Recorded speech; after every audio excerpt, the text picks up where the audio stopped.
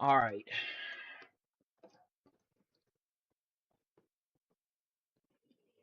My life.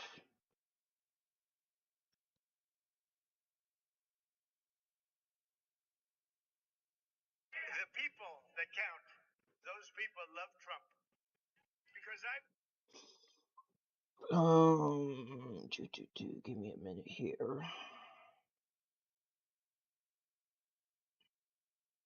All right. I'm live. Okay, good. All right. Hello, YouTube. How you guys doing? Um, really sorry about yeah. I really am uploading really late, aren't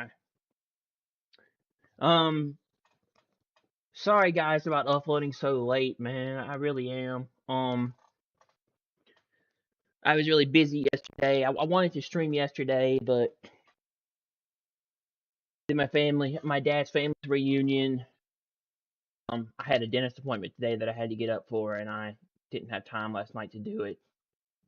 Um, but sorry that I didn't stream and I was busy. I had a lot of stuff going on, and I ended up uploading really late. But we've got a lot of stuff to talk about, and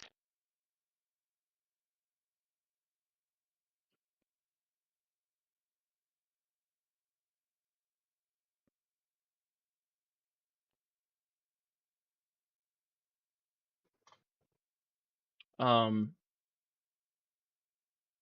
a lot of gaming news now.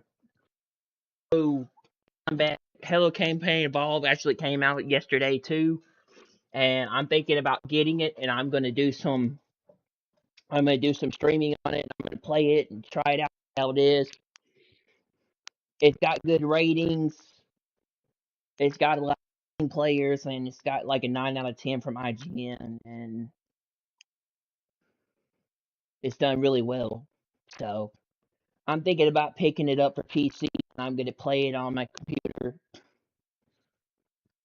days, try it out and see how it is, and then probably,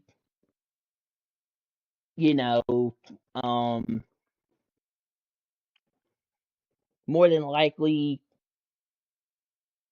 give it some time to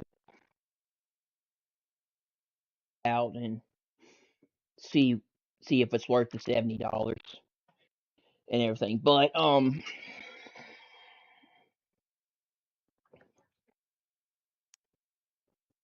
got a couple things to talk about.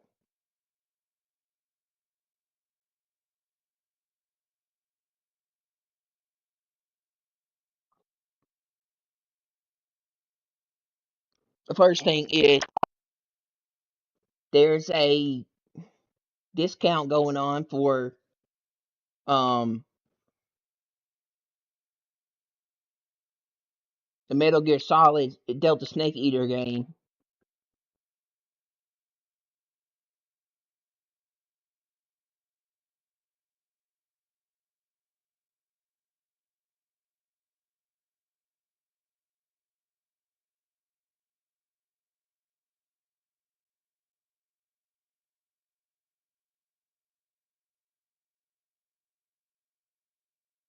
There's the Delta Snake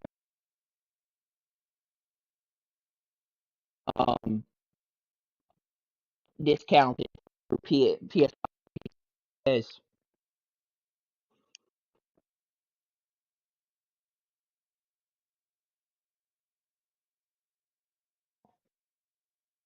Hold on a minute. I'm having some problems with my microphone.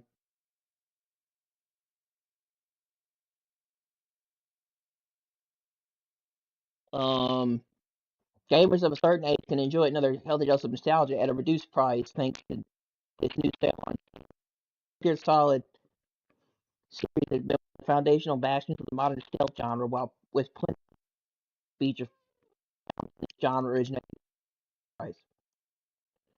It's just when we haven't had a new Metal Gear game in a long time. It's been ever long since we had a good one. Konami did release a remake of Metal Gear Solid 3 Snake Eater last year, which received heaps of praise. In case you were on the fence checking it out, Konami has now the Snake Eater by allowing you to check the game out at a hugely reduced price. In other words, it's discounted. You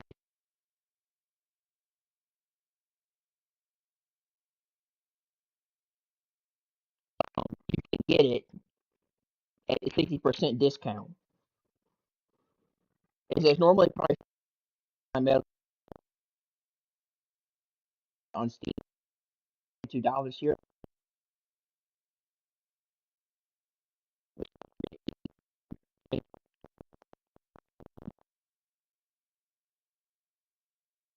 It's not the lowest price. It's come down.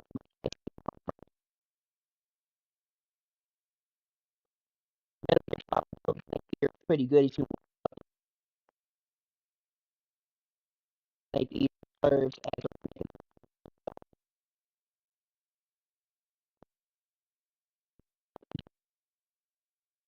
as the results in rather uncanny feeling seeing high resolution character models fit up data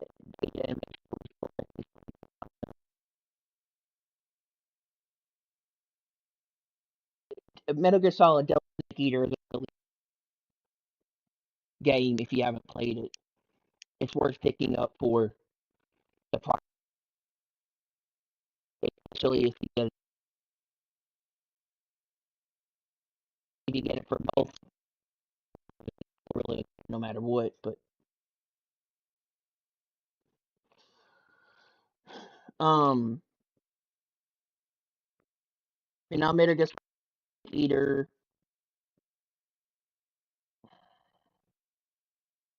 really, hold on.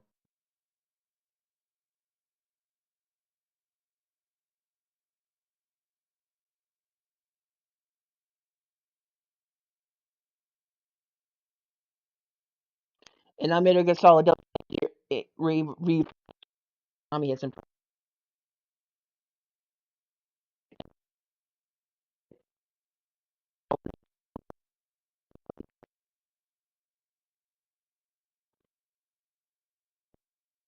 the first in the franchise.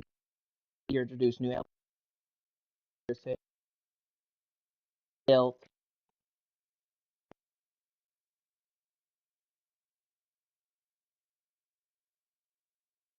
Metal Gear,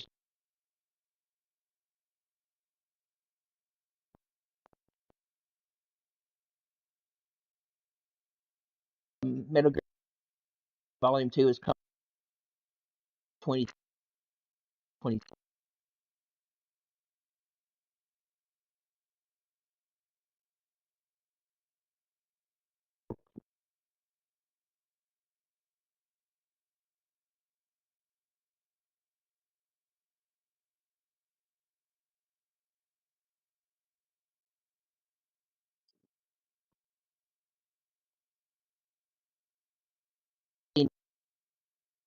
All cutting,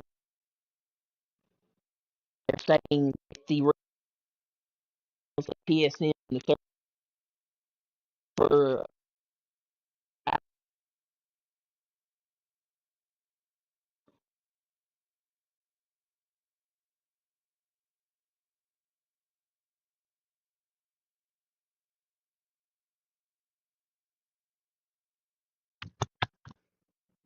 people are all digital phone keys.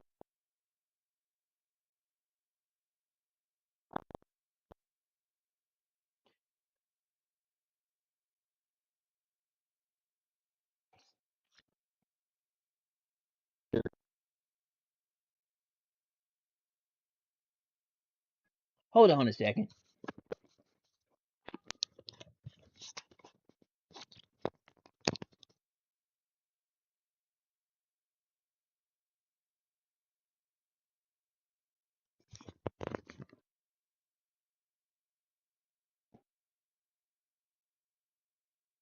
Gamers are protesting so due to the all digital future that they're heading towards in January of 2028, especially after the PSN servers were down for 4 hours back on July 24th, and now they're saying that they're going to protest Sony's all digital future by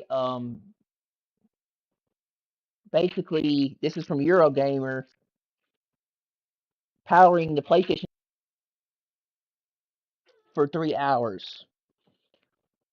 And it says a new petition encourages you to pull the plug on PlayStation. It says PSSR in Vinegar. It says the backlash against Sony proposed all digital future continues a pace this week. The company was recently announced plans to end all physical media within the PlayStation ecosystem. Has faced massive pushback on its plans to kill off the manufacturer and sales of discs by 2028. With fan petitions gaining traction and negative comments swamping practically every Sony post on social media. The most recent giant comes from fans attempting to organize a blackout on PlayStation hardware, with angry fans planning to unplug their consoles for the week running 23rd of August through the 30th of August, thanks to Push Square. The idea behind the action is to show Sony that even one of the most valuable metrics, active and engaged players, are smarting about the decision to ban off physical media. The organizer behind the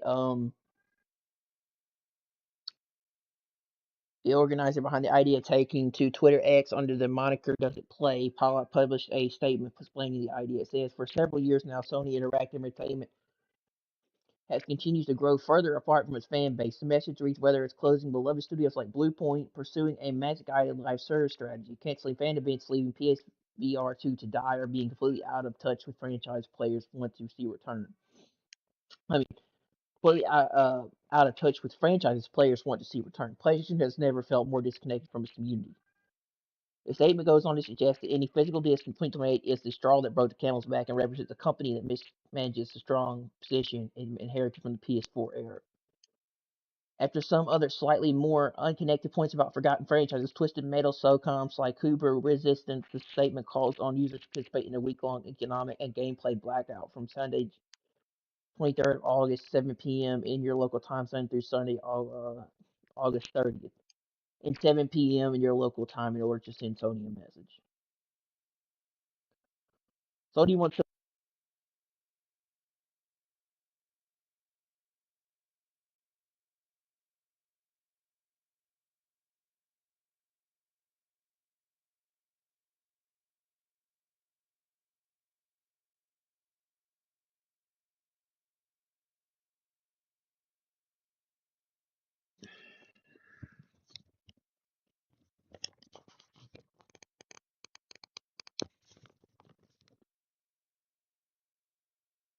have wrong on my mind.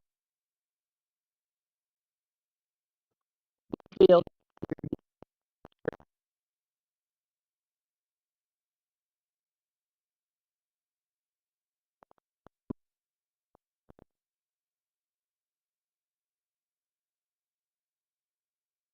giving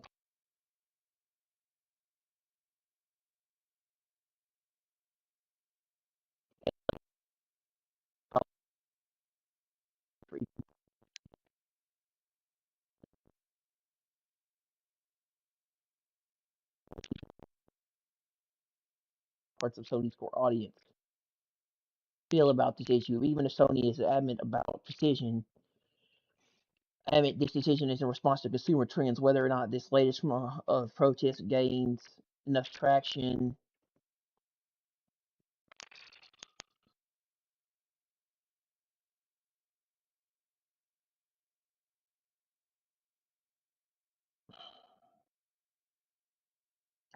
it's messing me up. Hold on.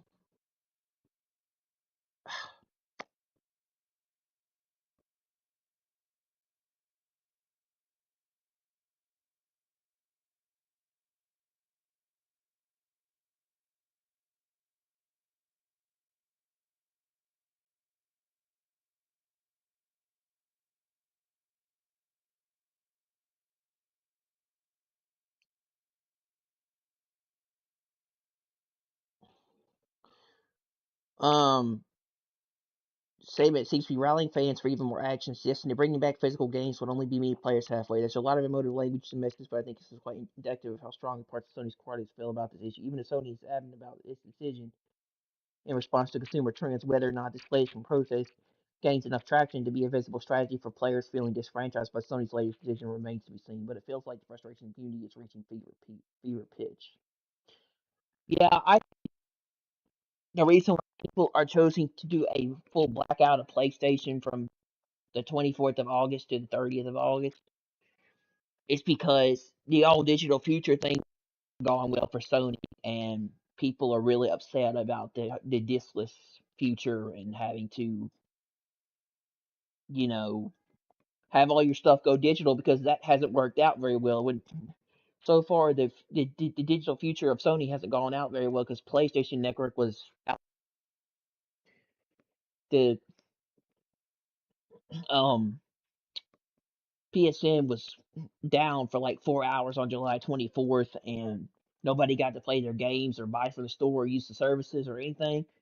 And people are pissed, and they're tired of Sony doing what they're doing, and they're pretty much saying no to the all digital future thing, where Sony's getting rid of physical discs and everything. So I don't blame them.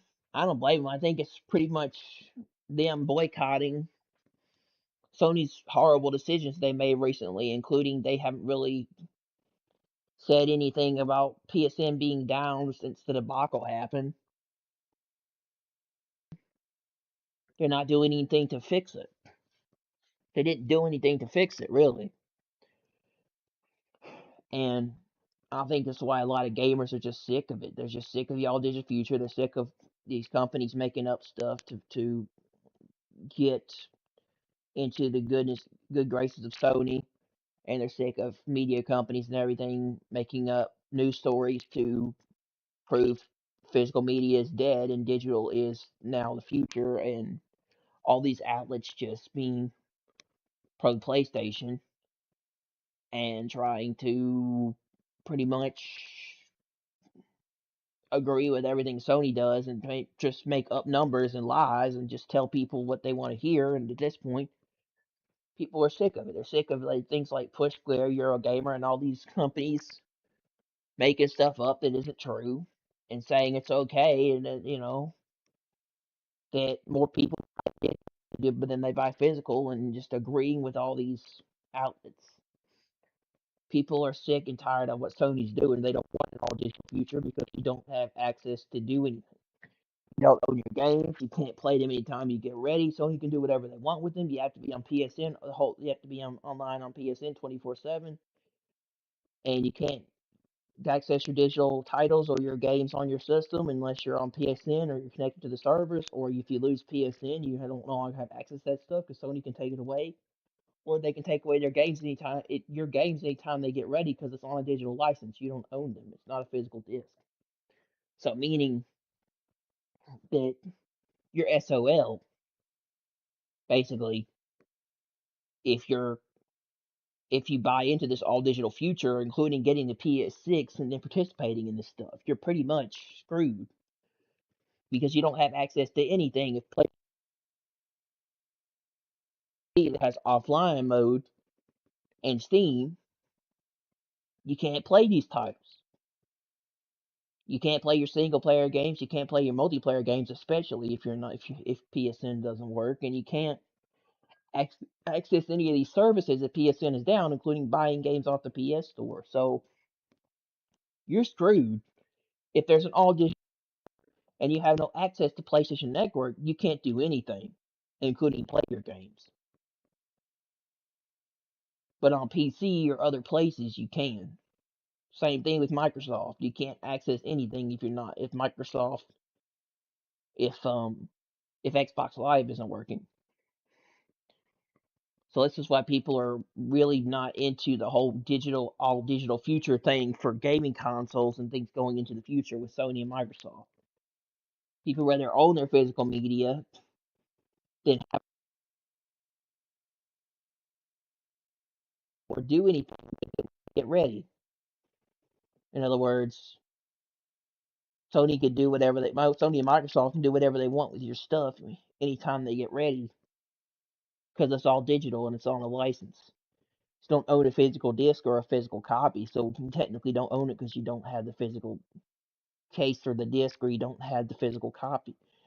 And if you don't have the physical copy, they can do whatever they want because it's on a digital license. Once that license expires,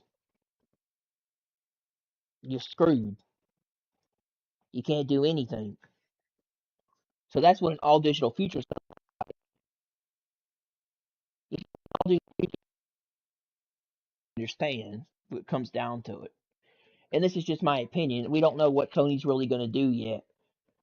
We don't know how PlayStation 5 games are going to be backwards compatible or going to work with the PS6 like the PlayStation 4 games worked on the PS5 and the PS5 Pro. But this is um in all digital future is going to be.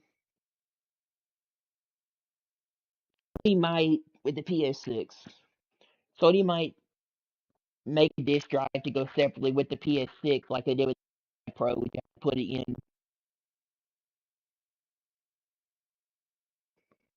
You're going to have to pay more money for the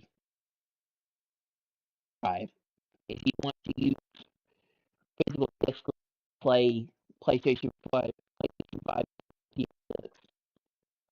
But an all digital future is really going to to the internet 24/7.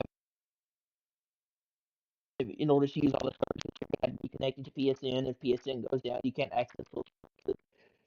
Your digital games are going to be on the license. If you lose the license, game again. It's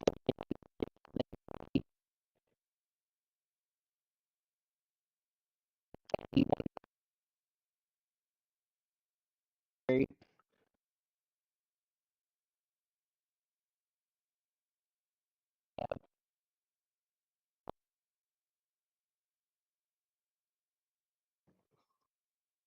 not working. It goes down completely.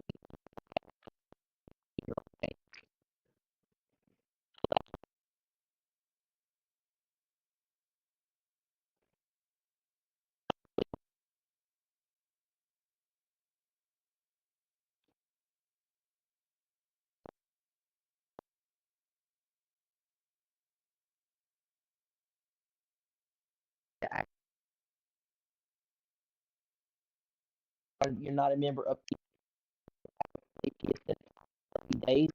Sony can delete your account no longer exists after a certain amount of time. So if you don't do anything on PSN for 30 days, all of your stuff is gone. You lose it all because they delete your account.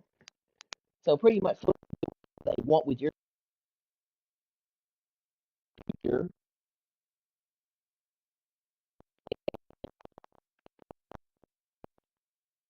owns the rights to PSN and PlayStation 4, and it's their or their own service. So they can do whatever they want. They had on the PS Store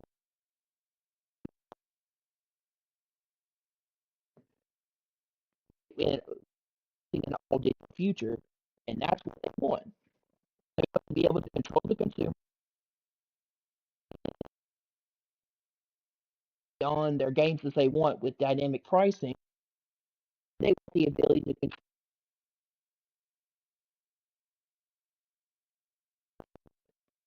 when they get ready,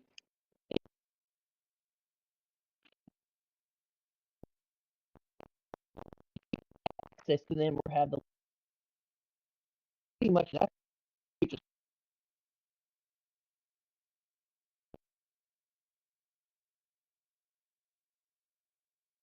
your SOL.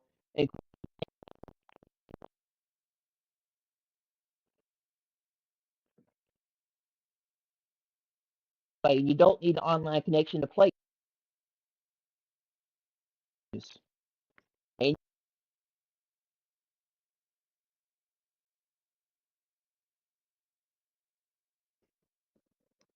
you're you lose the license to that said game. You lose the digital license. Because trust me, I had that problem. I had that problem a long time ago. Bought a physical game. Wait, sorry. I bought a digital game off of PSN, and this is what pissed me off the most about it. I think it was Dying Light Stay Human. I had the original disc. for I had the game for I had a game digitally on PS Plus. I got it, and one day I went to go play it, and it told me I lost the license of the license and I had to buy it off the store again. I went to the store to see if I had purchased it, and it told me I had never purchased it to buy it again. So I pretty much had to rebuy the license digitally to play the game. And it took me a long time to get that game back.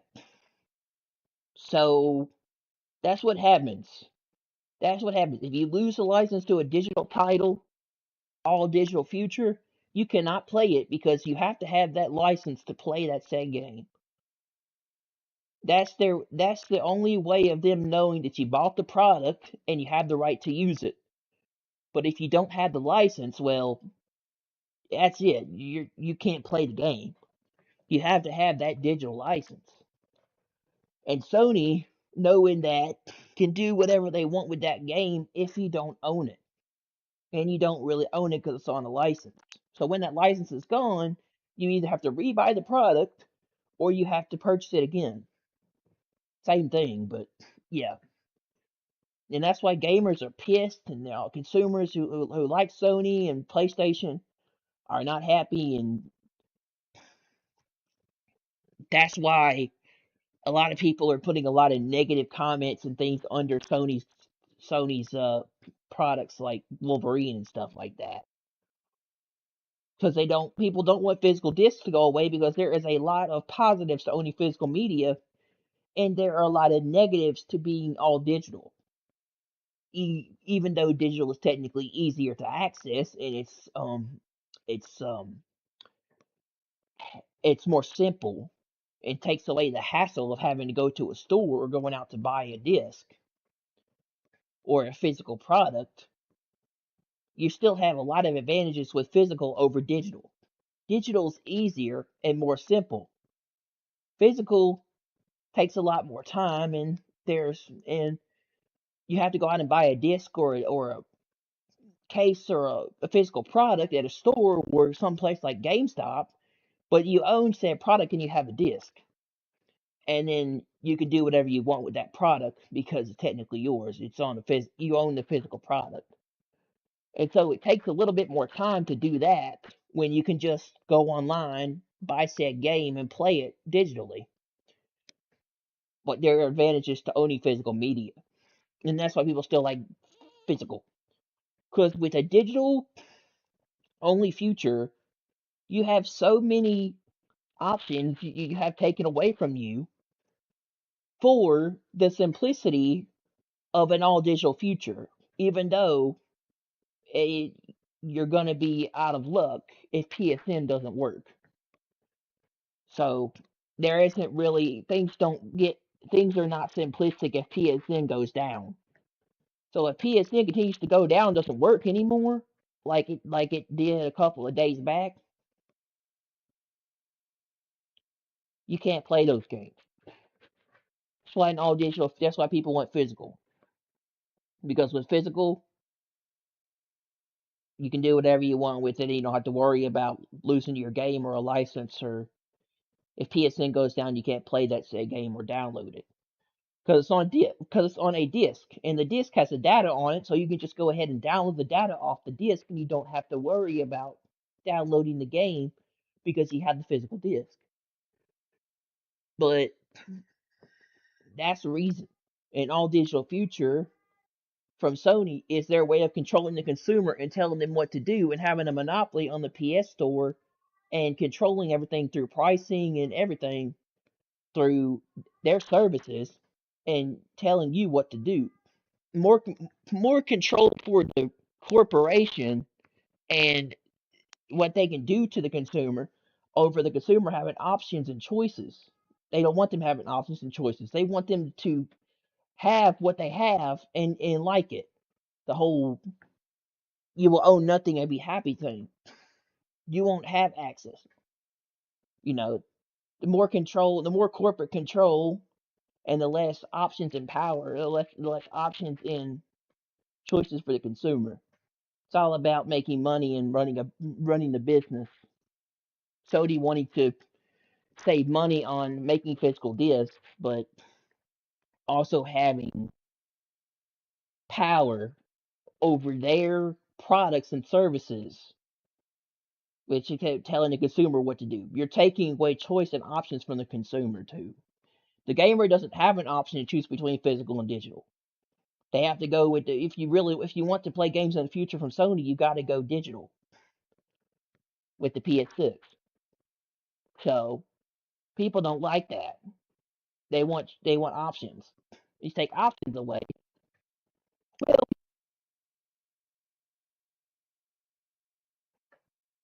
the consumer doesn't have a choice. So basically, yeah.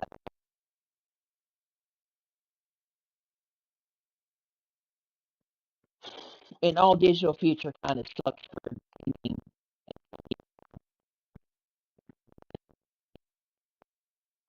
consoles. Is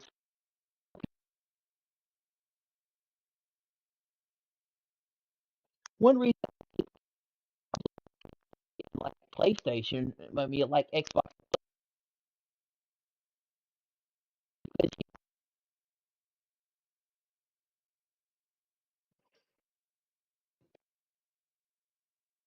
own physical media over digital, and you could have a physical disc where most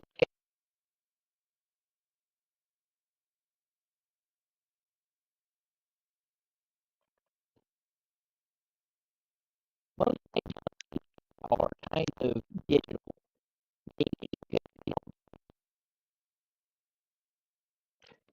The certain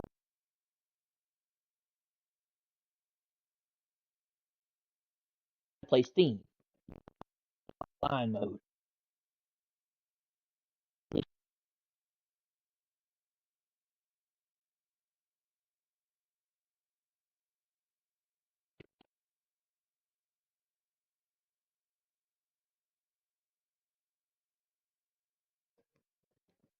PC has offline mode, but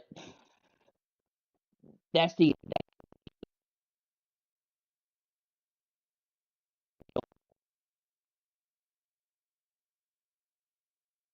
have the right to own those games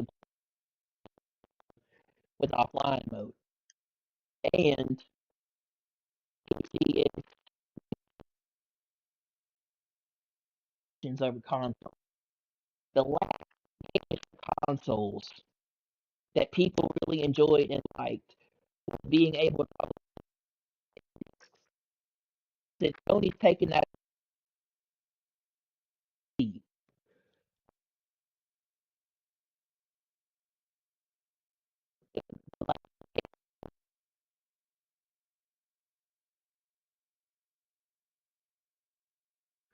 And well, people say they're either going to completely getting rid of discs, they're doing a disc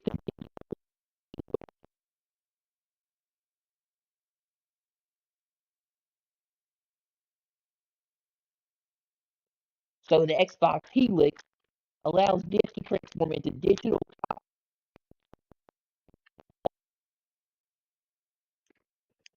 Disc is working on, and and if I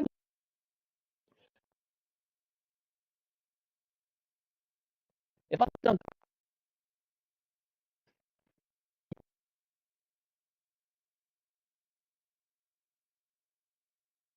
to be before Sony took PC, before Sony took a before Sony decided to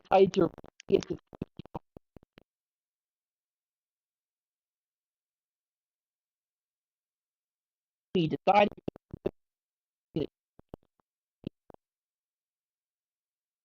I bought most of my PlayStation games on PC on Steam. Some of them were on PS5, but I bought most of them on PC because they were the better versions. And to be honest with you, I mostly before the play before we decided to remove our game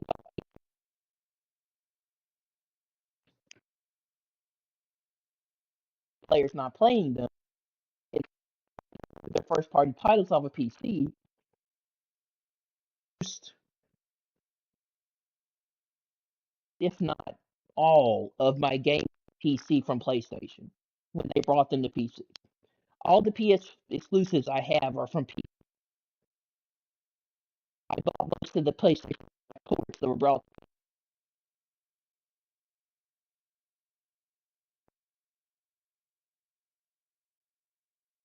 the new console.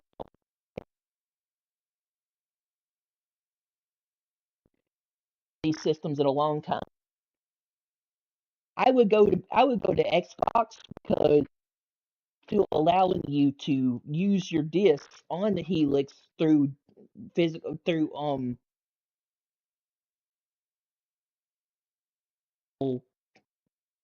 uh physical to digital process, you're still able to play these games on your library from the disc.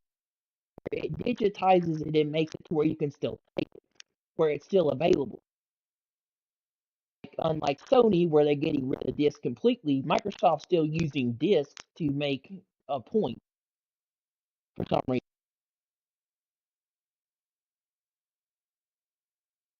Digitizing discs, working on there with the Xbox. Go to Xbox. I future of gaming because now my favorite game MLB The Show comes. So I can play it anywhere I want to be on PlayStation anymore to play the show. And that's one of the main reasons I got a PlayStation every year was to play MLB The Show. And I got it. One of the reasons why I got a PlayStation from Sony was to play MLB The Show every year because I like baseball. That was the big reason why I would get a PlayStation. I would get a PS3, I would get a PlayStation 4, I would get a PS5 to play the show, and maybe some other exclusives from Sony that I wanted to play, but the main reason why I wanted the show. And now, since the show is multi-platform, you can play it anywhere you want. You can play it on Xbox, you can play it on Switch, you can play it on PlayStation. Just not PC yet, but I wouldn't really, I wouldn't really say Sony's that far from bringing the show to PC. MLB Pro Spirit, the new Konami baseball game, it's on PC, and you can play MLB Pro Spirit 2026 on PC right now. So, and the shows, and MLB The Show is now on mobile.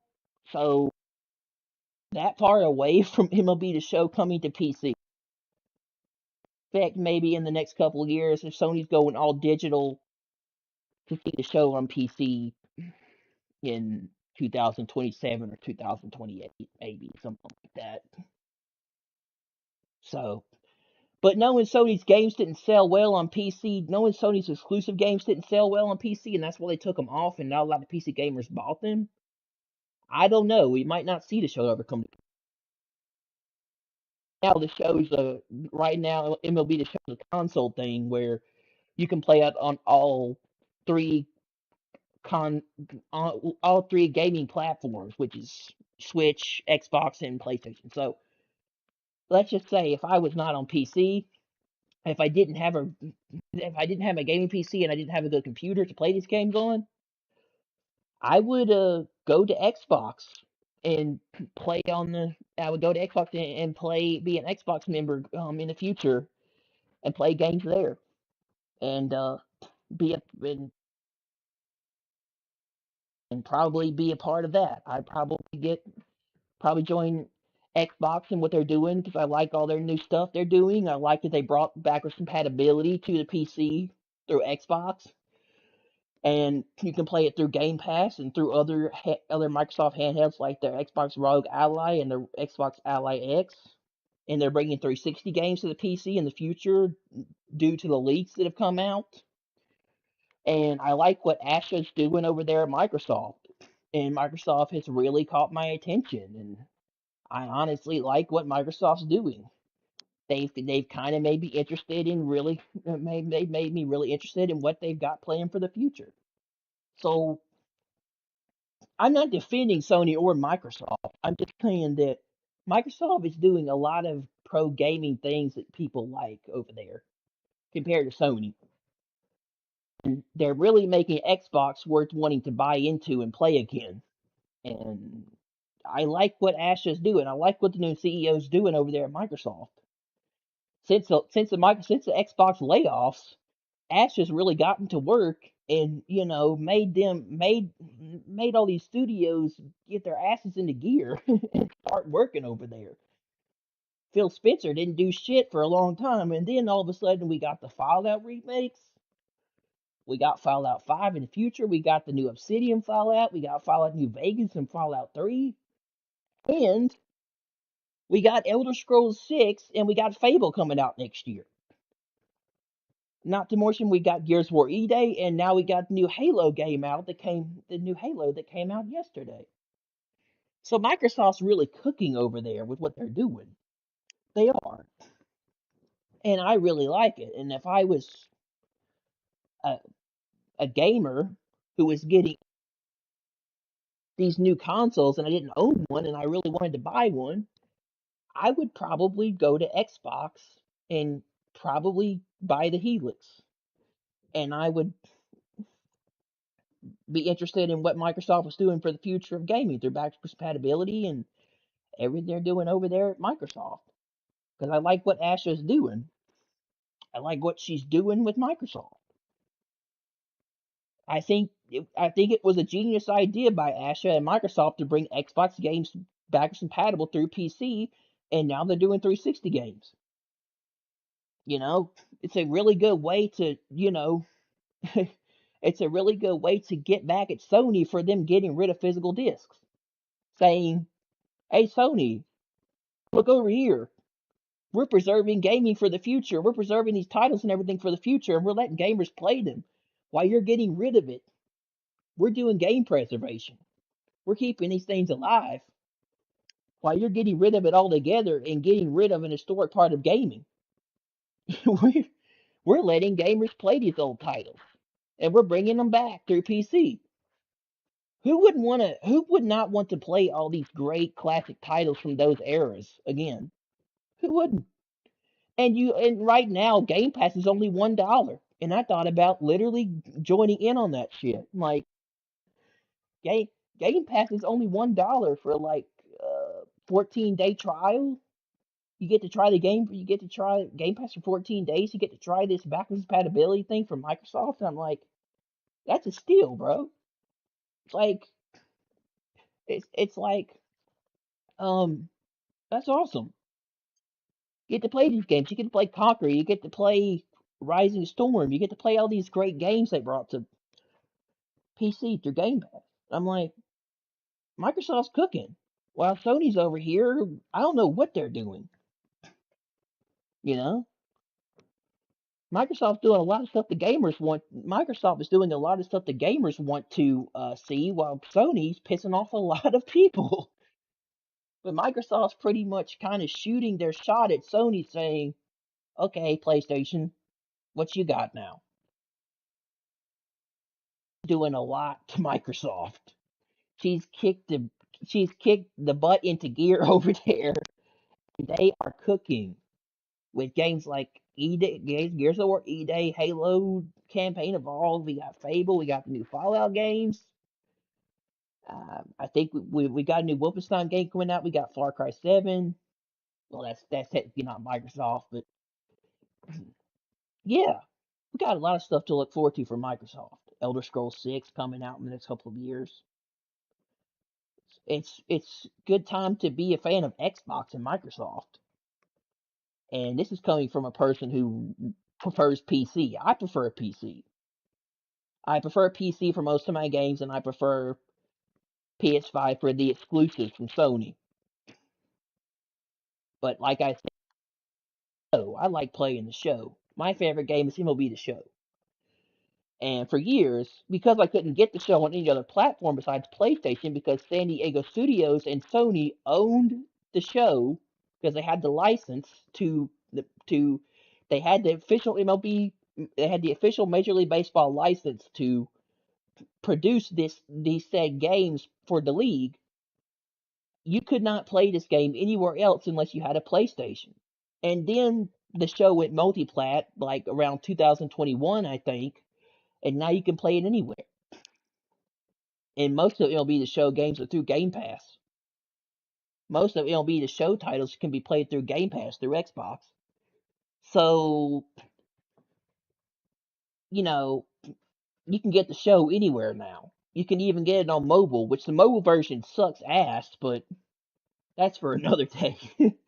And I'm not joking. Try playing MLB The Show on mobile, and it sucks ass. You cannot play it. They haven't really done anything to make the game better or produce or come out with any updates to fix the bugs or the crashes with the game. I've tried to play MLB The Show on mobile. It crashes or it goes to purple screen or it doesn't work. MLB The Show on mobile sucks ass.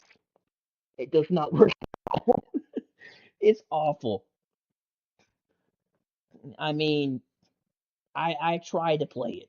I was looking forward to the show coming to mobile for like months, and then when it finally came to mobile and I tried to play it, it crashed on me or it didn't work or it wasn't playable.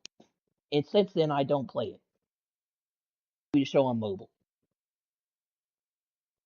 If you want MLB The Show, play it on console or play it on Switch or play it on Xbox. It on mobile. It's awful.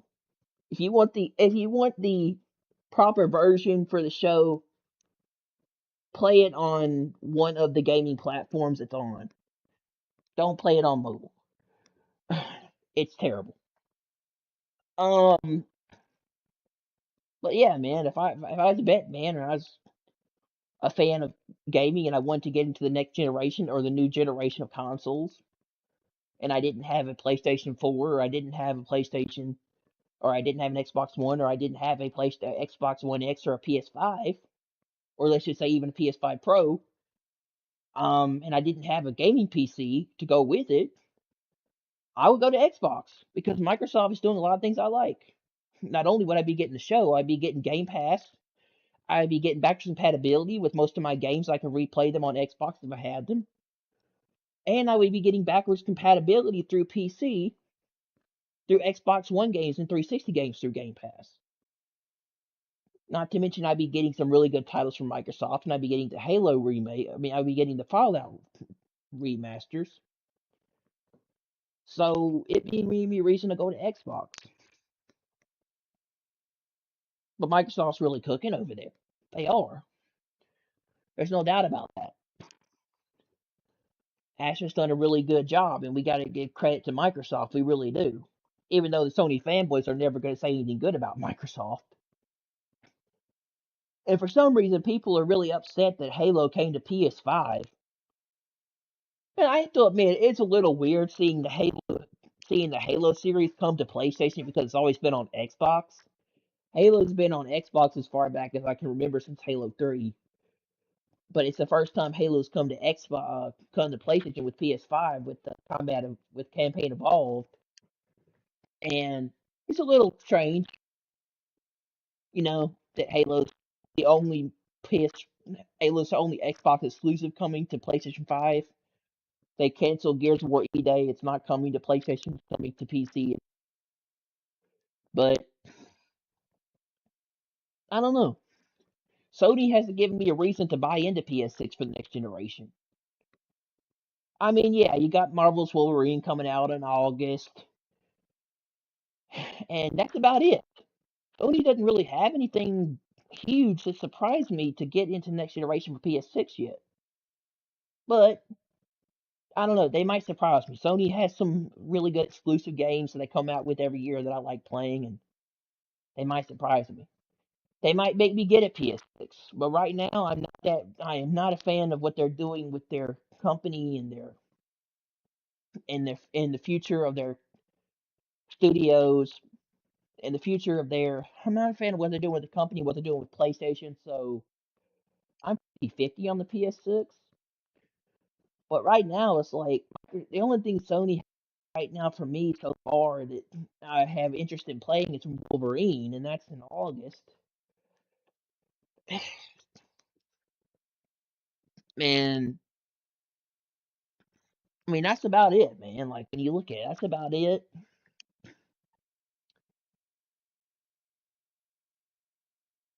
Um,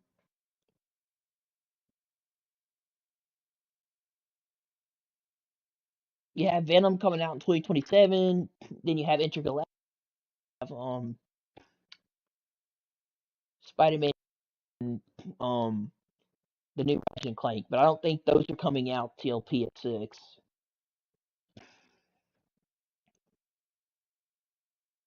Sony's done a lot of things that have made me upset about their company, but Microsoft has done more consumer-friendly things and things for gamers that I like a lot more.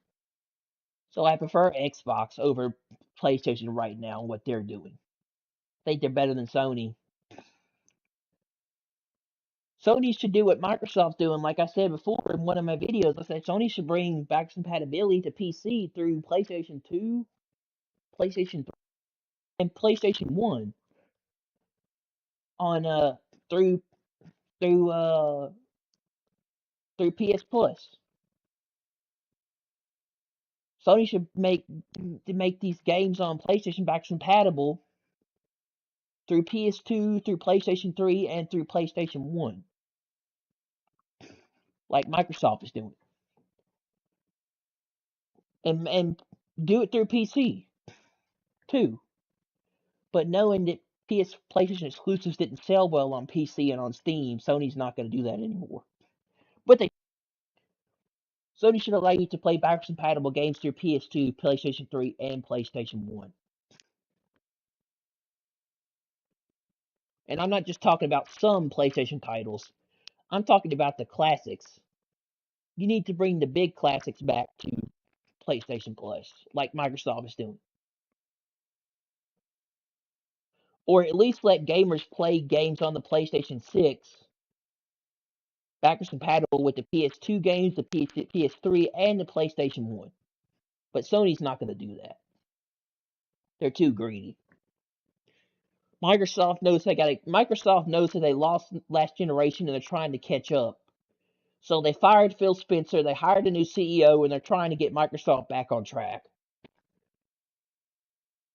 Asha Sherman, because that's why they have Asha taking over the company over at Microsoft, because they couldn't get Phil Spencer to do much at Microsoft, and so they fired him and they hired her. They hired her to get it done, to get it done. And probably they thought having a woman over there at Microsoft was a change that would pace, and maybe having a woman over there would get things done better. I don't know. I don't know why they hired a female CEO, but they obviously thought that a woman could do a really good job at Microsoft, and she's really got things in a gear at Microsoft now. Yeah,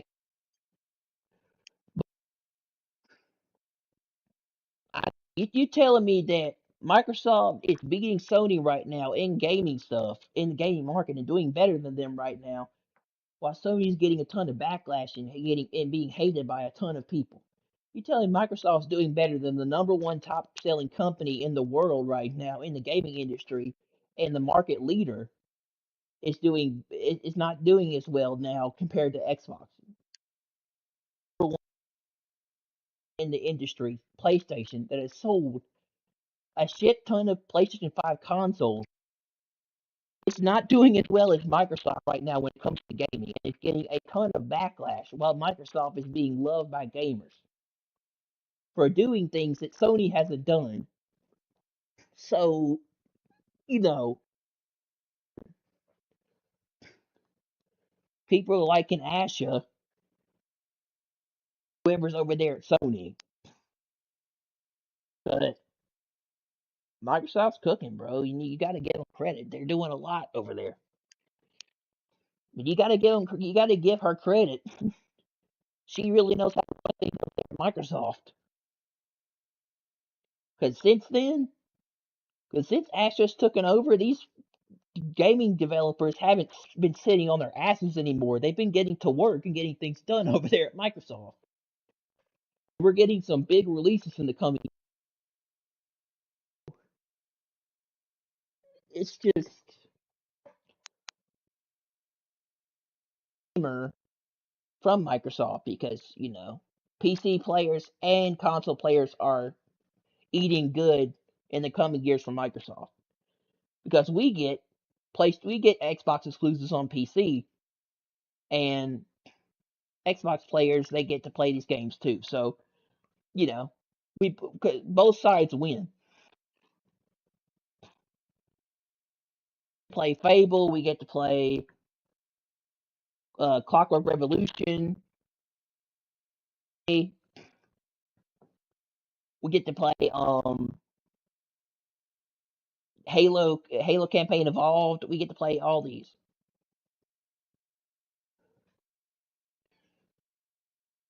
But if I was Microsoft, I would give her a raise. I would give that woman a raise what she's doing, and she's done a lot of good for Microsoft. I give that woman a raise. She knows what, but Sony,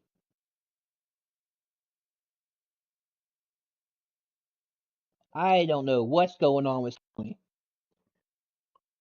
I don't know what the fuck they did to screw everything up, but ever since they announced saying no to physical disc in 2028, people have been pissed, and Sony's got so much backlash, including the lawsuits and everything. And gamers are not happy with PlayStation.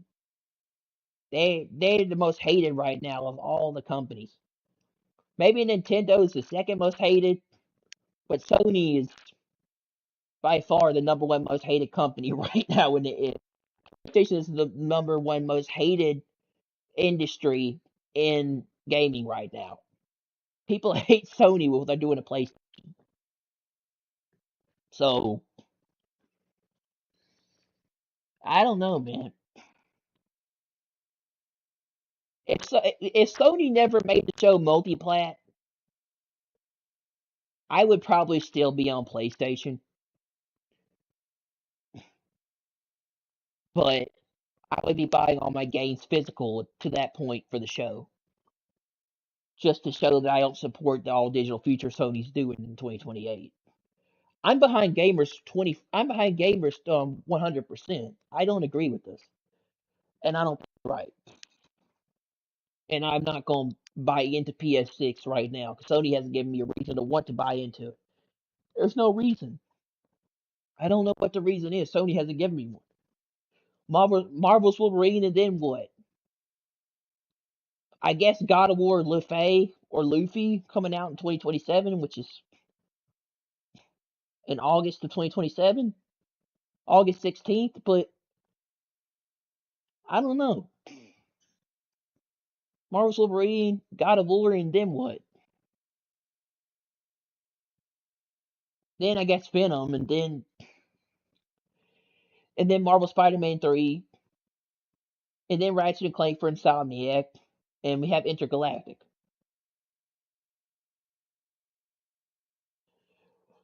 But I don't know. And of course, we have another Uncharted in the future and another Last of Us in the future in 2030, maybe, and that will probably be on the PS6. If you want to play these big exclusive titles, these big gaming brand names from Sony, I guarantee you they're going to make you have to buy the PS6 if you want to play Uncharted, if you want to play Last of Us, because those are two huge iconic franchises from Sony. If you want to play those sequels, or if you want to play those next iterations, you're going to have to buy a PS6. I remember when the PlayStation 4 launched in 2013, and I got mine in 2015, and around 2014, the around 2014, the PlayStation 4 launched with the Last of Us Remastered, story and single player mode, or the story and multiplayer mode, Factions MP, and it was the original Last of Us for the PS3 remastered on PS4 that launched with the PlayStation 4, and you had to have a PS4 to play the Last of Us Remastered on the system, and also to play multiplayer. You had to have a PS4 to play Last of Us Remastered. And I remember how like revolutionary that game looked for its time when it came out. But yeah, Sony really put a lot. I mean, Naughty Dog really put a lot of work into that game when they did it. So I guarantee you, if you want to play Naughty Dog's operation, they put a lot of time into, like the next Uncharted or the next Last of Us, you're gonna have to buy a PS6. If you really want to see the capabilities and the power and the amount of time they put into the next iteration of Uncharted and Last of Us, if you really want to see the developers work in action, you're gonna have to buy the PS6. If you want to see what Naughty Dog's really put into the next iterations of the Uncharted franchise and Last of Us, guarantee you're gonna have to buy a PS6 because PlayStation Last of Us Part Two was on PS4. I mean, Last of Us Part Two was on PS4, and then they remastered it for PS5. So here's what I think they're gonna do with Last of Us and Uncharted. I think they're going to make Last of Us Part 3 for PlayStation 6, and then when PlayStation 6 Pro comes out, they're going to remaster PlayStation. They're going to remaster Uncharted 3. I mean, they're going to remaster Last of Us Part 3 for PlayStation PS6 Pro, like they did with Grand Theft Auto. Grand Theft Auto was originally on PS3, and then it came to PS4, and then it was remastered for PS5. They're going to do that with Last of Us. They had like the Last of Us Part One remake. There was let's see. They had the Last of Us. They had the Last of Us the Last of Us remastered. They had the Last of Us Part One remake, and then they had the Last of Us Part Two and Last of Us Part Two remastered, which I've actually got all those versions because I like the Last of Us. But I guarantee they're going to do that with the PlayStation 6. They're going to remaster Last of Us Part 3 for PlayStation 6. And they're going to do it with Uncharted. Which supposedly they're supposed to be remaking Uncharted. They're supposed to be doing a remake of the Uncharted franchise after Uncharted 4. Which that supposedly is where Uncharted ended, but no, Sony, it wouldn't surprise me. They remastered Horizon Zero Dawn, and they remastered the other Horizon too. They mastered Zero Dawn, and they remastered uh Horizon Forbidden West. They remastered Forbidden West too. So I guarantee you're gonna have to have a PlayStation 6 to play the next Ratchet and Clank, the next Uncharted, the next Last of Us. I think we will see the PS5 until 2028, and then that's when this PS6 will come out. But Uncharted, I mean, Marvel's Wolverine, God of War Faye, PlayStation 5 and PS5 Pro, and then Venom. We'll see all those games be on PS5 and PS5 Pro, and then Marvel Spider-Man 3 will come out in 2028, and that will be when the PS6 comes out, and Ratchet and Clank, and then Uncharted. No, sorry, Ratchet and Clank, It'll be like this from Insomniac. It'll be Marvel's Wolverine come out this year, then we'll get God of War, then we'll get Venom, then it will be Marvel Spider-Man 3, then Ratchet and Clank, and then for Naughty Dog it'll be Intergalactic first, and then we'll get Uncharted and probably The Last of Us after that.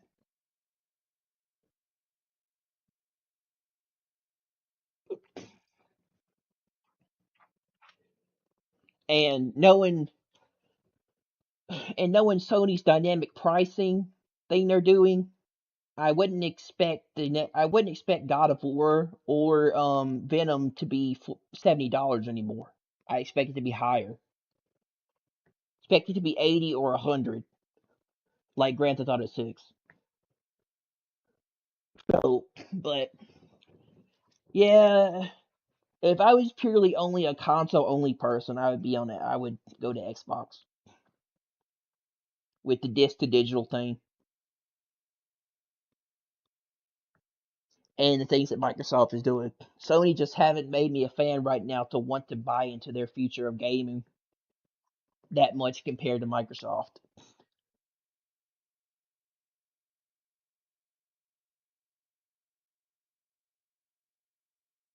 But I don't know. I don't know if I'm going to buy Sony's future titles or not with where they're going with it. I'll have to see gameplay or I'll have to see more of God of War, of the new God of War game, to see if I want to buy it in 2027. And then Venom.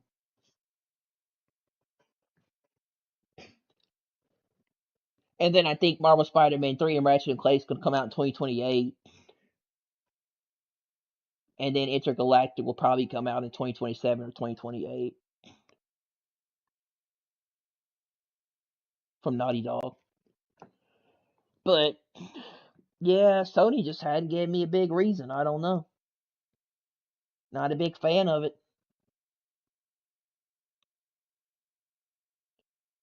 Not a big fan of. I just like what Microsoft's doing over there. I like the fact that you can like get a 14-day trial, or you can pay for Game Pass for $1, and you can play these backwards compatible titles on your PC from Xbox, and you can also play 360 games in the future too that they're bringing due to people looking into the game files. So we're getting emulation backwards compatibility from Microsoft for both Xbox and Xbox 360 games for PC. So it's a good time to be a Game Pass owner, and I need to get back into Game Pass because I once was a Game Pass member and then I stopped using it, but I had Game Pass for a while. I think back in like 2023, 2022, something like that. But Microsoft has given me a reason to get back into Game Pass, and I need to go back to Game Pass to play wanna play these games. But yeah, Asher's doing a lot of really good stuff over there. Sony just has lost the plot about what gamers want and what they're into and the franchises they want to play and what they're doing. Sony's completely lost the plot and is completely being greedy and pissing off a lot of gamers, and I just don't know if I'm going to be a PlayStation fan going forward.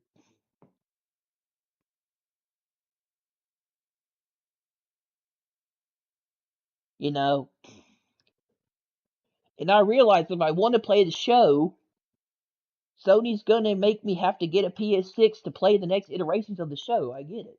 After 2027, I'm probably going to have to get a PS6 to play the show 28 and 29 and 2030.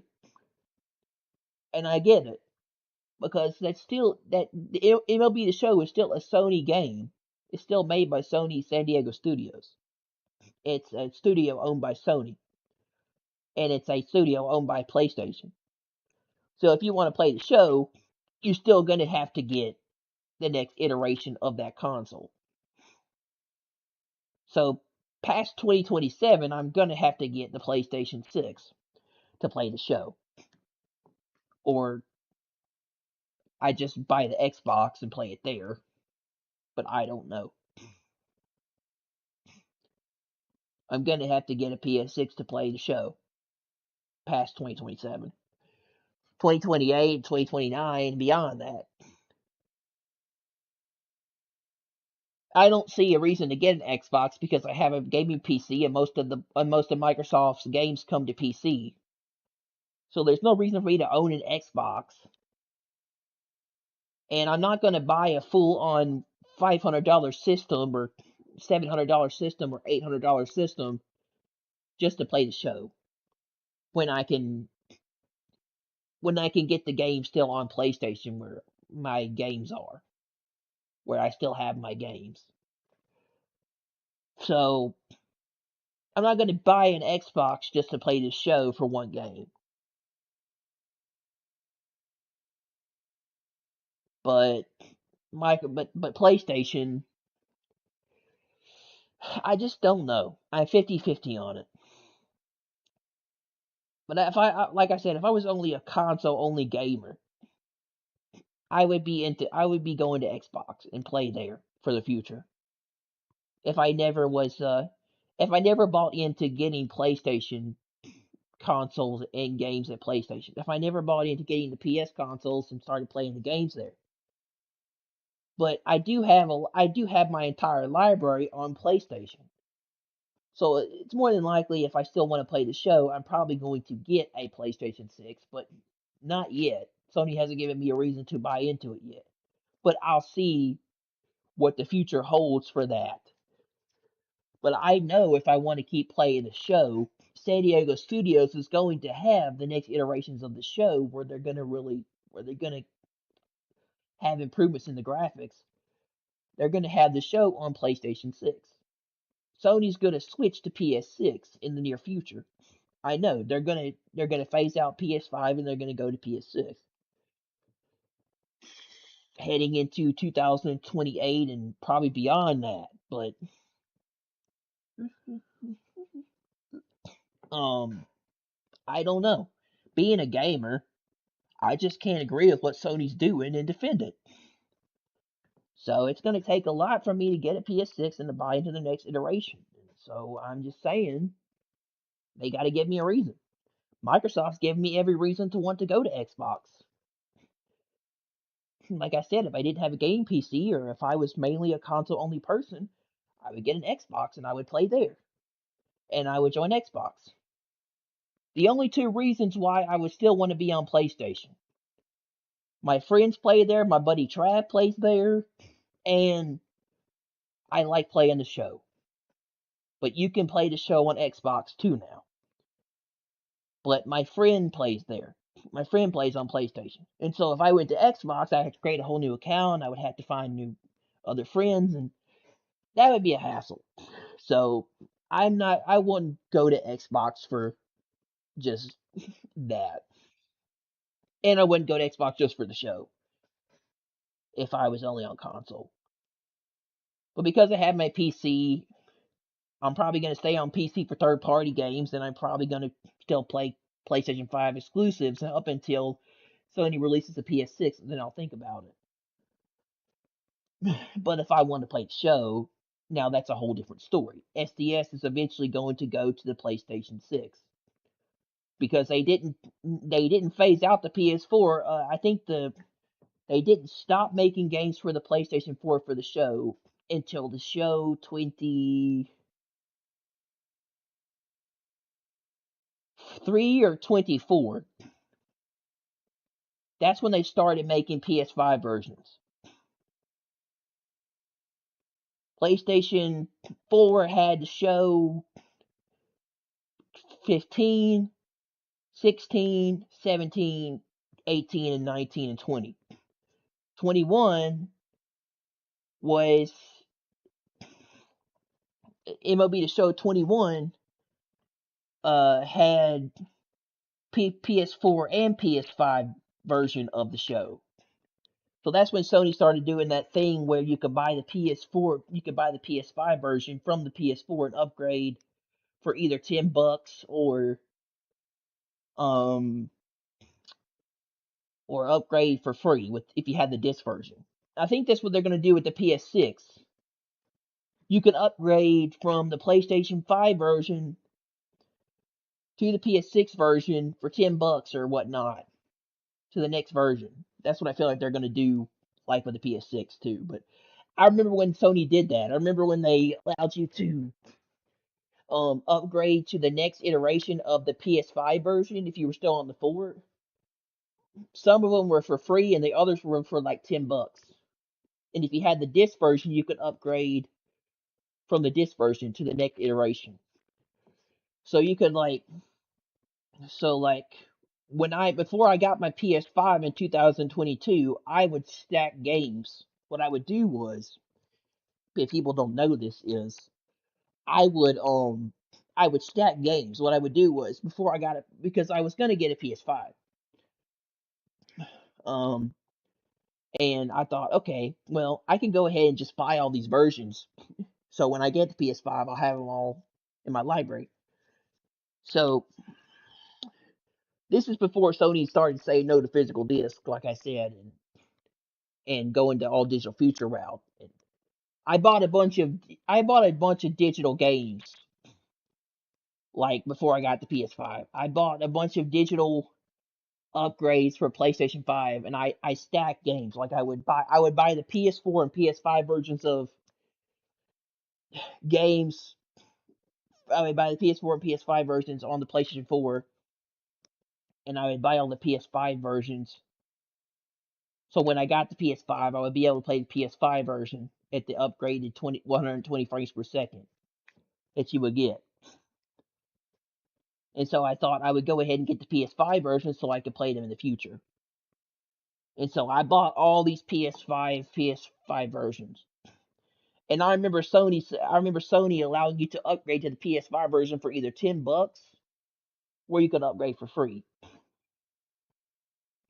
But I remember the first show version being on PS5 was the show 21. After 20, they stopped doing the PS4s. They stopped coming out with the PS4 iterations of the show. After the show 20, 21 was the first show iteration on PS5. And that was really where the game started to show off the higher frame rates and the better graphics and the more crisper, smoother movements of gameplay on a more powerful system. And then you had 22 and 23 and then 24 and 25 and now 26. They were all on PS5. So what I think's going to happen with the show, eventually Sony's going to do like they did with the PS4, where they're going to stop coming out with PS4 games and you're going to have to upgrade. Like you can't play GTA 6 on PlayStation 4. You have to have a PS5 or a PS5 Pro to play it. Sony's now telling people if you want to play GTA 6, you can now upgrade to the PS5 version for free. Well, no, that was GTA 5. I'm sorry, but you can now get a PS5 to play Grand Theft Auto 6 on November 15th of this year. Basically, is what they were saying, and so that's what they're going to do. I know they're eventually going to say, "Hey, if you still want to play the show, you're going to have to get a PS6." And I guess that's going to eventually come. That's going to come a lot sooner than we think because the PS5 came out in 2020. It's 2026, and the PS6, I mean, the PlayStation 5 has been out for, let's see, 7 years. And the PS5 Pro came out in 2024, so the Pro's been out for 3 years. So eventually, we're going to have to say goodbye to the PlayStation 5, and they're going to come out with the PS6. They're going to phase it out. I would expect it around 2028 or 29, maybe 2030. But I realize if I want to keep playing a show on PlayStation, I'm going to have to buy the PS6.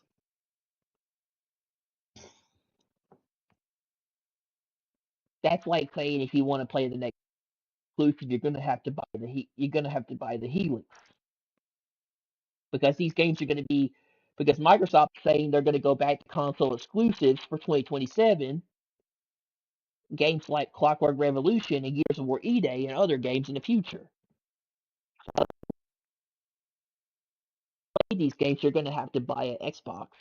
Unless you're on PC, which PC players, we get Xbox games already on PC, so I can play these. But, you know, what I'm trying to say is Sony's going to have to give me a reason to buy a PS6, and it's going to be tempting.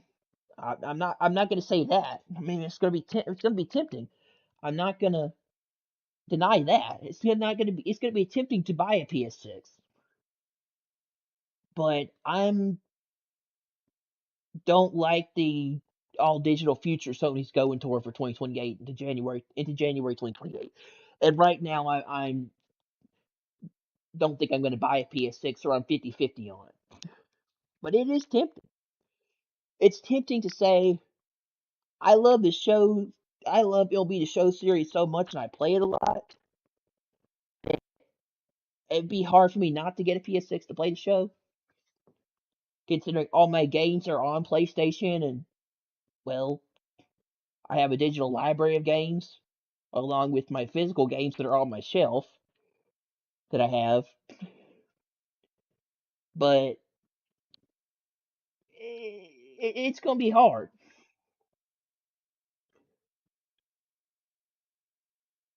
It's going to be very hard not to buy into that because I am a big show fan and I love MLB The Show, and it's one of the games I play the most out of all Sony exclusives, and I like playing it. It's going to be hard for me not to buy into it. I mean, we'll see. We'll see what I'm going to do next generation with the PS6 and what's going to happen. But I tell you, man, I, Sony's really made me upset, along with a lot of other gamers and consumers, that what they're doing with this physical, with getting rid of physical discs and saying no to physical copies by 2028. So I'm not sure. If I was a lot of gamers, I would go to Microsoft because they seem to be pro-consumer and friendly toward the gamer and doing a lot to make people happy, while Sony's doing a lot to piss off the fan base. But PlayStation fanboys, they'll defend whatever Sony does no matter what they do. So, because most of them are kids and they don't understand otherwise what they're doing to them. So they'll still defend the all physical, they'll still defend the all digital future because they don't understand, because it doesn't have an impact on their wallet or their on themselves, because they're young, and most of their money that they and most of the stuff that has come from what they have is come from their parents. They've never had to save up or buy their own product with their money. I'm not saying that some haven't, but I'm not saying that some are not, like, older who haven't had that, but a lot of people that are Sony fanboys, they're young. They don't understand how economics work. And it's sad that, and it's really sad that a lot of people will still defend Sony to the grave no matter what they do. But I can't defend that whole not giving the consumer or the gamer an option to choose between physical and digital, and what they can and can't do with their own products. But yeah, I love the show, and I like Sony exclusives, and it's only time will tell. But I'm really 50-50 on it right now, and I don't know. But I really like what Microsoft's doing. I like what Sony's, I mean, like what Microsoft doing over there, saying talking about backwards compatibility and adding that to PC, and it's maybe you want to get back into Game Pass and really like Xbox right now. So I had to say Xbox more than PlayStation. From a person who's on the side of PC, I prefer Xbox right now and what they're doing over PlayStation. So made me a fan of them. Xbox has made me a fan of them and what they're doing. I like their new CEO with Asha. Asha's doing a good job. But I don't know what I'm going to do with PlayStation, because I am, at the end of the day, I am a PlayStation fan. I like Sony's exclusives, and I have bought their consoles, and I do like the shows. So we'll see where it goes, but it's gonna be hard. It's gonna be, and I'm thinking if I get Marvel Silver physical to support physical gaming, so it will stay alive. I know I'm only one person, and it takes a lot of people to support physical gaming, but I'm probably gonna buy a physical copy of Marvel Wolverine if I get it. I'm not gonna buy digital from Sony getting into the future. I'm not gonna do it. If I get something on PlayStation, it's gonna be a physical copy.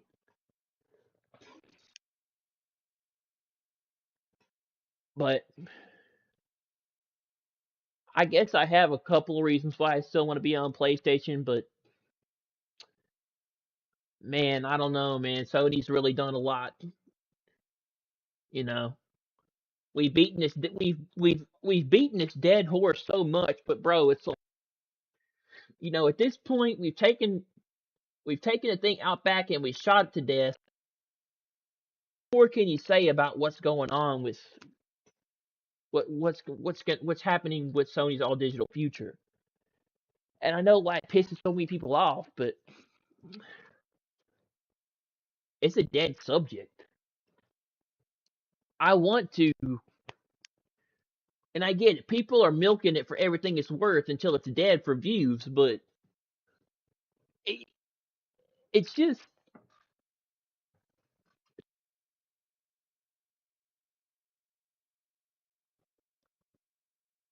Sony's giving me a huge reason not to be a PlayStation fan in the future with their products over reason.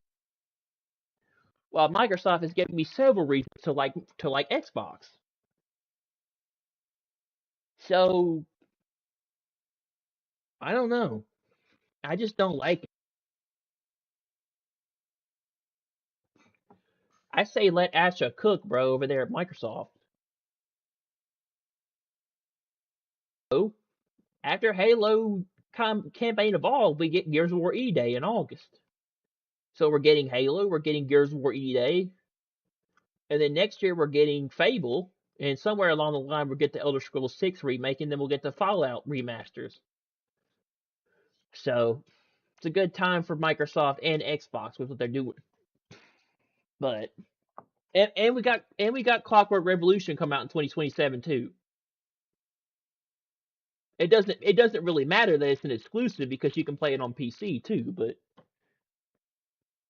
you know, unless you know, unless you're not on Xbox, if you're on console only. But well, I guess that's going to piss off a lot of Sony fanboys that they can't play. But well, I think they're going back to doing exclusives. They got to compete somehow. But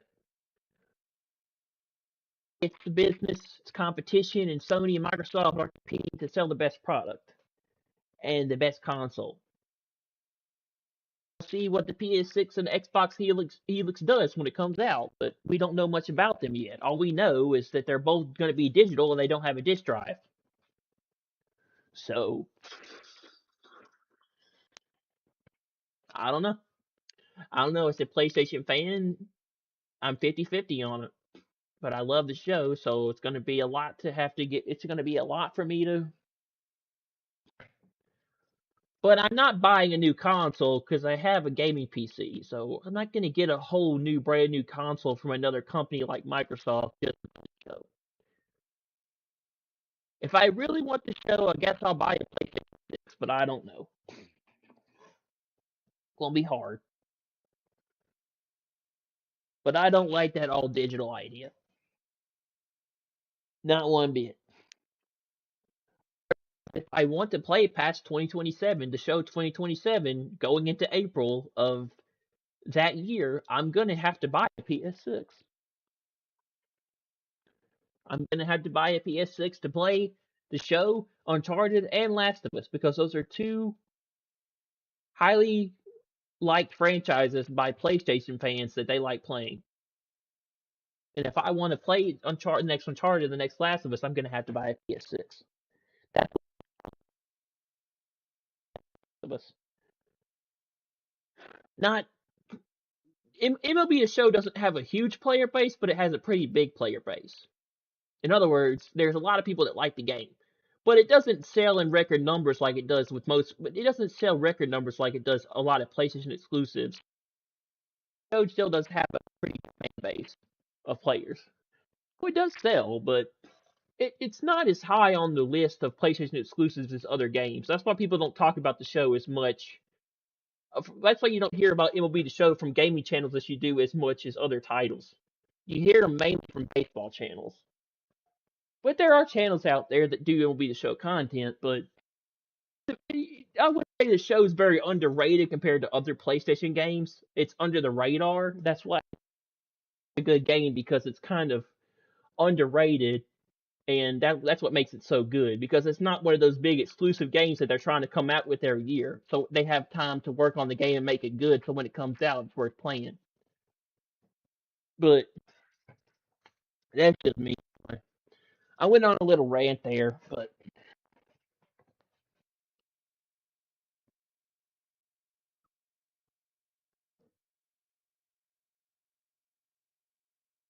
Would I participate in this whole blackout of PS5? Maybe. I don't know. I haven't been playing my PlayStation lately, so probably not. Probably. I might. I don't know. From August 24th to August 30th. Maybe. I mean, that's a long time to wait to play. And I'm trying to make a run for the World Series and trying to win the World Series, so I don't know.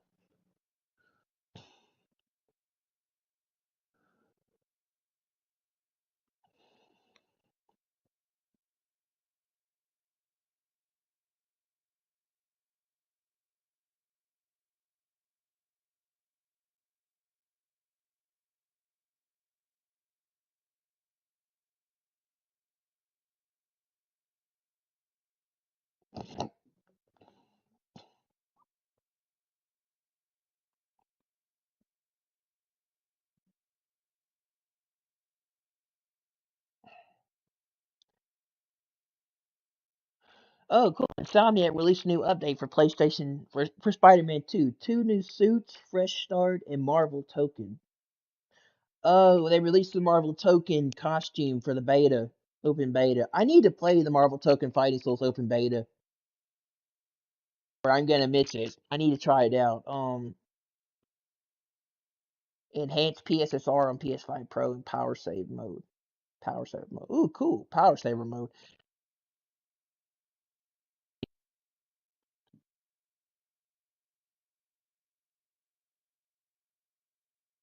What is this? Dragon Quest 7 might be the biggest game Square Enix has announced at the moment. Its sales ceiling globally is higher, I think, than Kingdom Hearts 4 or Final Fantasy 7 Revelation.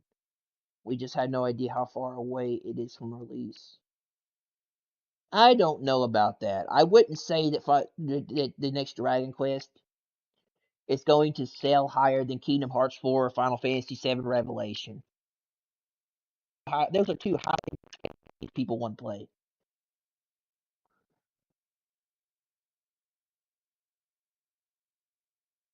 Cut Call of Duty Black Ops Zombies mode discovered through PS4 port.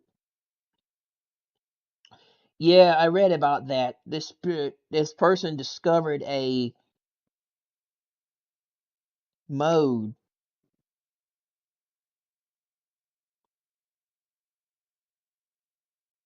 It says the original Black Ops and its sequel have been thrust back into the limelight with ports for the title's release, which have revealed some previously unknown cut content that was seemingly cut from the title. Before going any further, consider downloading free. YouTuber JTag and via IGN uncovered a tower defense-like zombies mode in the game and uploaded gameplay to his channel showcasing a clearly unfinished mode. The details show a bird's eye view of the action similar to tower defense games like Bloons, which would have enabled players to control the characters directly and shoot enemies in a traditional zombie approach. The game mode is clearly unfinished, but shows a different avenue that Black Ops could have gone down and may have been planned as an initial concept before developers settled on the popular Dead Ops arcade mode. While it's highly unlikely that the scrap mode will ever return, especially as it had gone undiscovered for so long, it shows the sort of experiments Treyarch was doing to expand the zombies mode. Zombies originally featured in Call of Duty World at War and has returned on many occasions since then, including in recent titles which have offered both round-based action and more open-world environments with the likes of Modern Warfare, MWZ, and the Modern Warfare titles. The mode will not be returning in this year's Modern Warfare 4, however, with Infinity Ward's instead bringing back DMZ as the main spin-off mode from the single-player campaign and multiplayer versus. While DMZ has been tweaked before to offer zombies content with the aforementioned MWZ, it appears this year will be more grounded with players going head-to-head with human enemies. Check out the Modern Warfare 4 reveal trailer below. Yeah. So this dude found like he found like uh, a level that was cut from Black Ops with some kind of glitch in Black Ops, and it was really cool.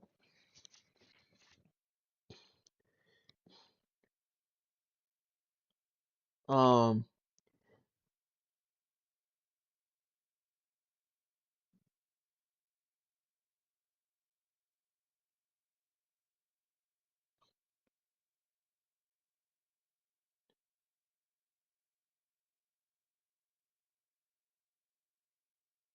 it this is another thing Xbox is doing. It says Xbox consoles can receive several Xbox PC at no additional cost. Says players who own the digital Xbox console version of select Ubisoft games can now access the PC version through Ubisoft Connect at no additional cost. Yeah, Asher is cooking over there at Microsoft, bro. They are seriously going big with this. Because you can now, like, you can play these games on the Xbox Rogue Ally and Xbox Ally X and PC with Xbox Play Anywhere, bro. It's just,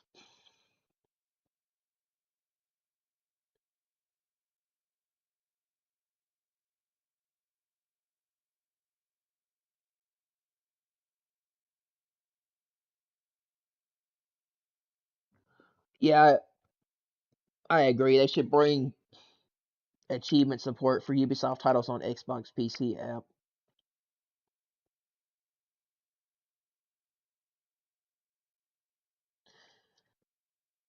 Yeah, Ubisoft supporting Play Anywhere would be a good idea for Xbox games.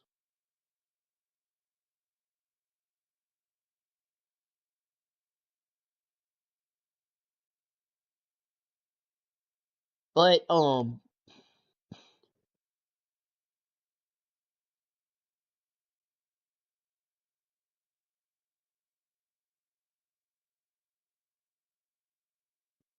the first the games coming to Ubisoft are the games coming to Ubisoft Connect for PC are Assassin's Creed Mirage, Assassin's Creed Valhalla, Avatar Frontiers of Pandora, Far Cry 6, Immortals Phoenix Rising, Prince of Persia The Lost Crown, Riders Republic, Skull and Bones, The Crew 2, The Crew Motorfest, Tom Clancy's Rainbow Six Extraction, Tom Clancy's Rainbow Six Siege, and Watch Dogs Legion. Which I agree, they should bring more games than just that. The Division 2, Ghost Recon Wildlands, Ghost Recon Breakpoint, Splinter Cell, and a lot more.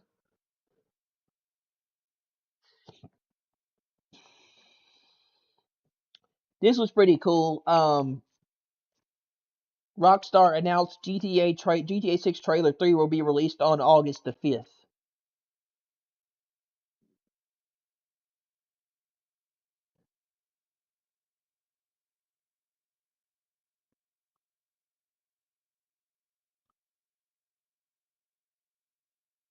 But knowing Rockstar and how much they've hyped things up before and made people hope for that, I'm not sure. I think it will take a while before the trailer comes out. I'm thinking that Rockstar is going to release trailer 3 closer to September or October to go alongside getting closer to the release of GTA 6 then in And then in August. I don't think it's going to be August. I think it's either going to be September or October. I feel like it would be more likely that it would be September than August.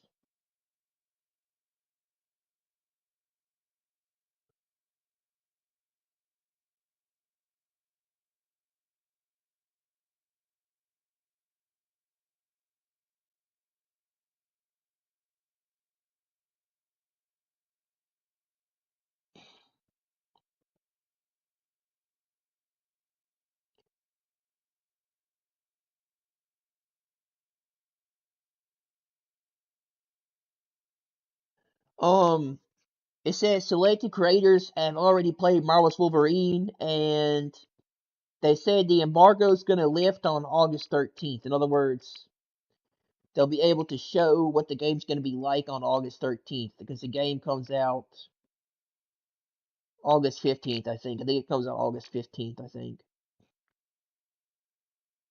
A lot of people are saying that the gameplay might be a lot like Marvel Spider-Man in a sense.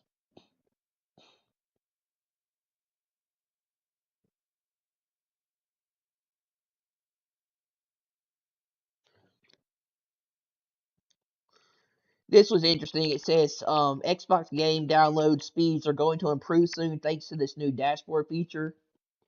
It says, please be aware this Xbox update preview includes the following experience or feature updates. It says, users will experience a new feature to optimize game install and update speeds by introducing a small download client shortly after your game download begins. The client will check which content servers are available for the install or update. It will then test the connection speed to each server pool and select the fastest available connection for that install. The speed test will rerun periodically during the install or update to ensure that the client continues using the fastest available connection.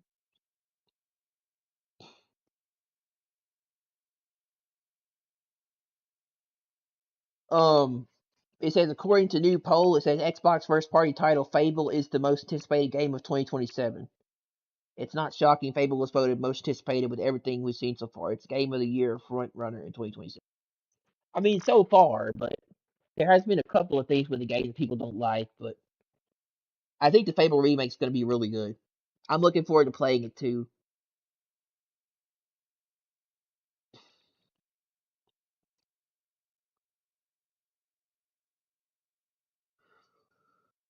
Halo Campaign Evolved got a 9 out of 10. It says the game looks amazing on PS5 Pro and runs at a consistent 60 FPS on performance mode. New Unreal Engine 5 graphics look pristine, and I love all the extra details in the explosions, fires, lighting. Lots of welcome new gameplay additions like sprinting, fast reload, aim down sights, and hijacking rafts. The new prequel missions are okay. They don't add much to the overall story, but do add help frame later. Halo games combat is as satisfying as ever, and I love that they brought in new weapons like the energy sword and needler. One downside is the DualSense isn't used much beyond the light bar and speaker, no adaptive trigger, and minimal vibrations. Great that they added two-player local co-op and four-player online co-op. Multiplayer would have been nice, but already knew that wasn't included. I love the new skulls that remix weapons and enemy locations, but the third-person camera is my favorite. It's a shooter from 2001, properly remade with deeper respect for the original game. PS5 fans shouldn't hesitate to pick this game up.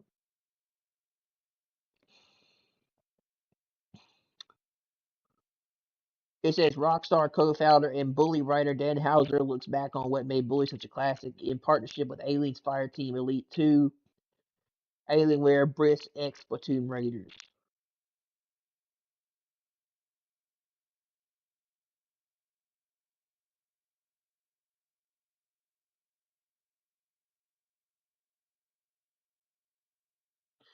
Um, Rockstar has confirmed that GTA 6 Retail Physical Edition is just a download code in the box. And these codes don't work the same way on every platform. It's region locked on PS5. For PlayStation 5, download codes are region locked. As your PC account. Important. copy from another region may leave you with a code you can't redeem for Xbox Series X and S. Rockstar says Xbox code is not for GTA 6 download codes expire 170 days after local regulations.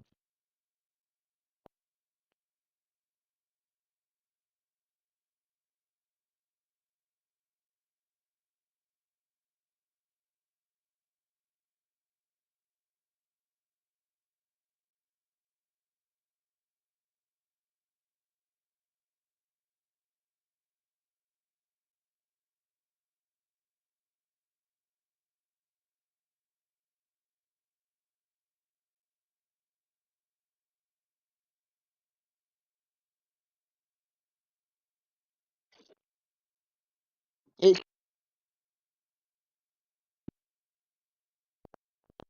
on the able to play their purchase games are now asking for reimbursement.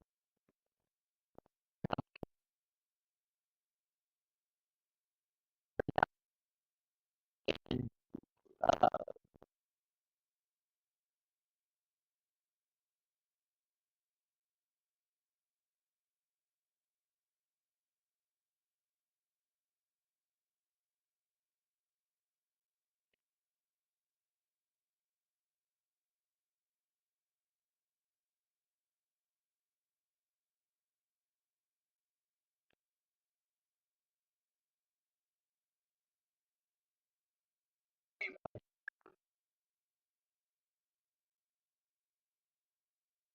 And the boys are like, why aren't you hopping on? Because they're on PC and they're trying to play crossplay, but my Xbox server's offline. Let's get into a bigger conversation. We've talked about real digital ownership. That's a long stretch. We need to go to the European Commission for Trade, but let's talk about compensation in the meantime, man. Let's talk about compensation and how users can be compensated being offline. Should you get like of Xbox Live Gold? Should you get a month's worth of Xbox Live Gold, or should you get like 6 months to a year of free Game Pass? You know, because this has been going on for a very long time now. People aren't able to sign in, connect to their friends, play video games. I mean, Xbox more like a, and we have all these movies, TV shows, streaming services that are connected to Xbox Live. So I'm hoping they fix this. But in the meantime, let me know in the comments, how do you think gamers should be compensated for these outages?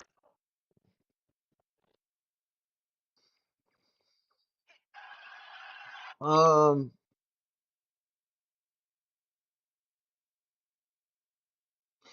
Oh yeah, this was interesting too. It says Forza Motorsport 3 and 4 are now available for PC. It says emulated via Xena. It says since these games were permanently removed from stores due to licensing issues, the only way to preserve them and give others a chance to play is through physical media or emulation.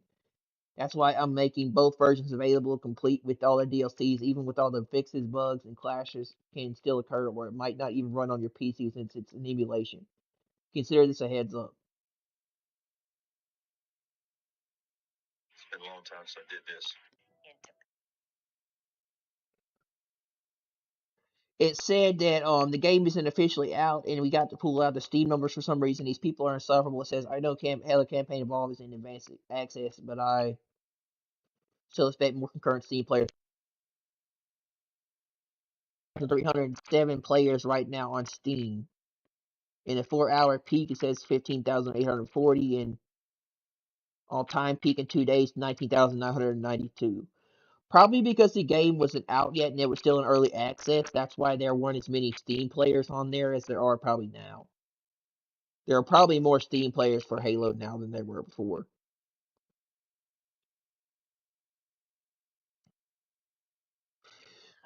This the Hall of Famers for this year's 2026 ballot were Carlos Beltran, um Adam Jones, and Jeff Kent for Cooperstown. It said at the end of Halo Campaign Evolve, it said that it said to see you in a sequel, so a lot of people are confirming that they're doing a Halo 2 remake in the future. Also, so Halo 2 Anniversary is going to be remade. Everybody, today we're going to...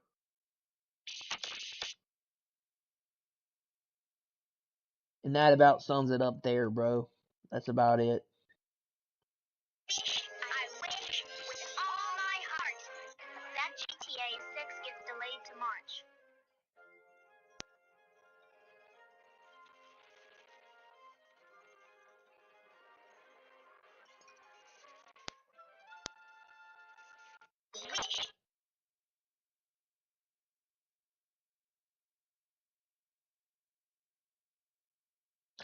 Yeah, that's about it. Let me see if there's anything else.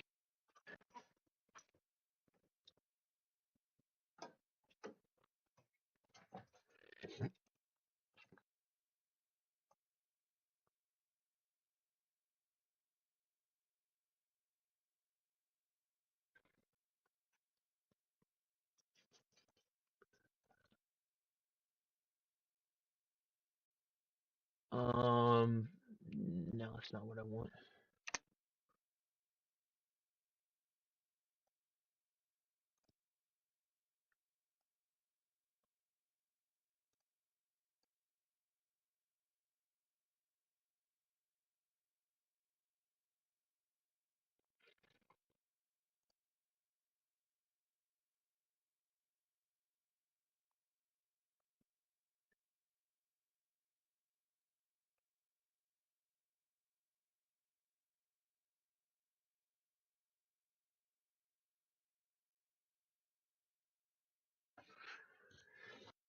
Randy Johnson had one of the most devastating fastballs of all time. OTD in 2008, he accidentally threw an eephus pitch after a boat in the Kobe Cove sounded its horn. Johnson lobbed one, and it's a called strike. Watch this. This is awesome. I mean, that give a young hitter a lot of confidence. And as the horn went off, Johnson lobbed one, and it's a called strike. Watch this. This is awesome. I mean, that give a young hitter a lot of confidence. Okay, it says in a rare interview, Rockstar president Sam Houser previously revealed why they prefer working with lesser-known actors instead of Hollywood stars and celebrities in GTA. It says it's easier to work with someone who's enthusiastic and not been in hundreds of films sometimes. Sometimes you get a famous person in and they really go. I found that insulting in the interview. Houser said, we don't bring in name actors anymore because of their egos, and most important of all, because we believe we've got a better sense of immersion using talented actors whose voices you don't recognize.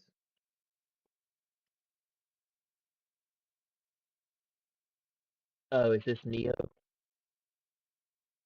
Matrix pattern.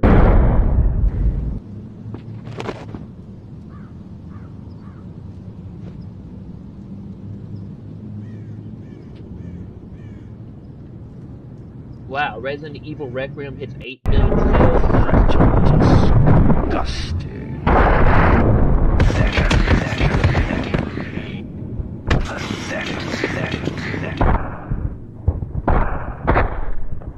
Let me see this. Resident Evil Requiem has hit 8 million units. Pragmata has sold 2.5 million units. Released on February 27, 2026 for PlayStation 5, Xbox Series X, NES, PC, and Nintendo Switch 2, the survival horror game reached 5 million units in just 5 days and kept climbing faster than any prior Resident Evil title. Capcom credits active pricing and global appeal for the surge, alongside strong sales from remakes like Resident Evil 4 and 2. Fans call it one of the greatest horror games ever made, while the series suppresses 200 million units, driving 9 straight years of record profits. Capcom's new IP Pragmata has sold over 2.5 million copies since April.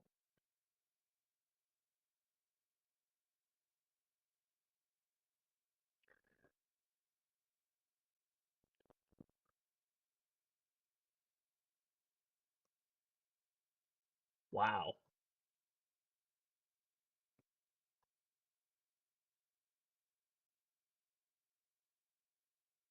I need to play it then. Capcom updated its sales figures of many of its main titles. Pragmata 2.51 million, Resident Evil Requiem 8.03 million, Resident Evil 4 16.04 million, Resident Evil 2 2.75 million, Resident Evil 3 14.52 million, Resident Evil 7 18.41 million, Resident Evil Village 15.86 million, Resident Evil 6 17.6 million, DMC 5 14.24 million, and MH World 30.45 million. Resident Evil series have taken over the Final Fantasy series at number 3 best-selling Japanese video game series ever, only behind Mario and Pokemon. Resident Evil sold 213 million, Final Fantasy 212 million.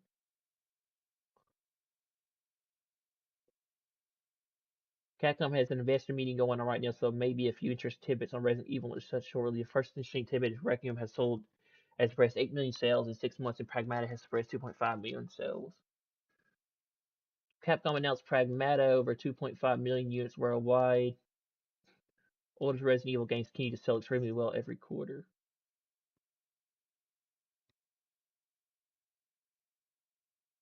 Resident Evil Requiem released February 2026. Cumulative series unit sales 213 million units. Wow. Yeah, I need to play Requiem then, man. I heard it's really good.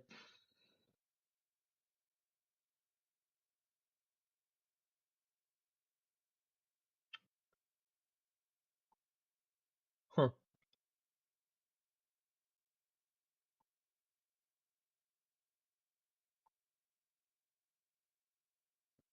95.75 million copies sold.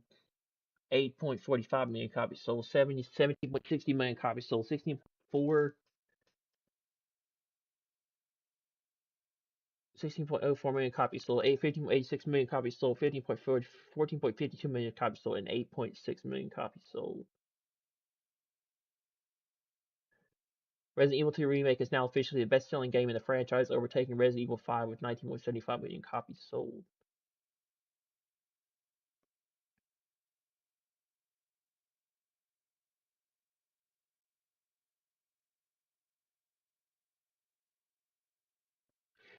Yeah, I think I'm going to play Requiem now.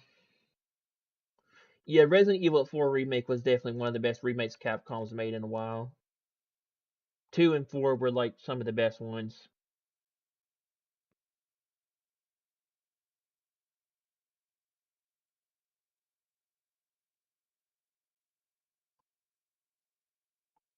Huh.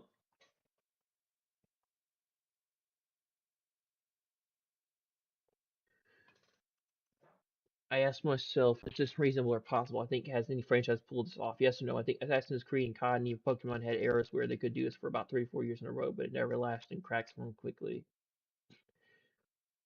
Late 2027, nobody's waiting that long. Remember Resident Evil Requiem and Veronica to receive major story expansions to make up for the lack of spin-offs. Requiem DLC coming late 2027, Veronica DLC in 2028.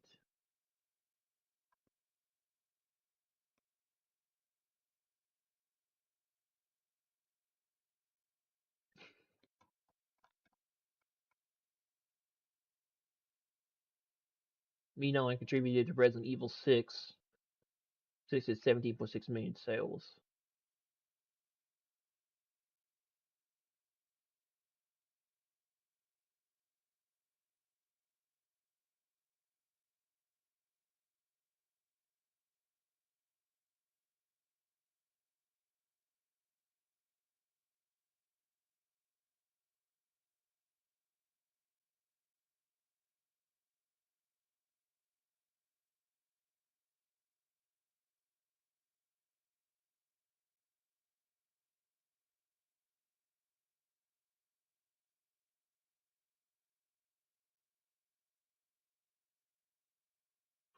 Huh.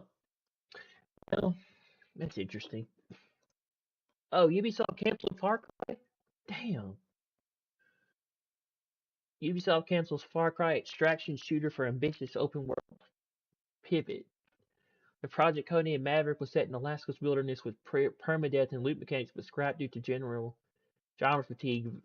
Vantage Studios repurposes foundations to Project Kodak, an ambitious open-world FPS emphasizing player-driven stories that has entered full development. Meanwhile, the next main Far Cry game, Blackbird, is now on a good path after past delays featuring shared world multiplayer. Fans welcome to move away from struggling extraction shooters towards Far Cry sandbox mayhem. Yeah, I really didn't like Rainbow Six Extraction that much. It was okay.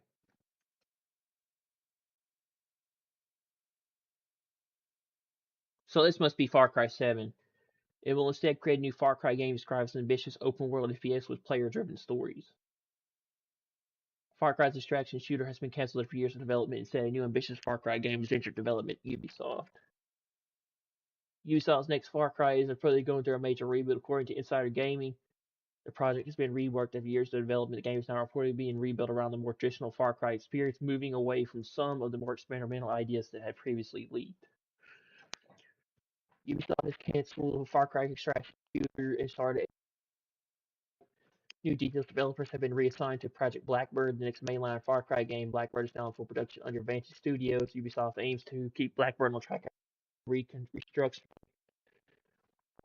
Was originally planned wrapped. Ubisoft is reportedly targeting a 2027 reveal and a late 2027 release for Blackbird. So Blackbird is probably Far Cry 7. So we got um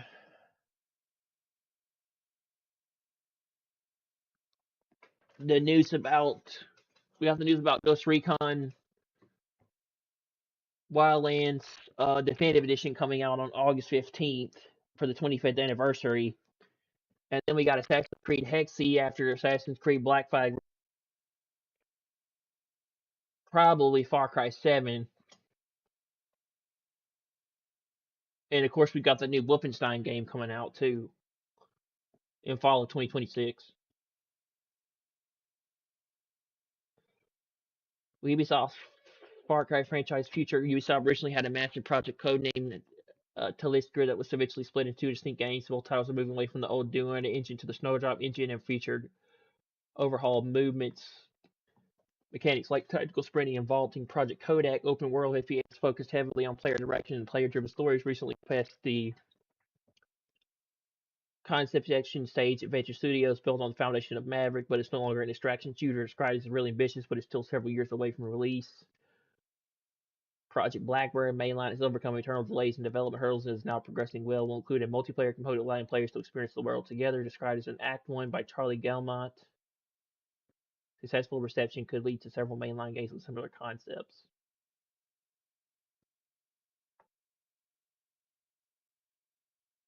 Far Cry extraction shooter has been developed at Ubisoft codenamed Maverick. Good news is that it's canceled. Probably learning from Marathon. New Far Cry game named Kodak is under development at Vantage Studios Inside Gaming.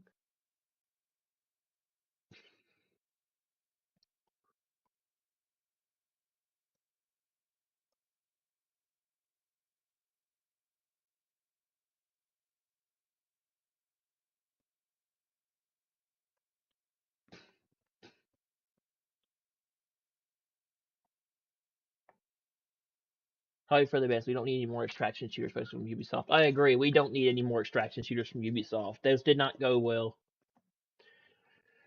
Hope Ubisoft remakes Far Cry 3 one day. A brand new Far Cry game is reportedly in development. New Far Cry project is in development, being developed by Vantage Studios as moved beyond the concept stage, separate from Project Blackbird. Far Cry 7. Also unrelated to the canceled Project Maverick. No official reveal or release date yet.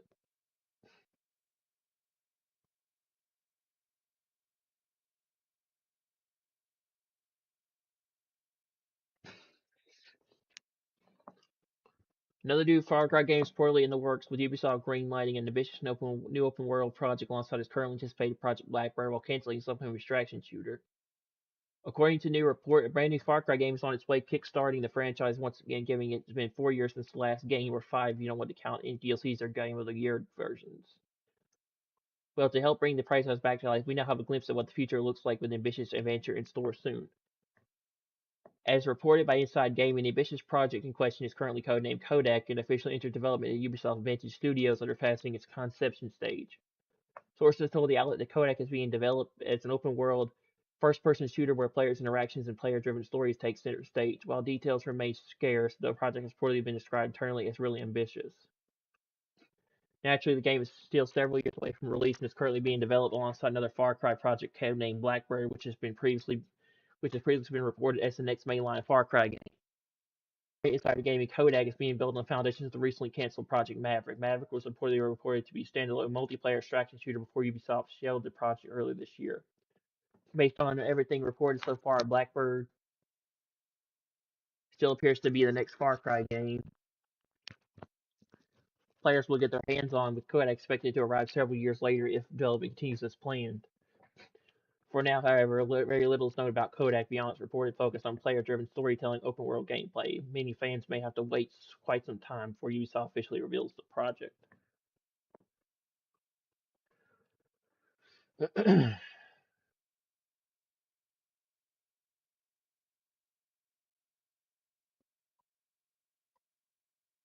Huh.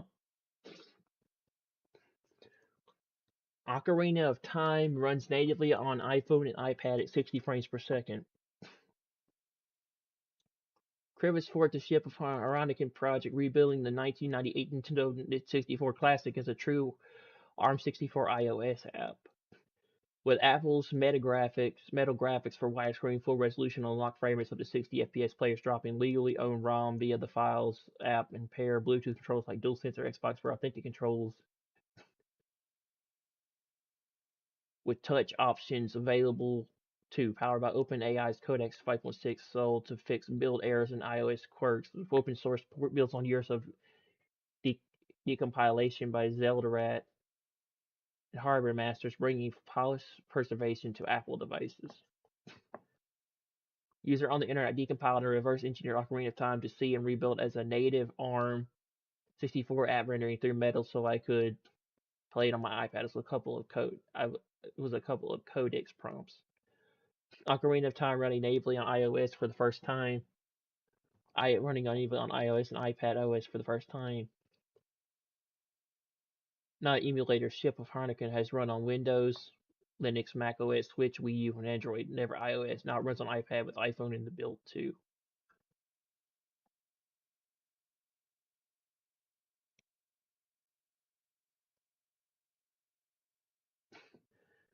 Yeah, you can do this with AI. Ocarina of Time created on iOS by Codex, original game, not an emulator. Full iPad resolution, 60 FPS, decompiled and rebuilt by Codex on Metal.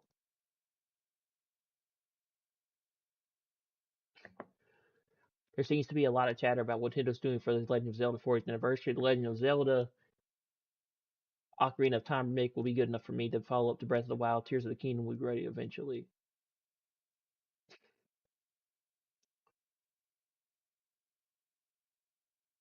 Imagine playing The Legend of Zelda Ocarina of Time natively on your iPhone. That's exactly what Harkinian Pad delivers. Built on the ship of Harkinian, it brings the legendary Nintendo 64 Classic to iPhone and iPad as a native app.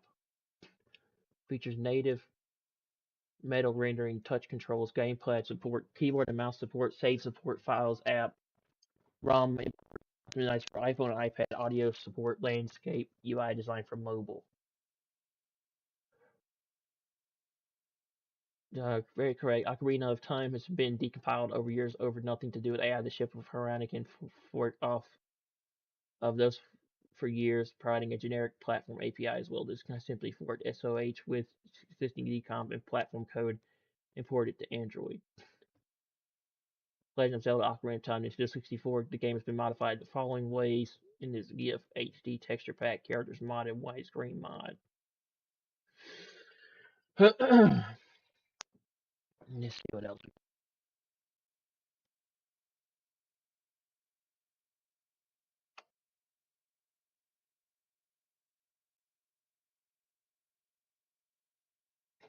Red Dead Online players meet a modded character made of pure lightning. It looks like Raiden from Mortal Kombat.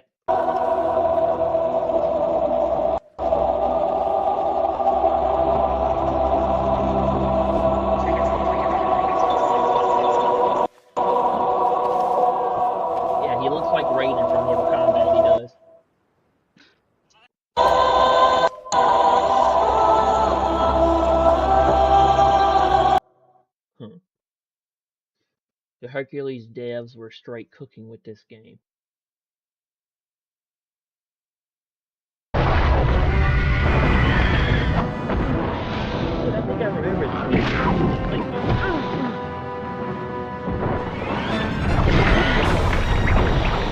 Thank you, and good night.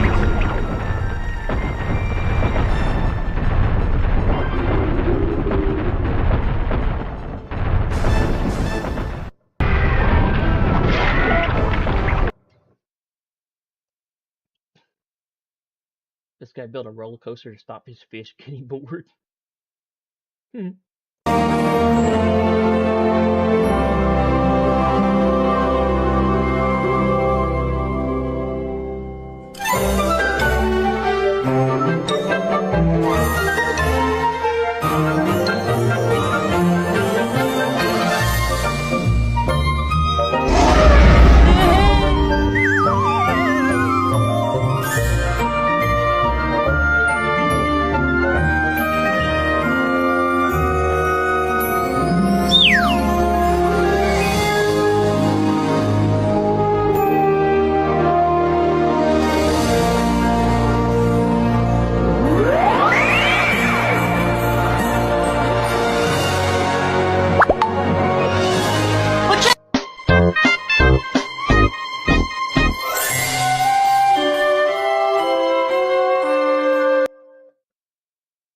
Ooh, cool. Modern Warfare campaign details. Missions will be set in locations such as North Korea, South Korea, Russia, and the streets of New York City. There will be an open world map mission that's based around South Korean forces being pinned behind enemy lines in North Korea.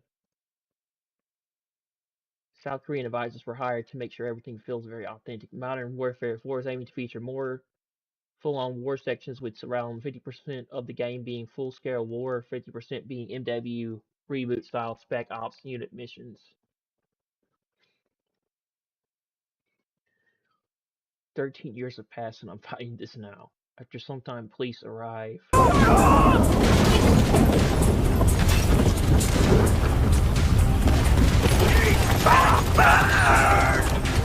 Take him out! You gotta drop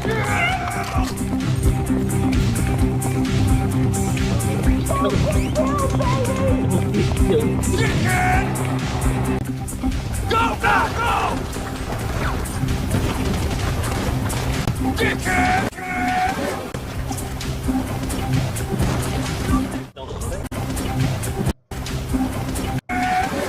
Just don't care. Dickhead! He's getting shot by a shotgun. Die! Get out of my guard! Grab the weapon! Get down! It's funny. Both PlayStation and Xbox have shown us within the span of 5 days how confident they are with digital in the future and how right we all are about our very valid concerns. What is this? Oh yeah, this is Possibly on be the source of the virus. Bro, Oh, we know that was all And then, well, we all know it, but now his diary, he says he knew that, and yet for 2 years he told us that. But he was given a pardon prospectively from the last administration. We don't know if it was an auto pen pardon. It doesn't really matter for legality purposes.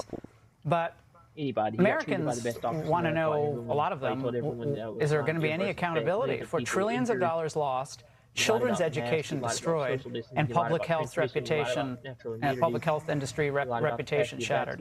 Yeah, and millions of people injured.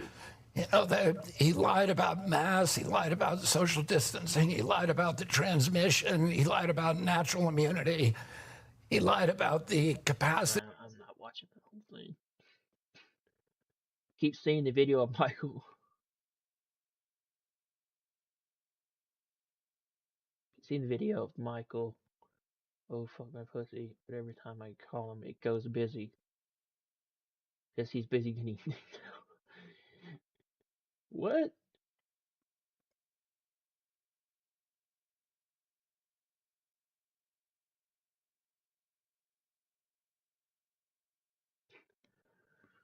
Xbox Studios roadmap, July 26th update added 4 upcoming Fallout games. Deleted Senua State of Decay. State of Decay 3, Marvel's Blade will release, but no longer with Xbox.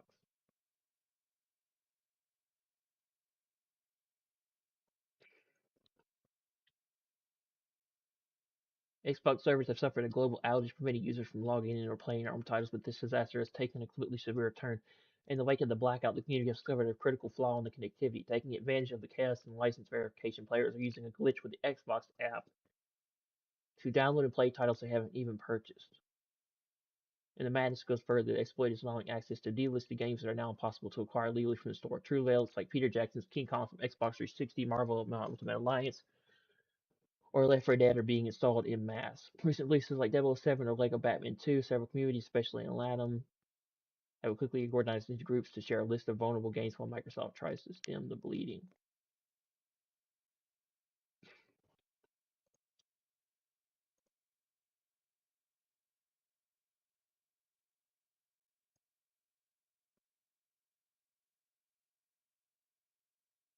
Arrive fit for a Spartan.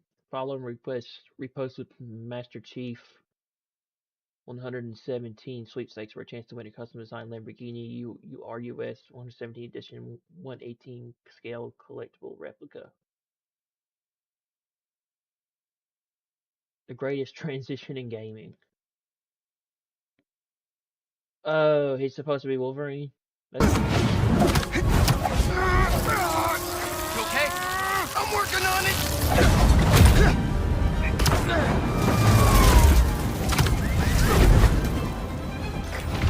Thought I lost you there!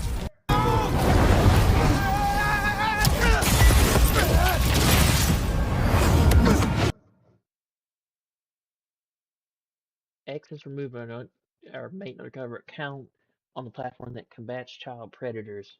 This undercover account has been responsible for lots of arrests and has really been viewed by pedos on the platform for over 1 million times. While CASM is trading freely on this platform, the account stopping people from doing it is taken down.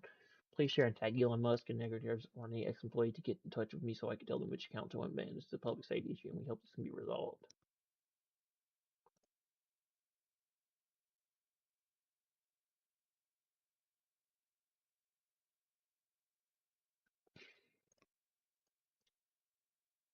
Cover account that catches child predators on X has been banned, presumably for.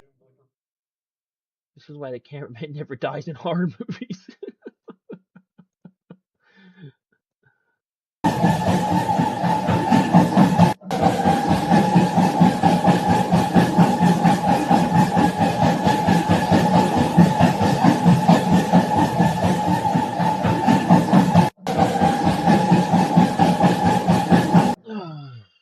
God, timing needs to be studied the way everyone universally gets fucked over the moment they look away. Every Call of Duty player has already experienced it at least once in their life.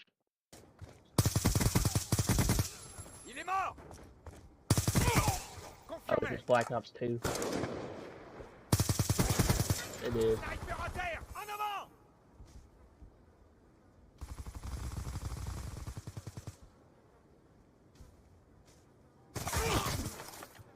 Oh yeah, getting shot in the back. I hate that when it comes to shooters, bro.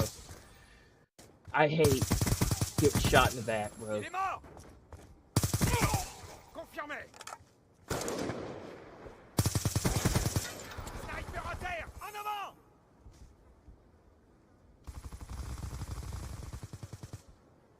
This is like a gun from Zombies. I hate getting shot in the back. Yeah, bro. It sucks when you get shot in the back from behind. John Woo's Stronghold.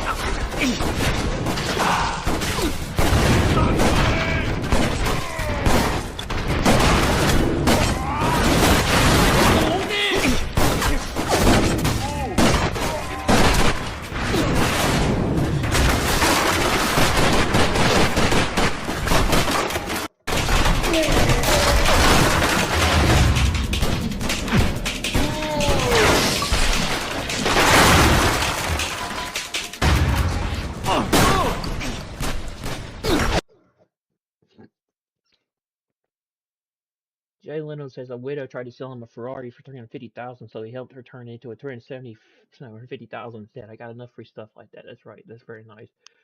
You don't need to start screwing people over. I said if I can't get you close to $4 million for that car, will you bake me some cookies? And she said, why it's not worth that much. I go, it's worth that much. I don't like it when I hear people telling me story how they screwed some old guy out of a car. I hate those kind of stories, like these kind of stories. He says, yes. I said, okay, if I can get you close to $4 million for that car, will you bake me some cookies? And she said, why? It's not worth that much. I go, it's worth that much. You can sell it for $350 you want, but Call of Duty Black Ops and Black Ops 2 ports on PlayStation have sold over 7 million units combined. Jeez. Where's this familiar with the sales figures tell us? That's pretty good. 74-year-old homeowner blasts home invader in the chest and an idiot calls 911. This tough 74-year-old man covered from a stroke living alone hears a criminal prying open his window in broad daylight. He grabs his gun, fires one shot, and drops the invader right there. The wounded thug jumps back in the car with his girlfriend and drives off and calls 911 with a fake drive-by shooting story. But cameras caught everything. The burglar and his accomplice got charged. This is real self-defense thanks to his gun. The old man protected himself with a drugged-up criminal picked him as an easy target. Criminals ignore gun laws. They attack the weak. This proves why law-abiding people must be anti-armed. Guns equal the fight gets stronger threats. Respect to seniors who refuse to be a victim. And it was all captured on that camera. You can see police retreating forward while he sits on the curb. In a very animated Stallings talking to police. Officers say Stallings claimed she and Ford were victims of a drive-by shooting.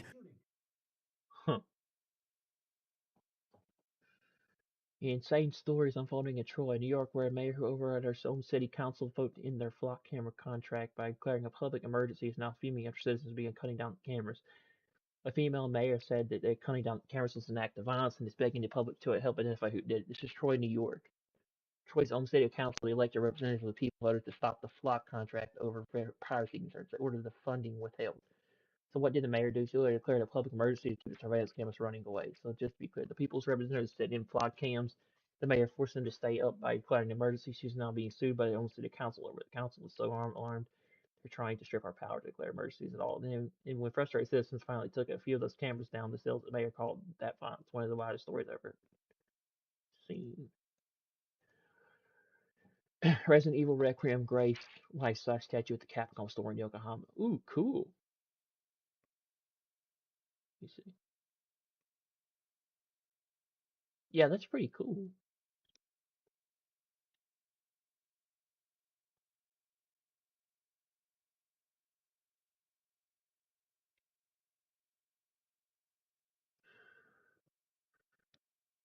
Popular gaming opinion. Being an introvert, staying home to play games, read books, and do my nerd hobbies is better than going out and partying.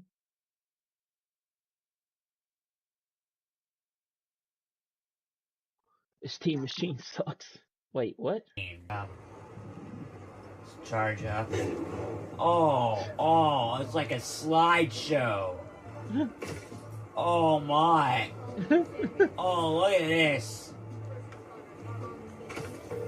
Steam machine, you okay? You sounded stressed earlier. You doing okay? I am stressed. Stressed about my over $1,000 purchase. Oh man. Oh man, that sucks. This does suck. Alright, now we're going to test this beauty, the Killdozer from Meta PCs. Use code CRIPPLE. Wow. Wow. Smooth as butter. Such good performance. Alright? Nothing that a real graphics card can do here. You always need a legit card to run these games. It's about this building. Wow. Wow. That's great. That's great stuff. Only at MetaPCs.com. Use code CRIPPLE.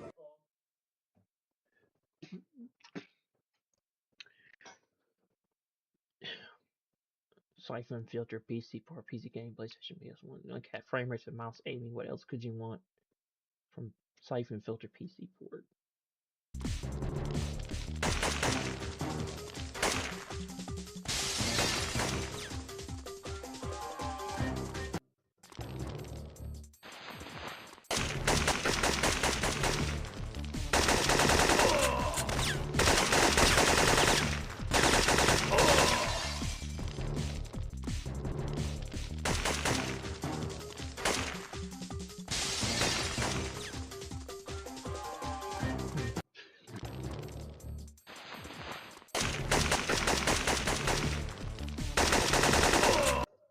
Laszlo Jones shares only some similarities with GTA character that he plays from Hardship with Aliens Fireteam Elite 2 and Riz, but Warriors.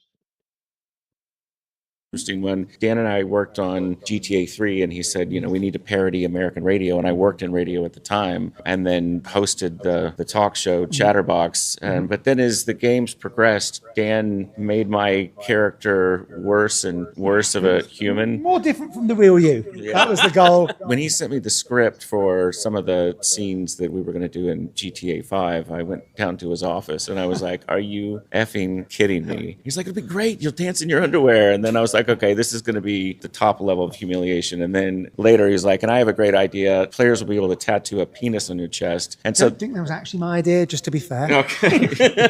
Well, and then I'll meet people like, I'm a huge fan of the games. I tattooed a penis on your chest. And it's like, great, thanks. My mom is so proud. The other day I'm walking in Santa Monica, and I walked by an unhoused gentleman that just yelled out my name. He was like, look, it's Laszlo. And I was like, wow, that's an interesting one. Dan and I worked on GTA 3, and he said, we... Damn. Yeah, RTX on. Definitely RTX on, bro.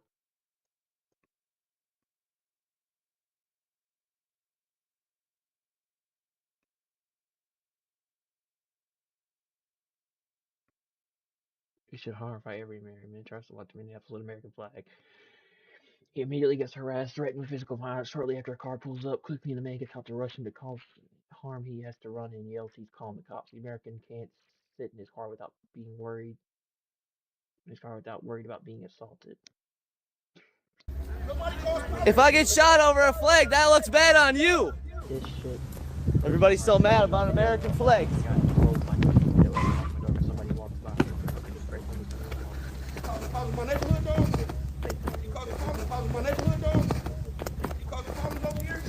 Yep. Call the police. Call the police. Call the police.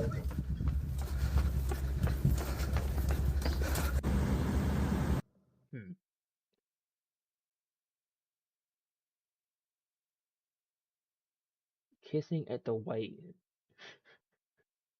Damn, bro.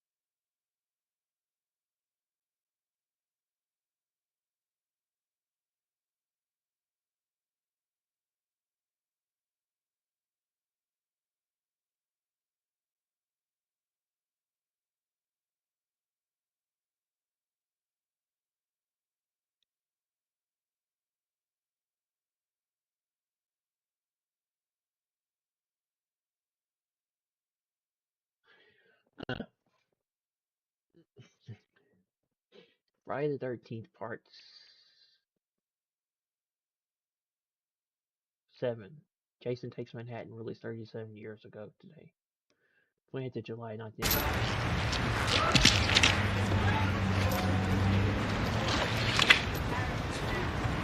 Yo, man, it's cool. It's cool, man. It's cool.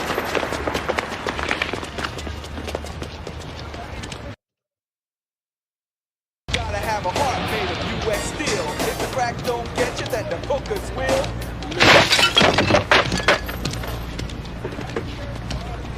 Dead meat, slime bag!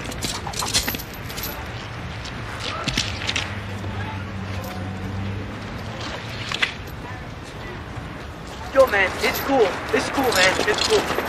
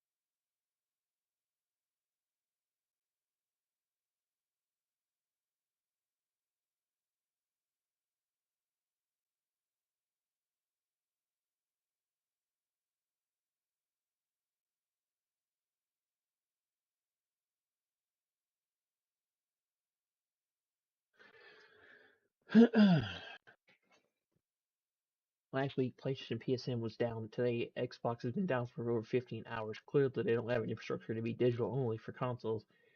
Physical games need to be an option for people no matter with offline play. Wow, 15 hours for Xbox? Bro, that's crazy.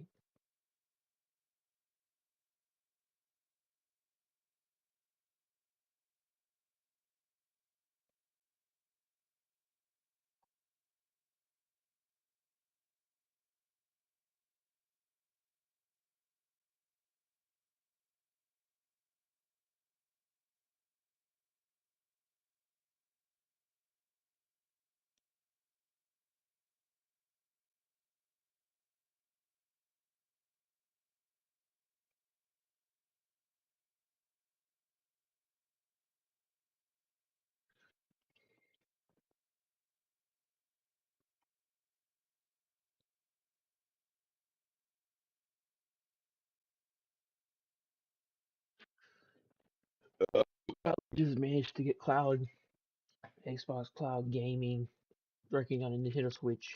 Though a new homebrew app called G Green NX. The community has succeeded in bringing our Xbox Game Pass catalog and Nintendo's hybrid Switch console. The craziest part of all is that many users report it works very smoothly with hardly any input lag. Cast from Sandlot has reunited along with Daniel Fishel for a new series called Dugout Dads, premiering August 26th on YouTube. Me. I'm looking forward to a great season, and I hope we can inspire these kids and fill them with a love of baseball. I'm gonna let this slide this time because you're new, but from now on, we're gonna leave the politics at home, understood? No, I wasn't being political. You just want to make sure everyone has a chance to play and has a good time. Is that a radar gun? The Bushnell Velocity 3000. Fit Play, Model 5. Speed Demon 800. Trash. This kid's trash. Guys, these kids aren't trash. They're 10. Have you seen them hit? Jesus. How was your first practice, Coach? Oh! We're gonna need some ice. We're gonna need an EpiPen. 7, 8, 9, 10, 11. You lost a kid? Dude, how do you lose a kid? Turns out losing them's the easy part. Is the whole finding them thing. That's not what I meant. Woo! Walk it off, Jodie Foster. Oh, that's a little harsh. Luke wants to play third base. He will play third base. Oh! Shut up, Dad! I mopped the floor with those little wussies today. Good luck. Yeah, it's a little old. When you're a kid, baseball is your life. But then one day, you and your friends go out to play for the very last time, only nobody knew it. Well, I have news for you. That was not the last time. Is it going well? Have we met before? Nah. tip of my tongue. When's the last time you played a game of baseball? 1993. Play ball! Thin ice. Oh, it's streaming on YouTube August 26th. Huh. The game industry is an industry where players are made or feel for studios, even if they don't like the product. Studios are going to doing you a favor by making games. You need to be grateful and completely okay waiting 1 to 6 months for a fix that modders can do in 24 hours, penalizing early adopters by paying full price and getting the worst versions of the game, while those who buy a year or two later for $15 get the full game with DLC and all added abilities that are not worth going back to once you finish the game. Make them feel guilty over anything bad that happens in the studio, justifying all kinds of bastardization of game war design, and all kinds of anti-consumer policies are implemented for the sake of profiting higher ups, treating players like children and expecting to spend like adults. Genuinely fall because laying on arguments against gamers would probably fall in any other industry if the same issues were encountered with a fridge, a stove, a car, a smartphone, or any product. Anytime product prices keep going up, content value keeps going down, and more restrictions are imposed, privileges taken over time.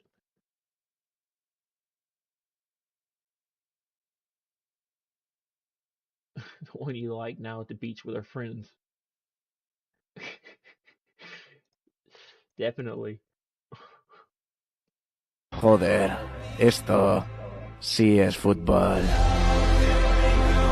25 años de vida, miles y miles de partidos vistos y nunca había presenciado algo así. Un fútbol de tan... Joder, esto sí es fútbol.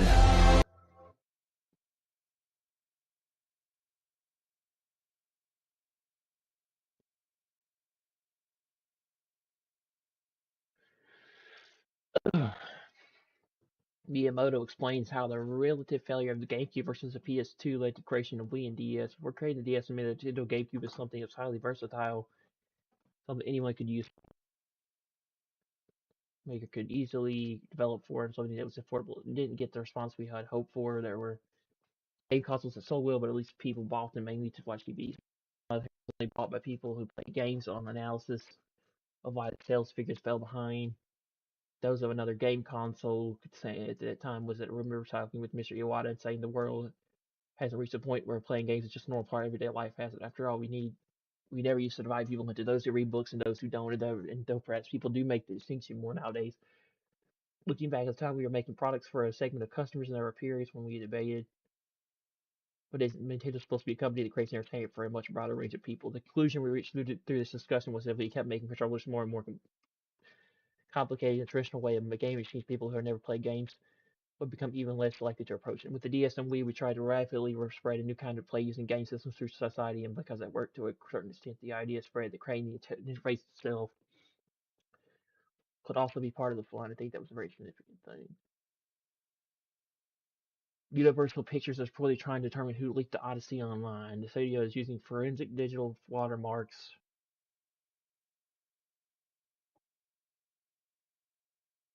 embedded in theater copies to trace the leak back to the exact cinema or screening where it originated. Investors are looking into the possibility of internal breach. One theory is that that theater employee with access to the digital cinema package DCP may have used specialized hardware to create a high quality copy.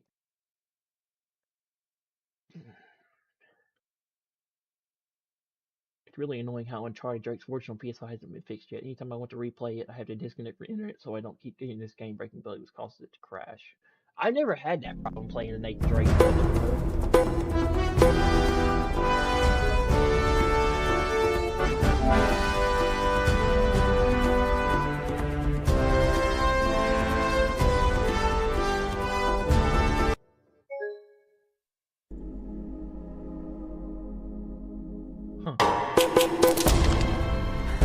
How the hell they find us out?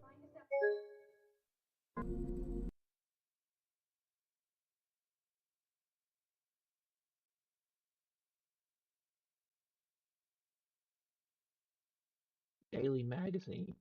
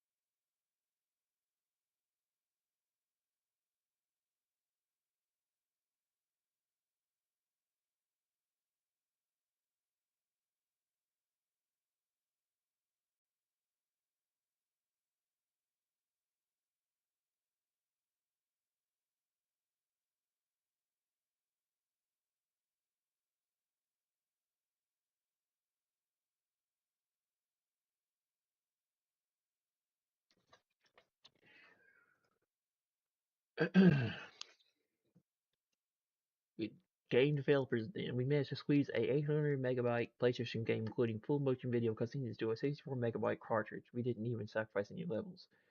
Game developers now. Call of Duty Black Ops 6, 300 gigabytes. Resident Evil 2.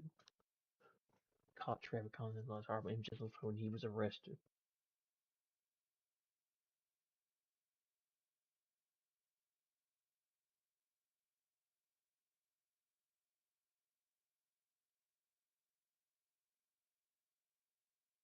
PS3 can't launch digital games. Your PSN account is not active for a long time. PSN down for out of hours. Can't download or verify games. Xbox down. Can't download or launch your digital games mostly. Literally how everyone sees that is it's okay with moving discs. Community be set for better digital rights as well as keep physical. These enemies are companies are enemies, not fans against fans.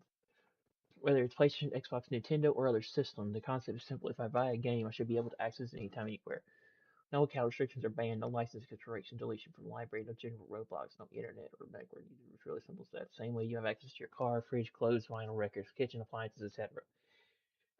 Anything other than that would be a glorified rental. Rental means significantly lower price. Raise your standards, don't go. No.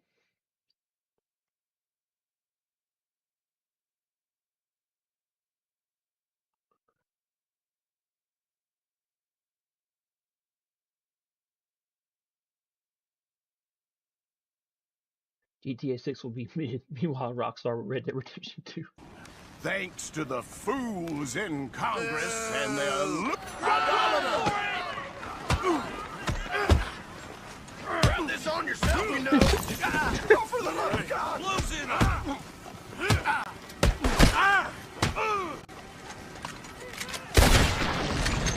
Occasion. If you're gonna watch, keep it quiet.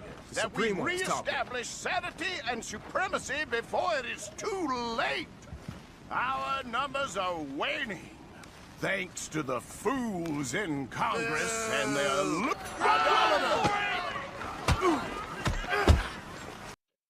Two cows spotted their owner coming home and hopped over to greet him, just like oversized dogs.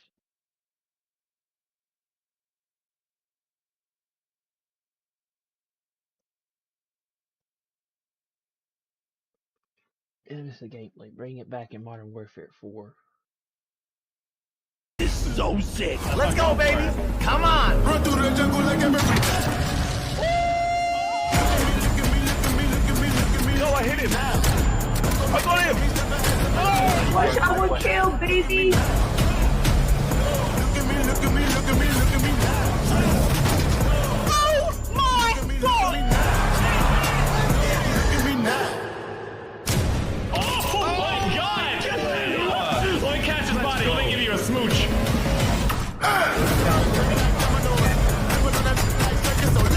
Boys, watch this. I just took him out midair.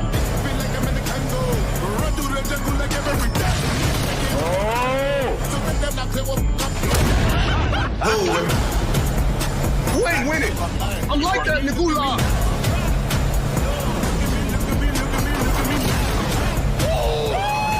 Get out of here, man! Ah, God! Let's go! You can't even look at me! Come on, baby!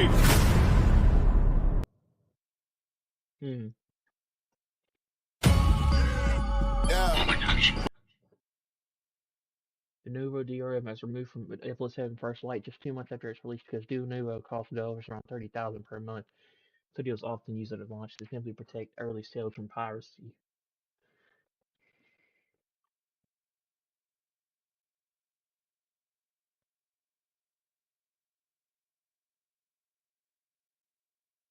Back! Moving over. I'm on a public road. He's not doing anything. You're saying that. No! He's not doing anything! He's not doing anything! No, he's not doing anything! You need to stand over there. No, he's not. I'm gonna stand right here. He's not doing anything. I'm gonna stand right here. I'm gonna stand right here. He's not doing anything. Let me give you my other hand. Now. How you doing? What's up? Look up on me again. Step back. Step back. Moving over. I'm on a public road. He's not doing anything. You're saying that. No! He's not doing anything. He's not doing anything. No, he's not.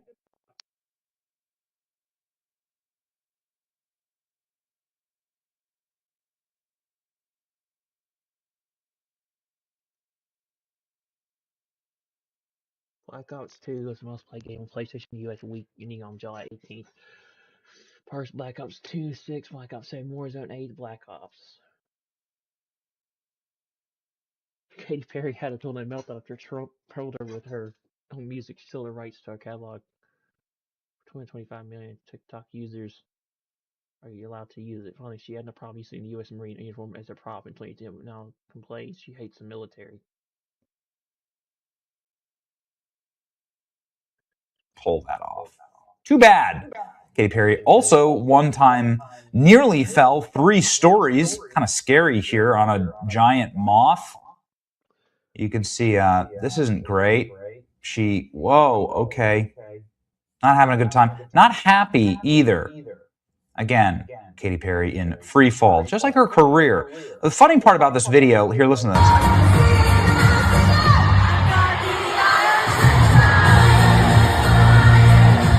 But you notice, like, do you notice how, like, she's not singing? Who falls for this stuff? This kind of, like, kabuki theater. Like, This year, another third recording. I still while playing on PS3 to showcase one of the games I on DS Driver San Francisco. This section of the game reduces the shift gameplay mechanic. Okay, steady breaths. Stay calm.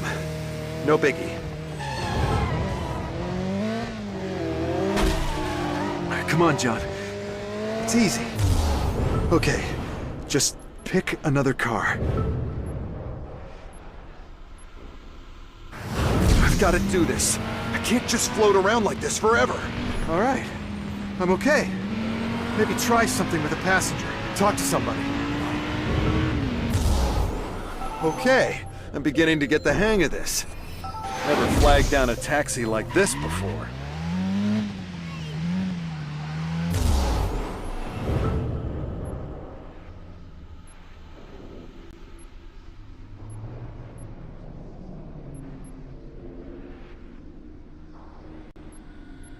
Man, this is just too weird.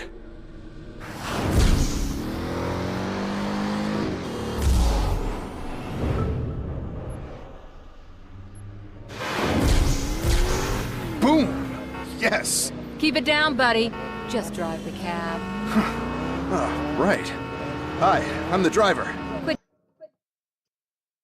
Sony's PlayStation Assist controller may have the ability to change layouts on the fly. If they can get the haptics from simulated physical buttons presses right then, this could be pretty killer.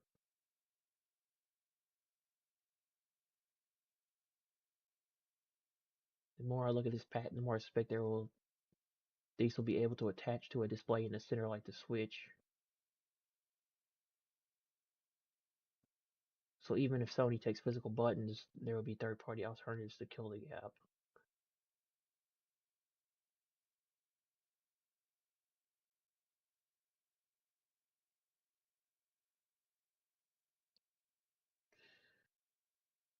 Red Faction 2. Alright, I'm done. Thirsty. Go play some MLB for a little bit and then go to bed.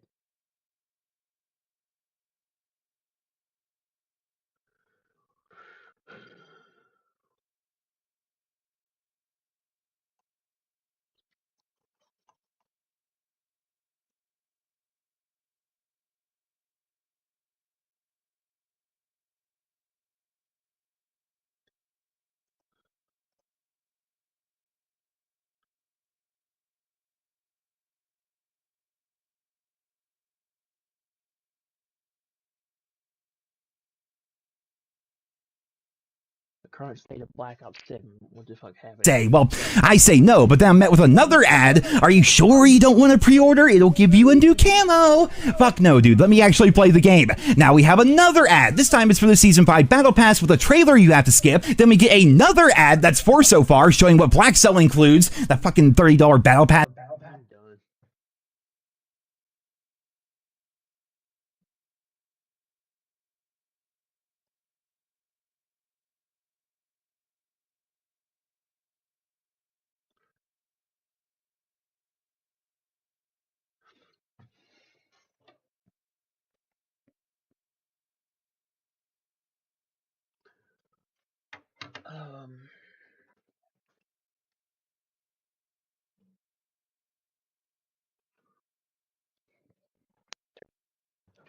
Oh.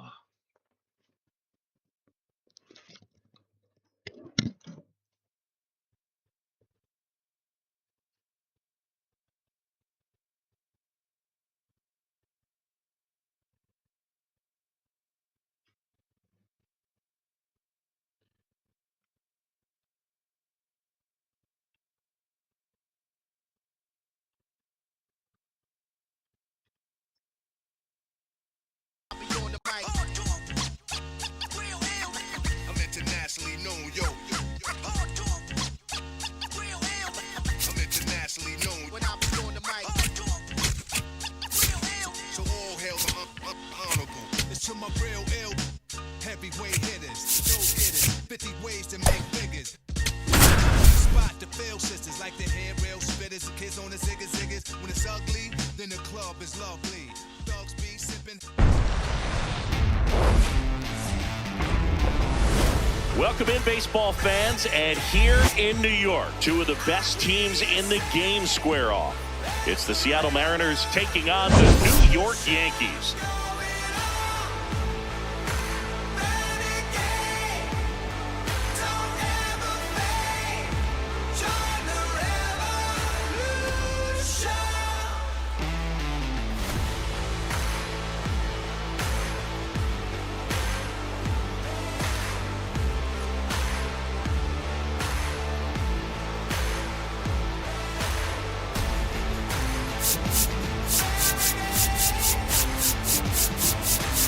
Alongside Chris Singleton, I'm John Chambi. Okay, Singy, let's get right to it. Quite the win streak on the line coming into this one. Yeah, Boo, they seem to have a force field around them lately, but you know anything can happen. Looking forward to seeing what they have in store for us today.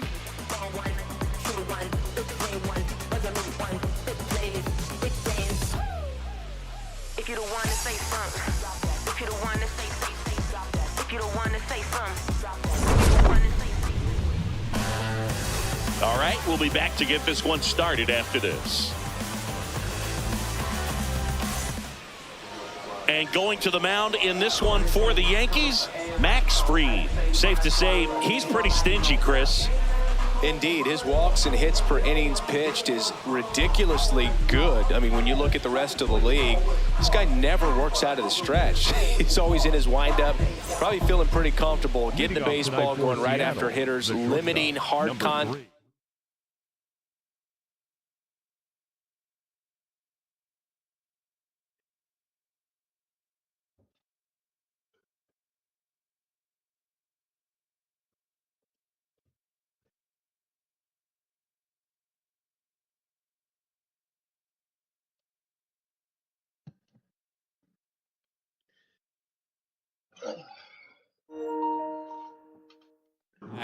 and having good defensive work behind him. About to get started here, J.P. Crawford now at the plate. And that's how this series begins. Cutter, low outside.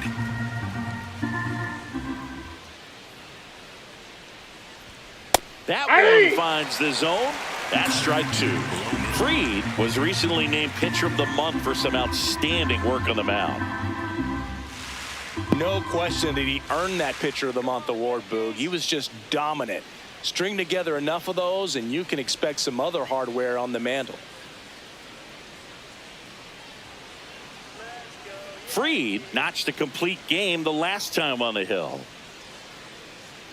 Yeah, not a lot of pitchers racking up complete games nowadays, so that last start of his really stands out for me. When you can eat innings like that, you take a big weight off your bullpen, and that's very valuable. Cutter, low middle.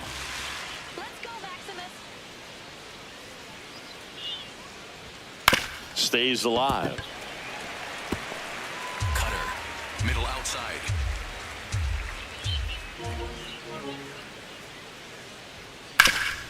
Ground ball up the middle. That's a base hit. So a runner aboard to start the inning. I'd say a mistake pitch in an 0-2 count. Too good of a pitch to hit right there. You have to expand the zone. Keep that leadoff man off first base. That one ripped, but foul. Here in the Bronx, just getting settled into this one. High fly ball lifted in the air right field. And there's one away.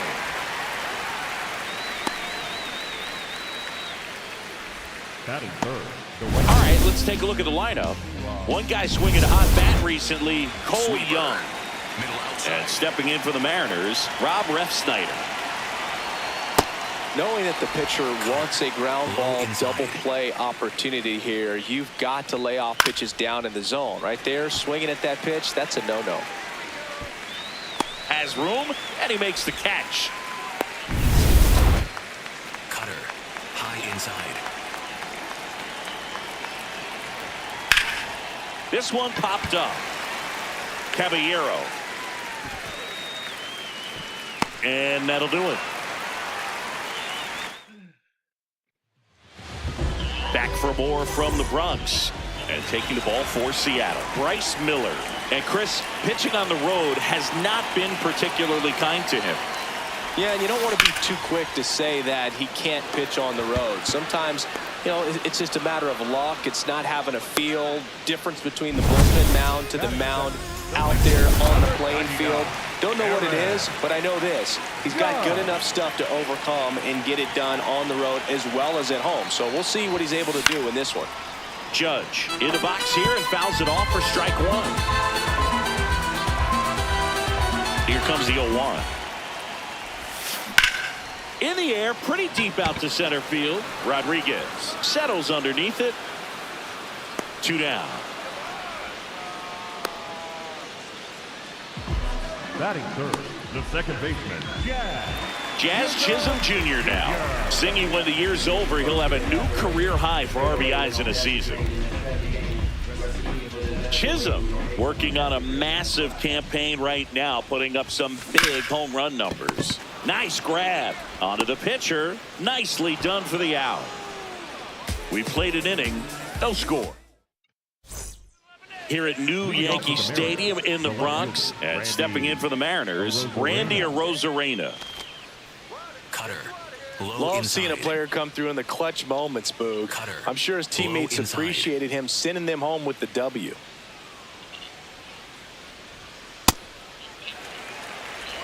Sinker, low inside.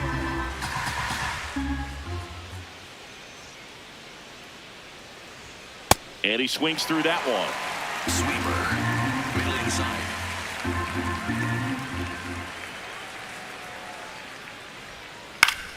Fouls it back with 2 strikes. Cutter, high inside. Now an 0-2 from Fried. Battling here as he fouls it away. Curveball, low inside.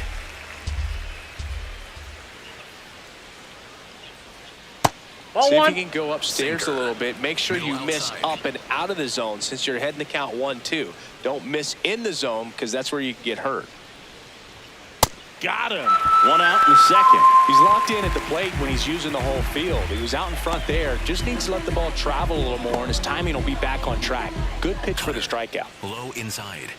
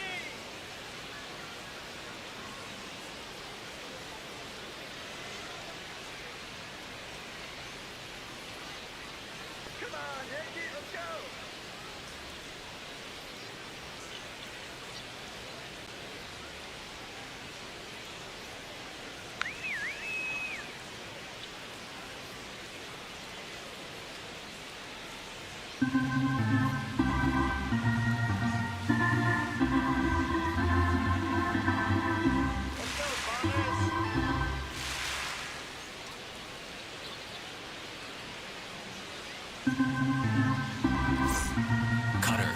Low inside.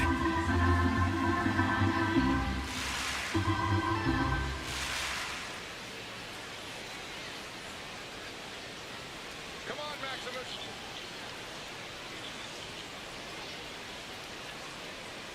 Cutter. Low inside.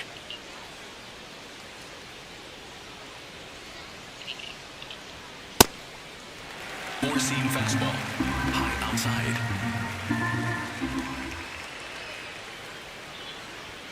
Comes up empty. That's strike 2. He's really trying to stay back for something off speed. That's why he was so tardy on that swing. Cutter. High outside. Here's the 0-2. Strike 3, and that's 2 in a row. Well, he's got great strikeout stuff on the mound, doesn't he? I mean, double-digit strikeouts in his last start, and he's just racking them up again in this one. This guy can really dominate a game out there. Not a fun assignment for any lineup. Digging in, Cole Young. Cutter. Middle outside.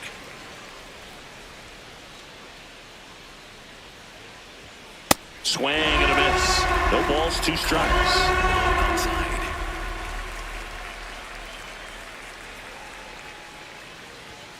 Got him swinging for the strikeout. And he strikes out the side here in the second. We'll go to the bottom of the second. No. Back in the Bronx, ready to go for the last half of the inning. Cody Bellinger stepping in now for the Yankees. Bellinger went deep in his most recent game.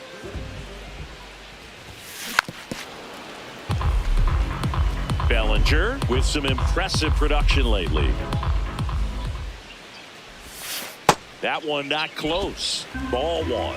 You don't stick at the major league level unless you can string together consistently solid performances. Right now, he's showing us why he's lasted in the big leagues. Rodriguez takes it in for the out. 1 away. Batting fifth, the catcher, number 28, Austin Wells.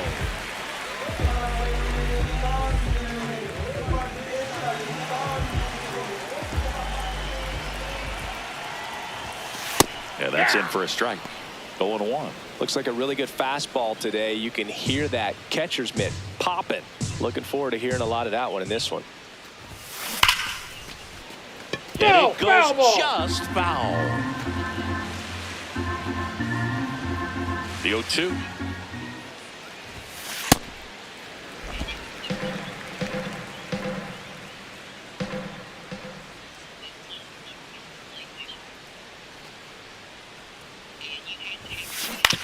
Ground ball right side.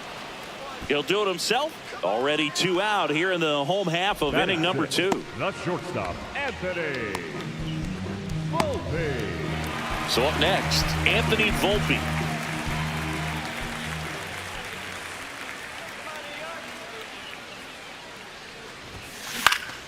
And that is out of play.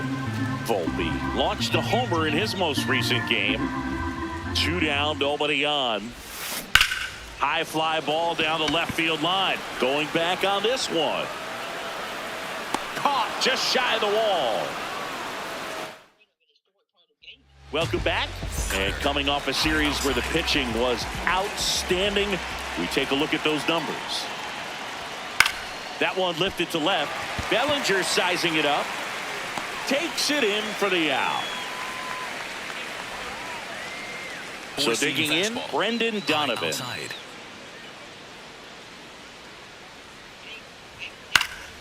That one fouled off.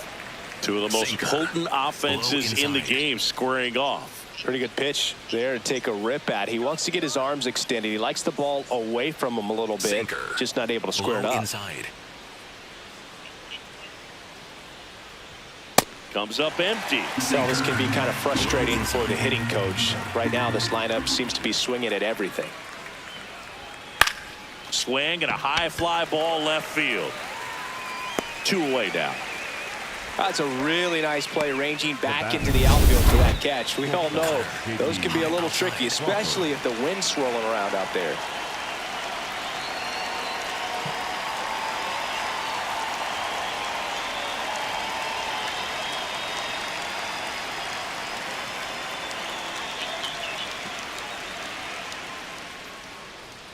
Cutter. High outside.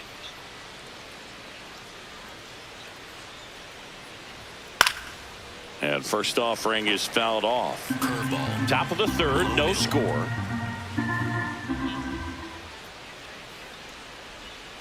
There's a swing and a miss. This guy's pounding the zone. Hitters don't have time to think in between pitches.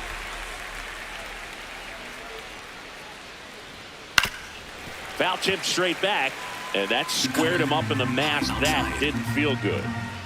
2 down, nobody on. Fights that one away, and the count remains 0-2. Low middle.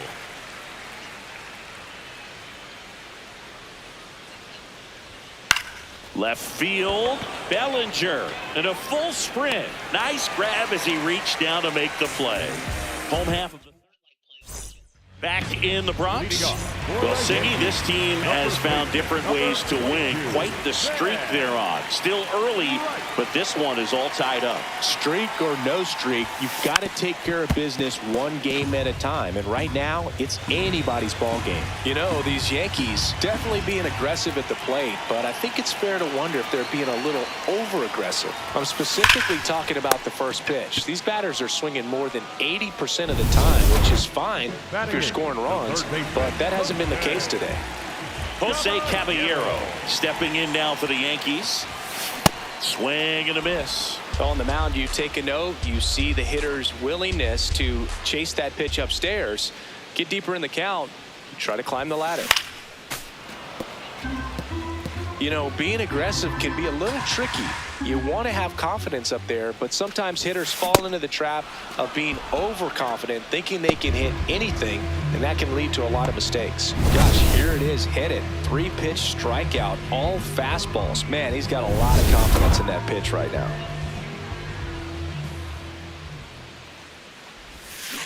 Hammered down the right side, but foul.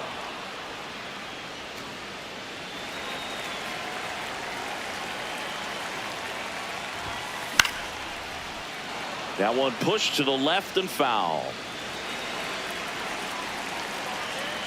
The 0-2. That one back up the middle, and it gets through. So the 2-out knock extends the inning and sends them back to the top of the order.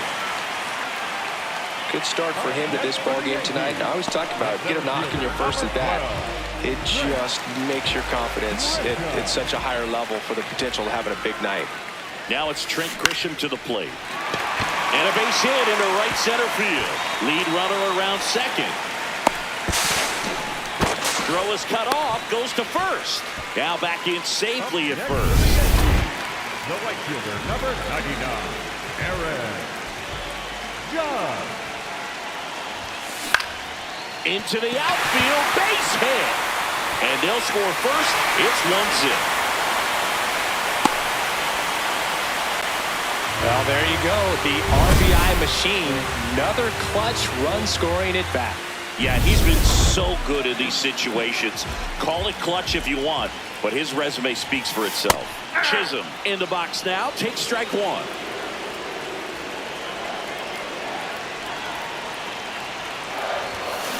Next offering is fouled back.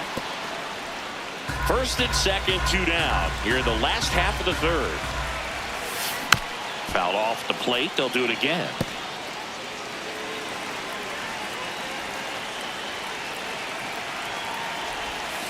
That one almost got him.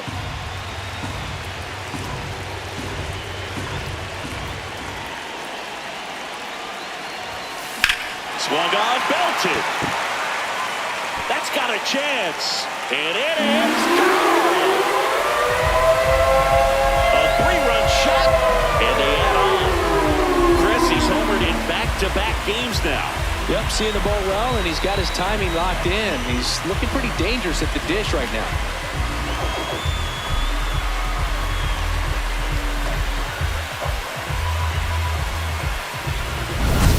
I wasn't sure he hit that one as hard as he needed to get it out of here, but it had just enough behind it for the homer. What an attempt at the wall, though. He really gave a terrific effort to try and bring that one back. Foul ball there. 4 runs already in the frame here in game 1 of this 3-game set. Oh, look at the stop. Takes it himself, and he got him. Nicely done at first for the out. Another look at the long ball for the Yankees. It's now a 4-0 ball game. Welcome back to the ballpark as we check out the current playoff picture.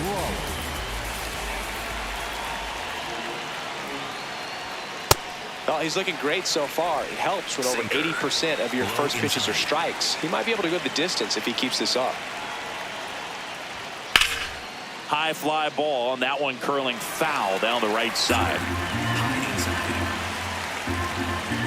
The 0-2. That's foul off to the right side. Keeps the AB going. Well, a big lead like this is comfortable many times, but not when these two teams are matching up. You got to continue to keep your head down, play catch with that catcher, and just try to move through this lineup. Here's a 1-2. High fly ball out into left center field. Grisham in and to his right. 1 down.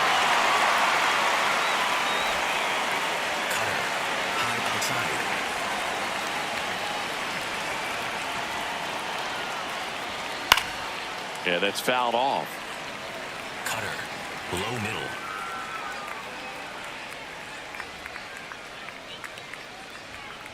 Next offering is fouled back. Cutter, low inside.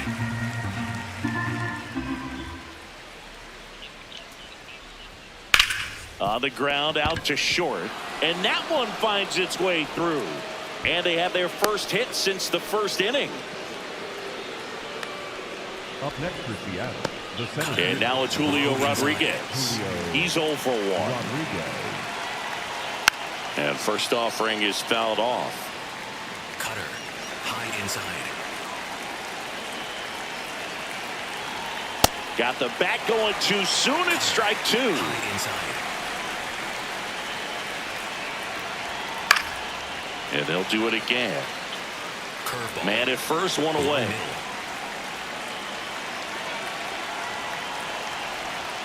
And that one is downstairs. And that's ball 1. Inside. Fights it off. You'll see another. Curveball. Low inside. Fights that one away. Still 1 and 2. Curveball. Low middle. Stays alive. Sinker. Good battle here. About to be the 8th pitch of the at-bat. And it's fouled off. They'll do it again. Curveball. Low inside. In the dirt. Blocked. Curveball. Low middle. 2-2 down. This one in the air, center field. Grisham drifts towards it. And he makes the catch.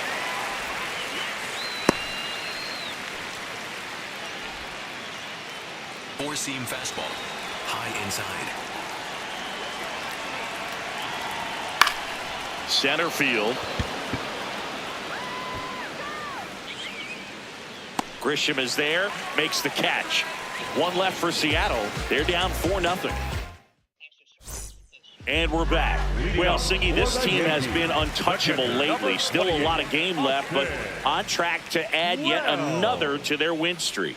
They've just got that winning formula working right now, and as long as they keep bringing this kind of focus, they'll keep it rolling. Well, he hasn't quite settled in out there. 4 runs in 3 innings. He's going to have some quick 1, 2, 3 innings to pitch deep into this ball game. That's a ball.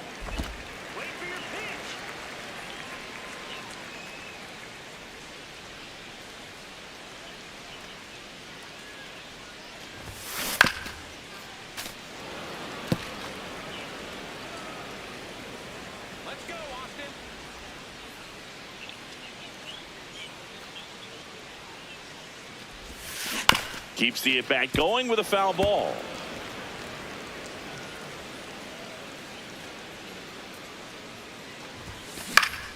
Knocks that one away, and we'll do it again.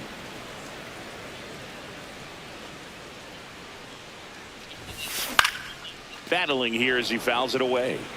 Also really good at bat. What I like about this guy, his bat stays in the zone for a long time. Gives him the ability to foul off tough pitches. Oh, he gloves it. It's never fun going back to the dugout after hitting a line drive that finds a glove, but you will get some high fives. You know, when you make great contact, you feel like you've done everything right. But in this game of baseball, not everything is in your control.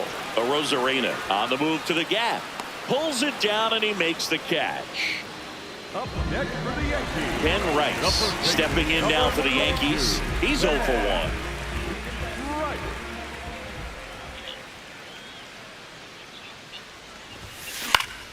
Foul ball. 2 down, nobody on. We're here in the bottom of the 4th.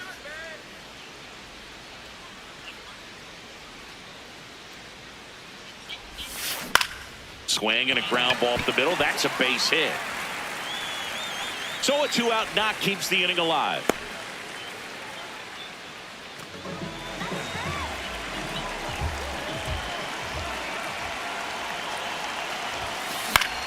In the air, right side of the infield.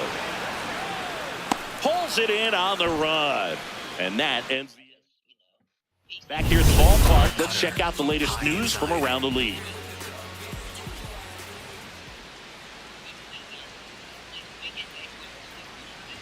Well, these Mariners, as you probably noticed, haven't been shy at the plate at all. In fact, they've probably been too aggressive at times. They're swinging at more than 70% of the first pitches they've seen today, and it's just not working out for them. High outside. The 0-2. And a foul ball. He stays alive. So those first pitch numbers tell me they should try to find a way to slow this game down a bit. Things have been moving just too quickly for him at times. Cutter. Low inside.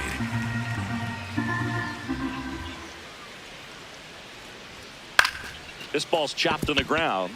Chisholm. Over to first. You're out. And the leadoff man set down in their half of the 5th. The batter number 2, second baseman, Cole Young. Sinker. Low inside.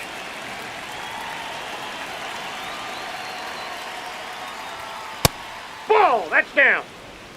Cutter. High inside.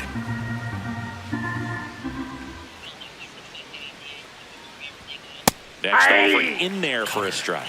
Strike 1. If he doesn't get a knock right here, that pitch he just took is going to eat at him for a while. You might not see another pitch like that from a top-level guy like this.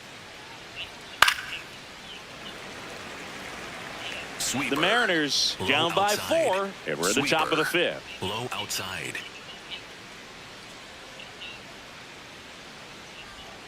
And that's a strikeout looking. And that's 4 strikeouts. So they turn to a bat off the bench for the pitcher, Victor Robles. Trying to get something going for him with 2 away. And he swings and misses at the initial offering. They've got a potent lineup, and when you think about teams capable of rallying from this kind of deficit, they're right at the top of the list. Now this offense has just been locked down. Almost 5 full innings of shutout baseball. Fouled off, and they'll do it again. Curveball. Low inside. 2 down, nobody on. Swing and a high fly ball out there towards left field. And that is that. He continues to roll on the mound as 5 shutout innings are in the books. The Yankees 4 and the Mariners nothing.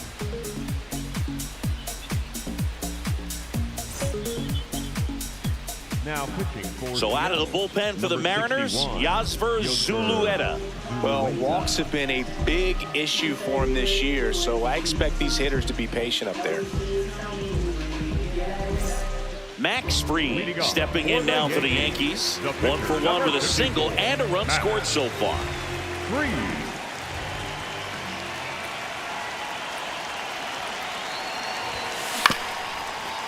Ground ball up the middle. On to first. And that's the first out in the bottom of the 5th. Really nice job to get your first out of the ball game.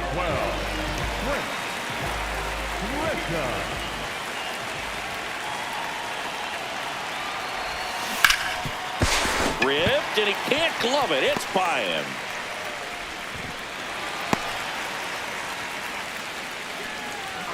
Up next for the Yankees, the right fielder. So a man at first. So up next for New York, Aaron Judge. He has, as they like to say, let me guess, Boo, light tower power? That's right.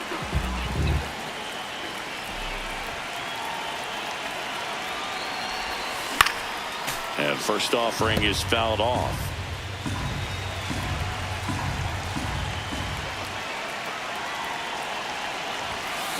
That one fouled off. Grisham leads off first with 1 away.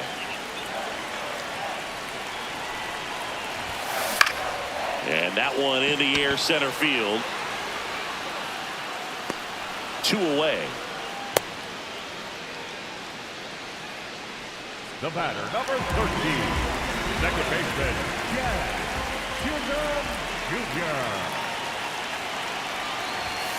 He swings and misses at the first pitch. 0-1.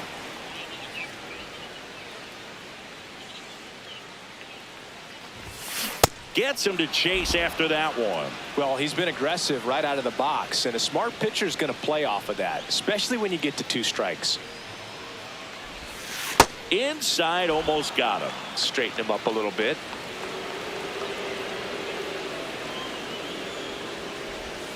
Wild pitch. Catcher gets a piece. The tag, and he's out at second. Misplay doesn't cost him. Inning over. Down in order go the Yankees. They lead. Welcome back. A few highlights to help tell the story of the game. And now Brendan Donovan. Outside.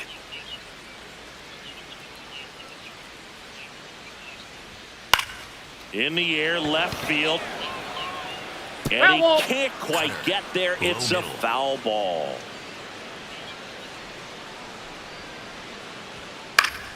Fouls one off out of play. Back to our left. Cutter.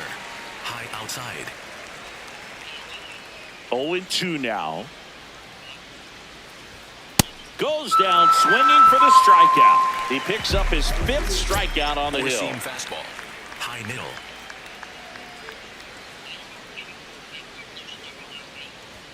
That pitch in for a strike, and it's 0-1. Now, this guy is just filling up the strike zone right now. Don't want to get yourself in an 0-2 hole. You better be ready to pull the trigger on the first pitch.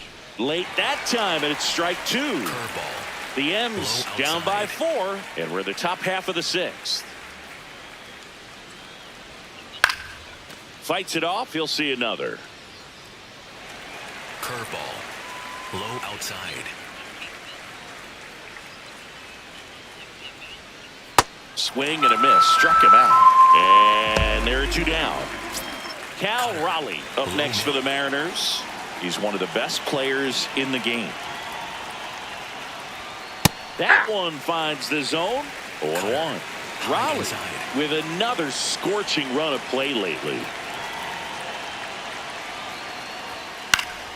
And a foul ball.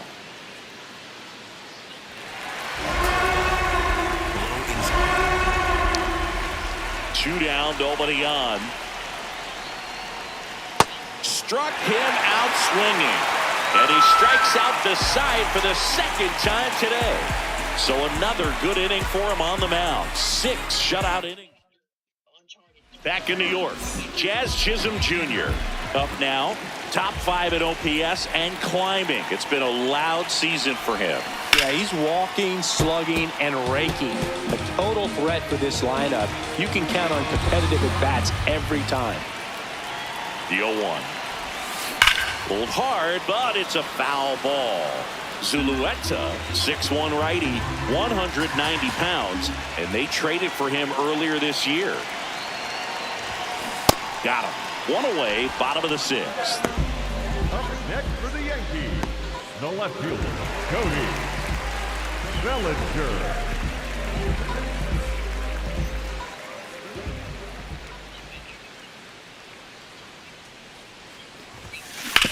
On the ground right side, and it's through for a hit. So they get a man aboard with a 1-out single. Here's the catcher, Austin Wells.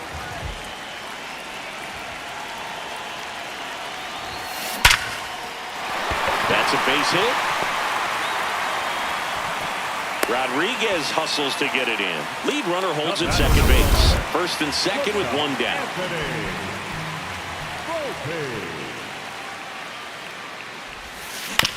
That's to third. Donovan fired to second. Double play. What a twin killing to end the inning. We go to the top of the 7th, and stepping in for the Mariners, Rob Refsnyder. Tap foul at the plate. Sweeper. Middle inside.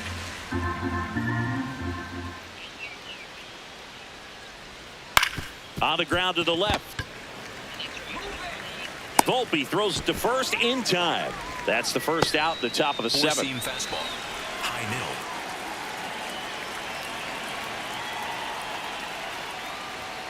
middle. And there's a foul ball. Well, I think the key, if he can get through one more inning, anything after that, a hitter or 2 is bonus, but they should be lined up good enough to get to the finish line.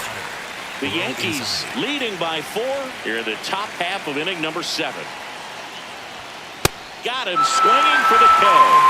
Strikeout number 8. Low inside.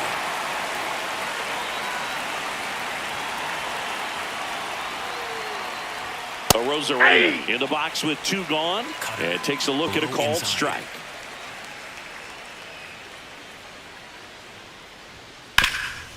Ripped towards third. That's the inning. Still in total command on the mound with 7 shutout. New pitcher now, Jose A. Ferrer. And as relievers go, he's not a big strikeout guy. He tries to force weak contact, so command and execution are huge for him. Right.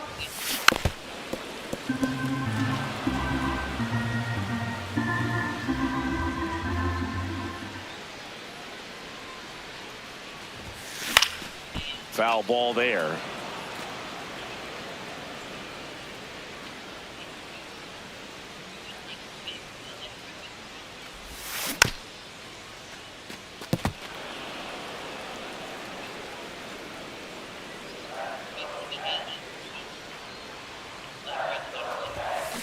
Fouled off the plate. They'll do it again. 0-2 now.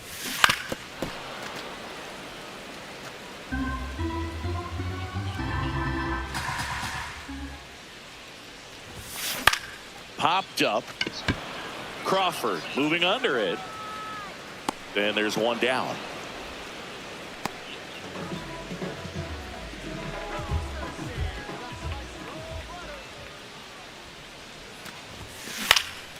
Swing and a ball hit out towards left center field. Tracks it down for the out. That's out number 2. And stepping in for the Yankees, Max Fried, 1 for 2. Action in the bullpen for Seattle. Edward Bizzardo, the hard-throwing righty, is up and loosening. Criswell also getting ready. Tapped out in front of the plate. Not in time. No, he's safe. Great effort, but it's an infield hit.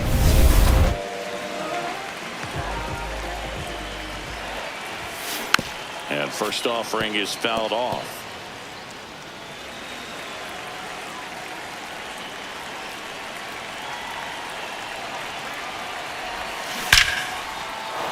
Ripped into right field, base hit. So that's 2 straight 2-out hits. The relay to third, in there safely. Critical at bat coming up, and in steps Aaron Judge. That one is absolutely belted. That one hops off the wall and should score at least 1. Headed for the plate. The relay. The tag, and he's out. But 1 run does score in the play before the inning ends. 8th inning coming up. It's the Yankees. Welcome back as we take a look at their upcoming schedule.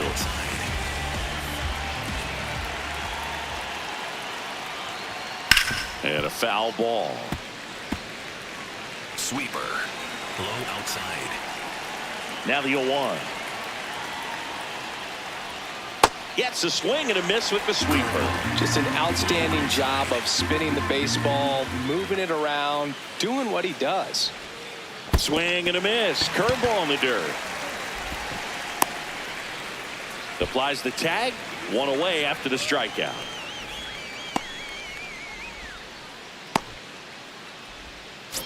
Cutter. High outside.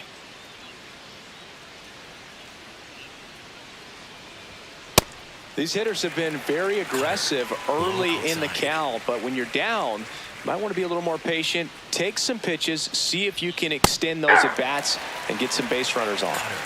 The Yanks leading by 5, and we're in the top of the 8th.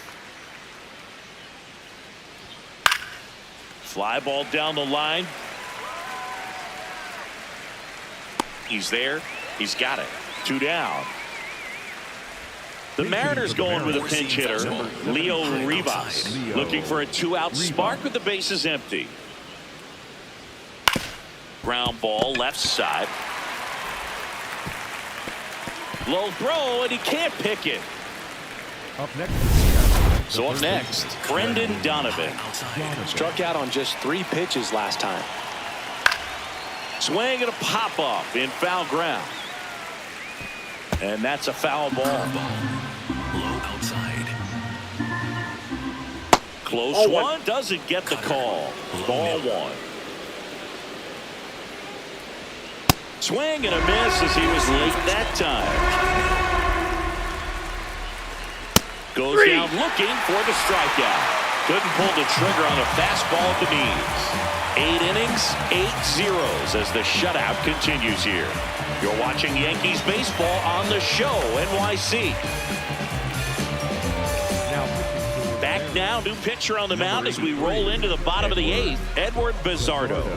And we all know about his slider. It's just filthy, man. And one of the better ones in the game, I'd say. Spin rate's very high, and it just breaks a ton. Leading off for the Yankees, the second baseman, Jazz Chisholm Jr. Foul ball.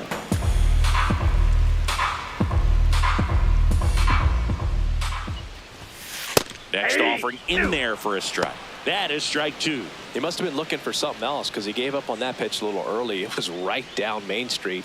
Probably not going to see a better pitch to hit in this at bat.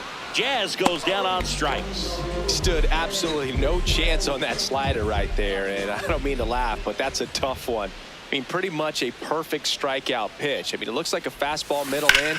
Kind of has cutter action, and it just bunches you up to where you can't get your hands through and the barrel to it. And not much you can do unless you recognize the spin early and you spit on it. Here's the 0-2.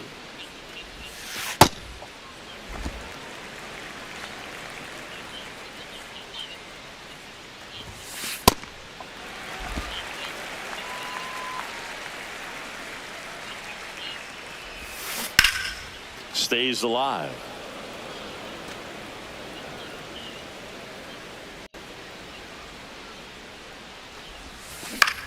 This one in the air, right field. And it falls. So a man aboard now with one away. And up next for New York, Austin Wells. Really nice swing in his last at bat. Shot a line drive into center field. On the ground left side, 6, 4, 3. It's a double play. And that'll do it for the inning.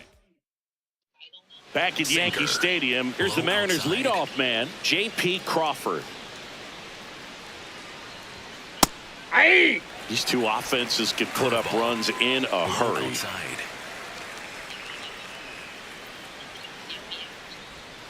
Right there for a strike. That curveball's been a big pitch for him today. He's been able to get ahead in the count with it. He's also been able to use it to put guys away. Struck him out without a swing. And a strikeout for the first out here in the ninth.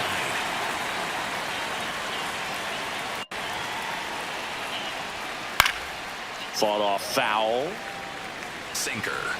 Low outside. And now the 0-1. Right back to him on the mound. Down to the last out for the Mariners. 2 outs, base is empty. Rob Refsnyder will hit next.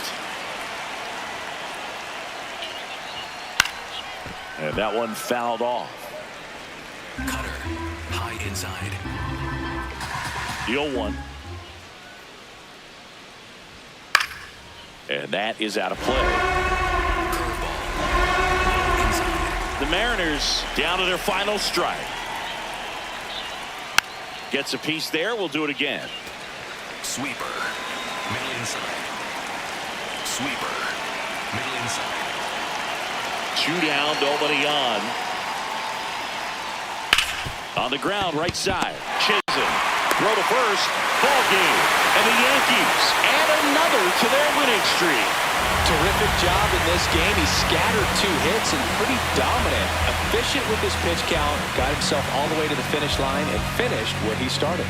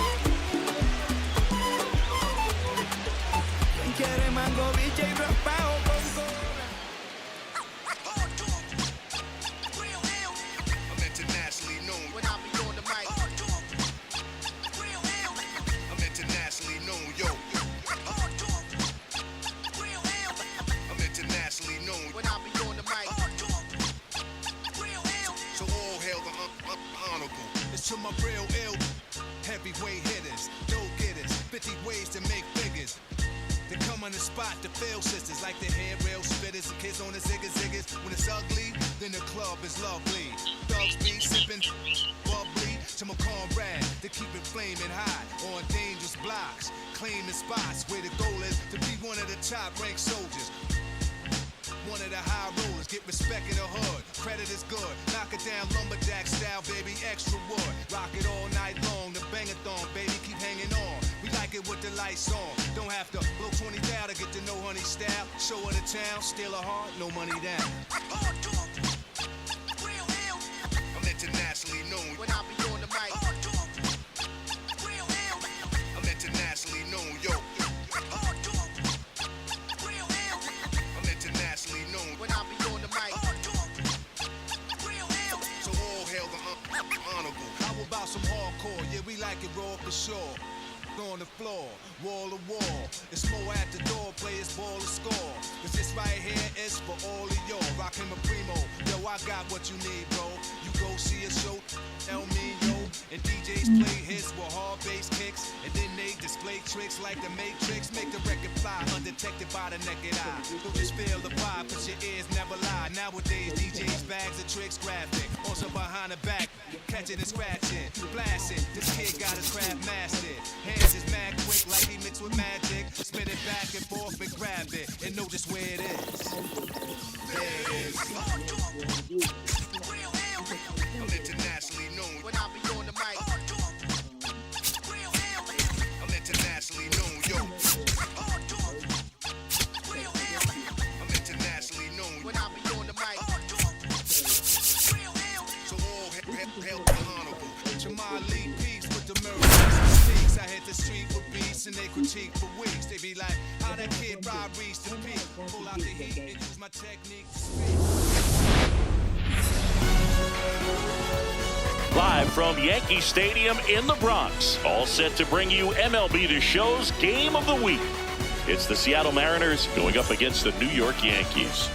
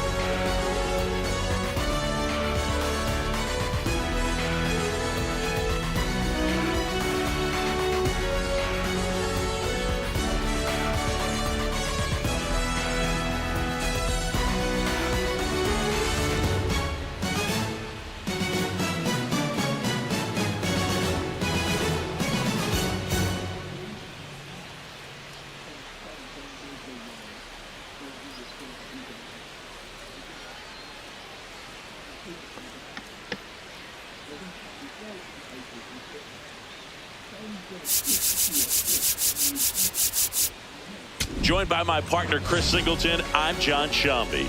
Okay, Singy, let's get right to it. Quite the win streak on the line coming into this one. Yeah, Boog, they seem to have a force field around them lately, but you know anything can happen.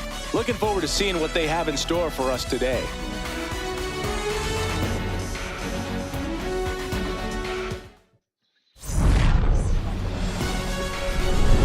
First pitch coming your way next. And starting for the Yankees, the right-hander, Garrett Cole. He leads the entire league in wins, and every time he grabs the ball, you expect results. Yeah, he's coming right after hitters, Boog, setting the tone from the jump and giving his team a real chance to stack up some W's. He's not just a pitcher, he's a gamer. Shows up every fifth day ready to compete. That's why every rotation wants a guy like him, just flat out reliable, just like you, partner. Cal Raleigh now at the plate as he swings through strike one. Swing and a miss. A lot of times you'll see a pitcher maybe double up on a pitch. This guy will throw it 3 times, 4 times in a row because hitters just can't lay off of it. Battling here as he fouls it away. Cole, with a stellar run lately on the mound, really carving up lineups. Hit hard on the ground is short. Volpe throws to first in time. Quick start here this evening. 2 out, top of the first. Low outside. And he swings and misses, and it's 0-1. Some pitchers can go out there and rip off a month or two of incredible starts. And right now, it looks like he's in one of those grooves. Really fun to watch. 2 down, nobody on. Swing and a high fly ball out there towards left field. And that'll do it. And now the Bombers will get there. Back at Yankee Stadium, on the hill for the Mariners, Ryan Wu. What should we keep an eye on here?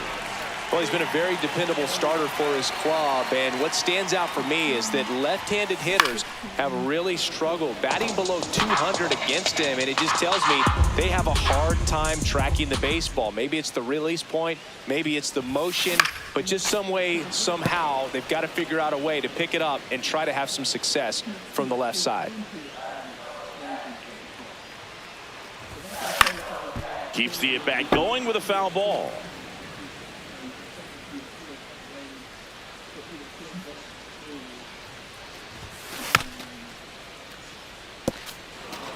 Also really good at bat. What I like about this guy, his bat stays in the zone for a long time. Gives him the ability to foul off tough pitches.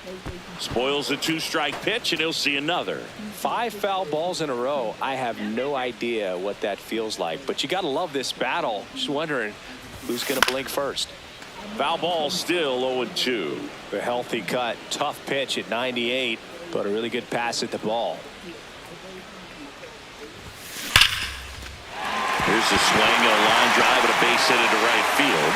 Man aboard on the leadoff single. I'd say a mistake pitch in an 0-2 count. Too good of a pitch to hit right there. You have to expand the zone. Keep that leadoff man off first base. Aaron Judge at the plate. Right now, 3rd in the American League in RBIs.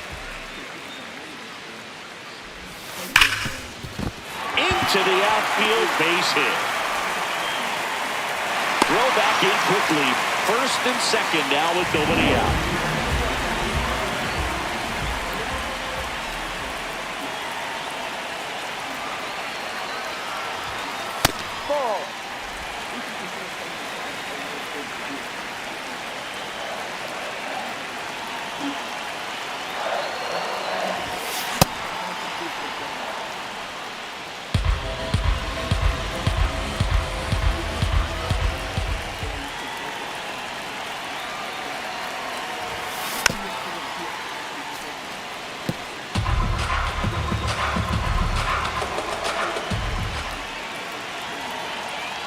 The 1-2. Ripped to first, caught. Dives for the bag, got him. Double play. And up to the plate comes Cody Bellinger. 4th in the American League in batting average this year. Ground ball right side. And that is the 3rd out of the inning. Scoreless after 1. Top of the 2nd, and stepping in for the Mariners, Luke Raley. That's too low. No. Ball 1. Cole once again named pitcher of the month after a really excellent stretch. Boog, I got to tell you, the way he's pitched this year, I wouldn't be surprised if he's going to get an arm workout polishing up a Cy Young award in the offseason. So fun to watch him operate out there. And he beats it. He's safe. It doesn't really matter where you are in the lineup. Your job is to get on base and try to start a rally if you're leading off an inning. So an infield single does the job right there. Now you'll see if they can make something happen. Bounce to the left side. On to first. 1 out in the 2nd. That's a good piece of hitting right there. The job was to move the runner up and give your team a chance to score the go-ahead run. That's exactly what happened, so you better believe your teammates are happy with you after that at bat. Man at 2nd. In the air, left field. And he can't quite get there. It's a foul ball. Got him swinging. 2 gone. Gosh, here it is, hit it. 3-pitch strikeout, all fastballs. Man, he's got a lot of confidence in that pitch right now. Here's Josh Naylor. And immediately pumps in a strike to the left-handed hitter. Well, the offense really struggled last night. I mean, it was awful. So I think picking up a run right here, that's going to get us going a little bit. Man on second, 2 down. Good job to fight that one off. No score here in the second.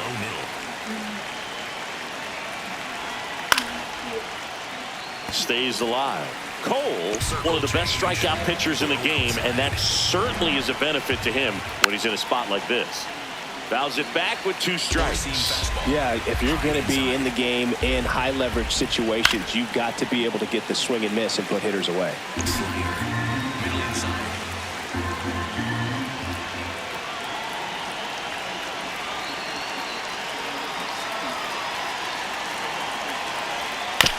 On the ground right side, Chisholm tosses to first. That ends the frame. Here at New Yankee Stadium in the Bronx. Well, Singy, this team has found different ways to win. Quite the streak they're on. Still early, but this one is all tied up. Streak or no streak, you've got to take care of business one game at a time. And right now, it's anybody's ball game. Not in time. An infield knock to start the inning. And now the shortstop, Anthony Volpe, enters this one with the 7th best average in the American League. There's a line drive to left field. 1 away. Batting 7, number 22, Dan Wright. Rolled to short, possible 2 ball. Crawford to second, and that's 2. Out. 1 in. Welcome back as we take a peek at the starting pitching so far this year.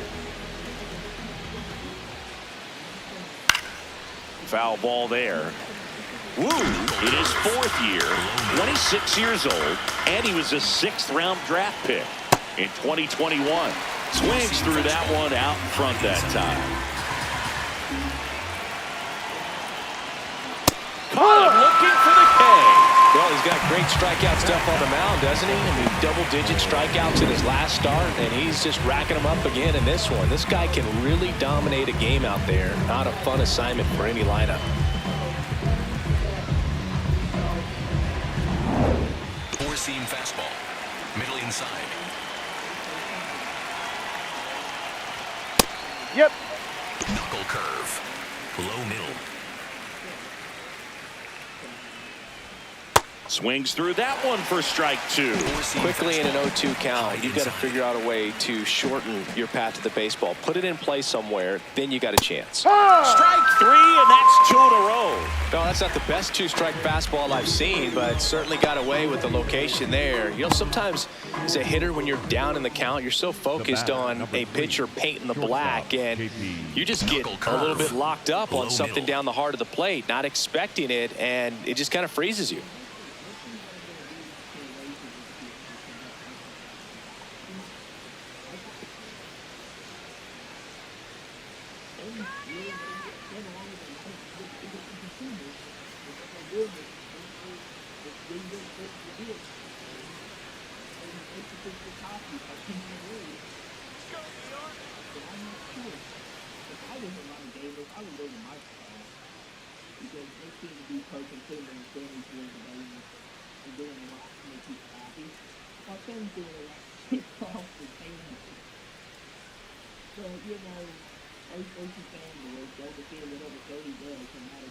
Slider. Middle outside. Crawford now in the box. Comes up empty with a swing there. Middle inside. In the air to left center. Volpe gets under it. Stretches out and hauls it in. No runs, no hits, no errors. We move on. Back now in the Bronx, and stepping in for the Yankees, Jose Caballero.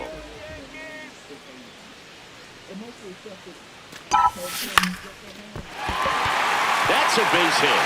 So a man on base to start the inning.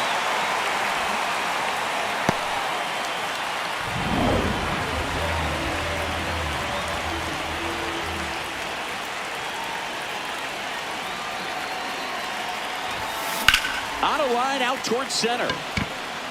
And a base hit. Rodriguez hustles to get it in. Runner holds at second, but they've got something going on here. First and second, no outs. Trent Grisham will hit next. In the air, right field, pretty well struck. Way back there, it's got a chance. Makes the catch up against the wall. Single to right in his first trip.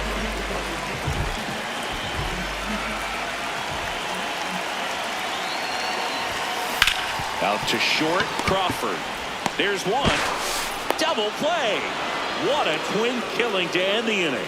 They made it look easy, but it started with a nice feed to the second baseman from the shortstop. Back in New York. Now the Mariners catcher, Cal Raleigh. And that one fouled off. Four-seam fastball. Low outside. Right through there for a strike. Four-seam fastball. Low outside. Swing and a miss. Struck him out. And that's 4 strikeouts. Now there's a 3-pitch strikeout. He can do whatever he wants with the baseball right now.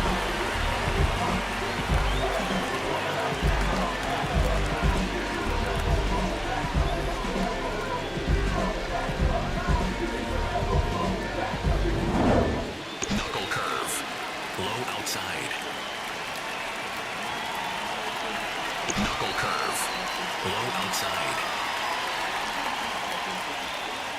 Ball down low. All tied up. Top half of inning number 4. And a foul ball. Circle change. Low outside. Way out front for strike 2. See if you can go upstairs a little bit. Make sure you miss up and out of the zone since you're heading to count 1-2. Don't miss in the zone because that's where you can get hurt. Nice grab and very nicely done for the out. Well, he's doing a nice job of keeping the ball out of the air. Lets the defense work behind him with another ground ball. Good execution. Raley in the box with 2 gone and takes a look at a called strike. Inside.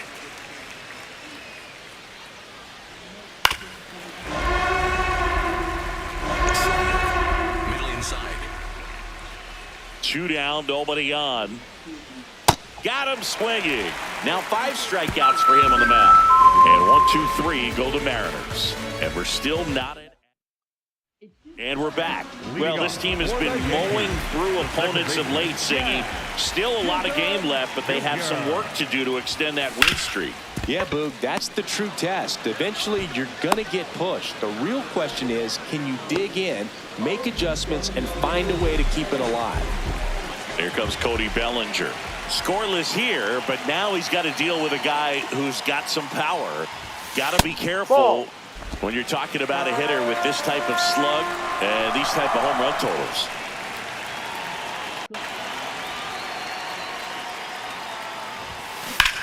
On the ground, right side. Oh, look at the stop. Nicely done for the out.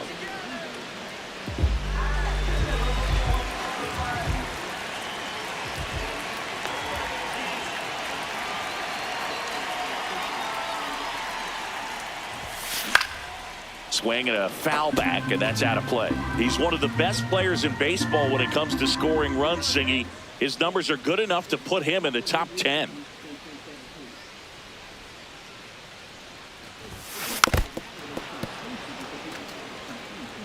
Two down, nobody on. We're here in the bottom of the 4th. And that one hit 97 on the gun. Really good take, especially with 2 strikes. Fights that one away, still 1-2.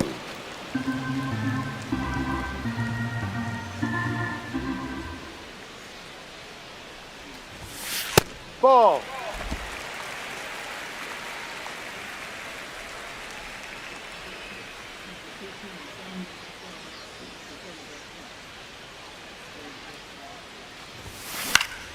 Gets a piece there. We'll do it again.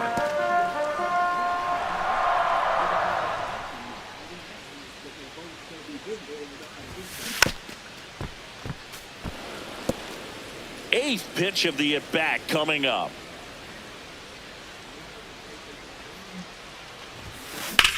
Line to left. And he can't make the play.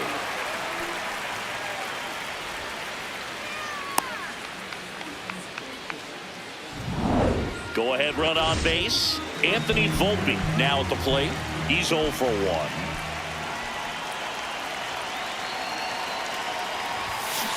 That one fouled off.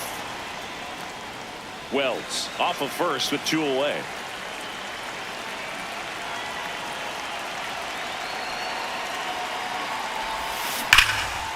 Line drive, base hit. Lead runner touches second, heading for third. Here comes the throw. And now they'll have runners on the corners with 2 away. Man, those are the types of hits where you don't feel any vibration in your hands whatsoever. Such a good feeling. Runner in scoring position now and a good opportunity to push across the first run of the ballgame. No.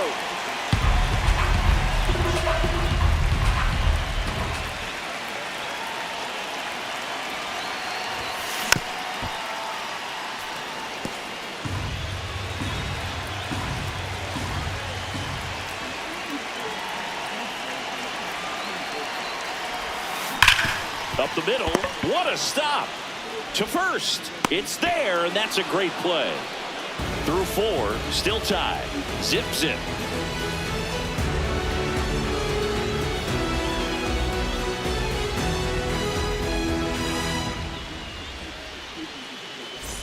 Welcome back. Quite a pitcher's duel so far. Here's how the starters have performed up to this point. Rodriguez.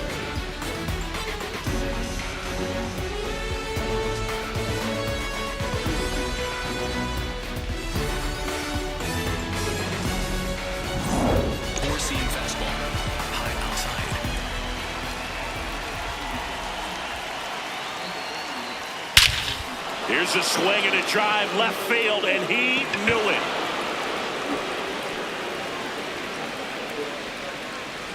His 21st of the year, and the Mariners have the lead. It's 1-0. The one thing the pitcher didn't want to happen just happened. That's not an easy one to stomach.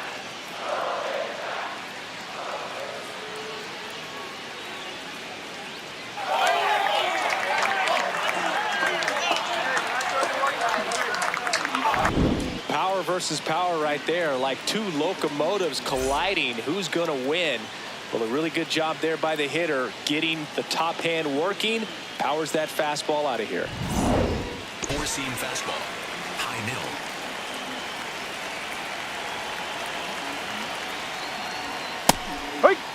Always exciting to see a leadoff home run in an inning. Kind of gets the offense fired up, and you start to expect a big inning.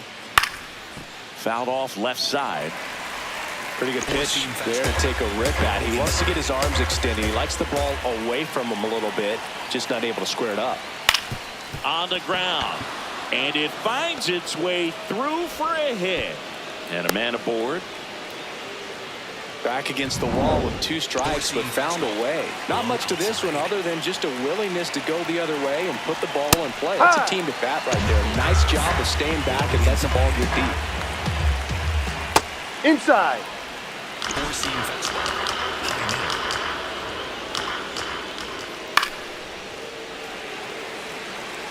4-seam fastball, high inside. The 1-2. Foul ball left side. He'll see another. One on, nobody out. A run in. And we're at the top of the 5th. Low inside. Now this one gets away from the catcher. Throws to second. Tag, save at second. Hey. And good hustle to move up. That's a wild pitch. Circle change. Low outside. Swings through it for the K. So he picks up his 6th strikeout of the ball game. And here's a look at how he's using his pitches in this one. So now with 1 away and a man at second. Ryan Wu up next for the Mariners. 4-seam fastball, high inside. Four-seam fastball. High inside. The 0-1. Swings through that one.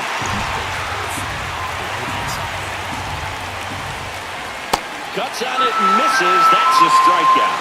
Picks up strikeout number 7. Well, that's a curveball that I'm sure he wants back at the plate. 2 strikes, the sort of pitch you're hoping for. A bit of a mistake, and I'd say in a very hittable location. But clearly the break was enough to get him to swing through it. That's a strike. Breaking ball through there for a strike.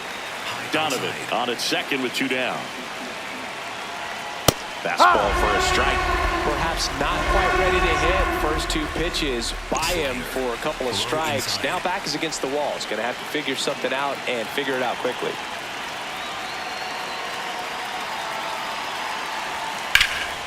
Fights it off. He'll see another. Four-seam fastball. High inside.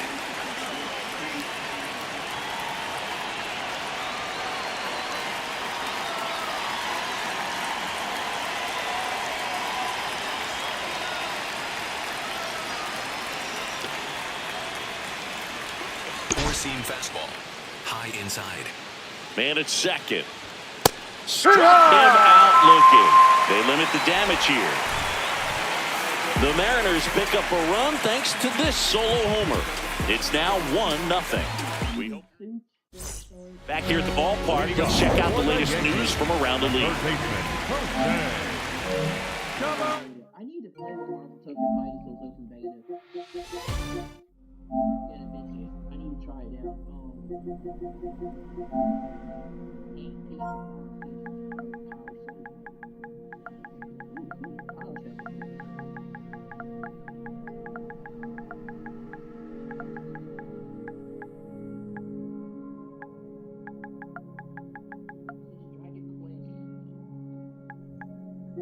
It might be the biggest game Square Enix has announced at the moment. Its sales ceiling globally is higher, I think, than Kingdom Hearts 4 and Final Fantasy 7 Revelation. We just had no idea how far away it was. I don't know about that. I wouldn't say that the next Dragon Quest is going to sell higher than Kingdom Hearts 4 or Final Fantasy 7 Revelation.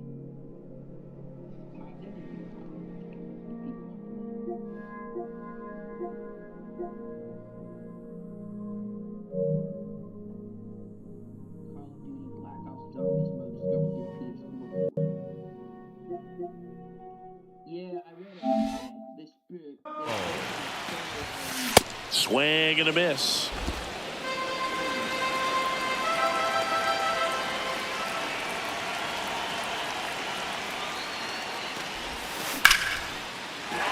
Swing and a line drive. That's a base hit into center field. And a good start to the inning. Well, he's been working out of the stretch just about the entire game, Booth. A lot of base runners on against him, and he's just done a really nice job of scattering the hits, not giving up any runs. But at some point, your luck usually runs out.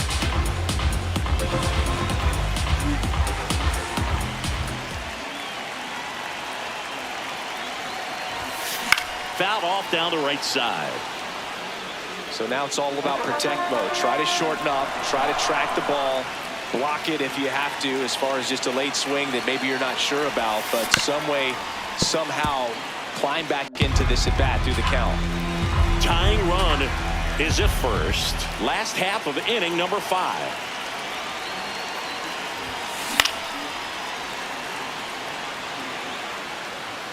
Well, he's having a tough time getting a pitch by him. As a hitter, you feel pretty confident that you're seeing different pitches still able to make some type of contact.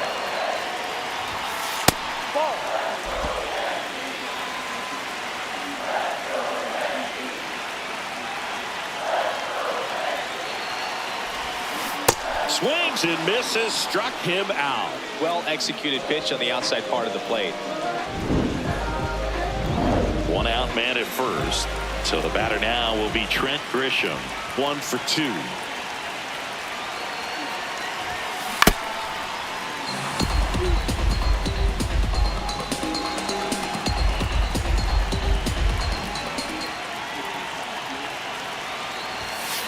Late swing, foul to the left.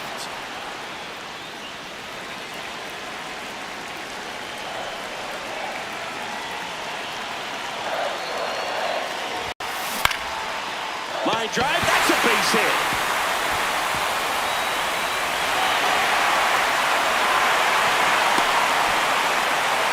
Down to third, and he gets back safely.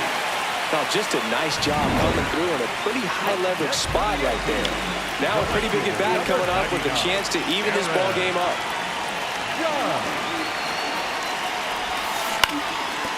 Swing and a ground ball up the middle. There's one. Over to first, safe. And stepping in for New York, Jazz Chisholm Jr. Second baseman, Jazz Chisholm Jr. Drilled out towards left center field.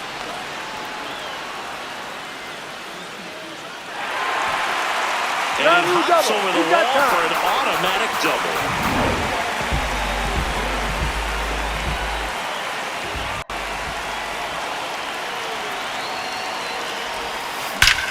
This one drilled right center field. That one heading for the fence. And out! Cody Bellinger blasts one out. His latest homer in an incredible season. And they lead it. It's 4-1. That adds another game to his hitting streak, Chris. Yeah, he's been doing so many things well with the plate and clearly driving the ball with some authority as part of that. He's really dangerous with the bat in his hands right now. Siggy, I hope you saw it because it didn't stay in the air for long. No, it did, Boog. StatCast telling us 110 miles per hour off the bat.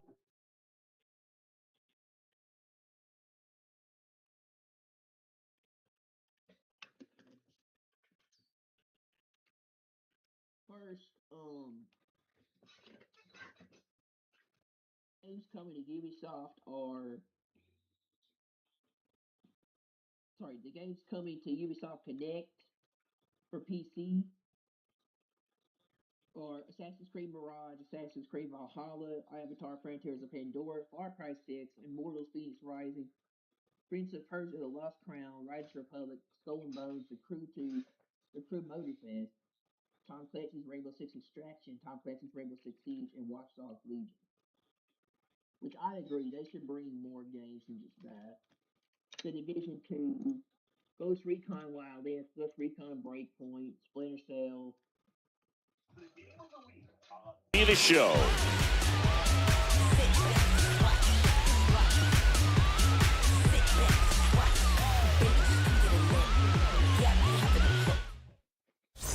Back in the ballpark, let's take a look at some of the moments that stand out to us.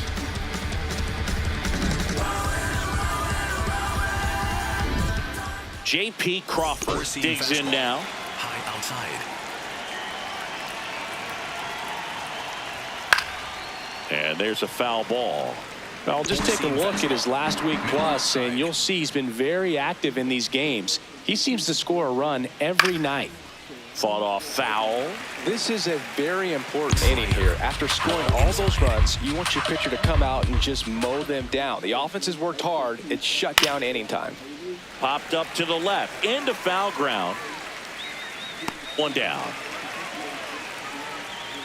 Boy, that was a hanging breaking ball right there. I think he tried to do a little bit too much. Sometimes those eyes can get really big. I think his swing broke down as well, and that's what caused him to pop it up. Yankees up by 3, and we're the top half of the 6th. Four-seam fastball. High inside. Got him. 2 down. Chris, third time through the order, and a couple of quick outs for the starter. Yeah, he's been very frugal today. Economical with the pitch count. High outside. 2 down, base is empty. Dominic Canzone up next for the Mariners. Cutter. Low inside. Strike 2. This guy's not wasting any pitches. Hitters got to get into swing mode. This is a good time to expand the zone. Throw something maybe down in the dirt. And a foul ball, he stays alive. Four-seam fastball. Low outside. 2 down, nobody on. Right side, but that rolls foul. High inside. And a swing and a miss, and that's that. Mariners are down. Back now for the bottom of the sixth, and there's a new pitcher on the mound, Jose A. Ferrer. And one thing on him, he's been really good this season at keeping the ball in the park. Dives, but it kicks off his glove. And the leadoff man aboard. Well, clearly he was ready to hit right there. Nice line drive to the pull side right there, but he didn't spin off of it. That's the key. You still have to extend through the baseball in order to hit a line drive like that. So up next for New York, Ben Rice. Worm burner into the outfield for a knock. Throw back in quickly. First and second now with nobody out. Next for the Yankees. He's 2 for 2. Third baseman, Jose Caballero. This one in the air center field. Rodriguez under it. And there's one away.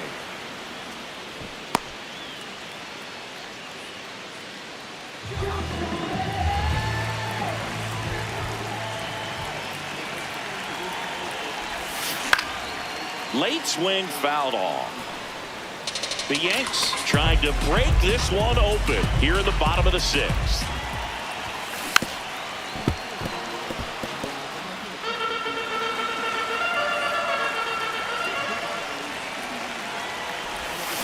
Swings through that one. It's a strikeout.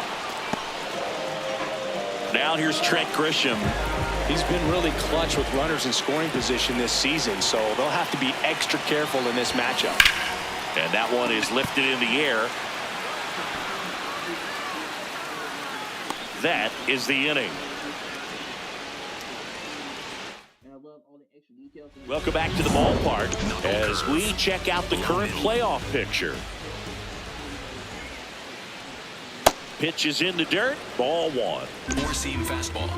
Middle inside. So impressive how the velo is still there even this deep into the outing. And that's in for a strike. And the count 1-2. Man, this guy's got a great feel for his breaking ball today. Fans another, and that's 3 straight strikeouts. Well, that high-forcing fastball has become such a staple as a strikeout pitch over the years. And what's so tough as a hitter is that you see it extremely well. The problem is the velocity and spin rate just happens to jump by you. You expand your zone, you don't stay tall on the backside, and you're really not even able to make contact. If you do, many times it's a pop-up. Comes up empty. That's strike 2. The Yankees leading by 3 here in the top half of inning number 7. On the ground to the left. And it goes just foul.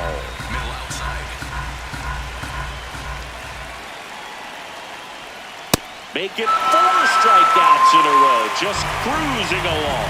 Such a challenge when a guy's got great velocity. He's throwing a slider over 90 miles per hour. You want to be ready to hit that fastball, but that late break just eats you up every time. High inside. And now it's going to be Brendan Donovan. Check swing, and he went 0-1. Inside. Ball 1 there. Four-seam fastball. Middle outside. Swing and a miss. And the count 1-2. Four-seam fastball. High inside.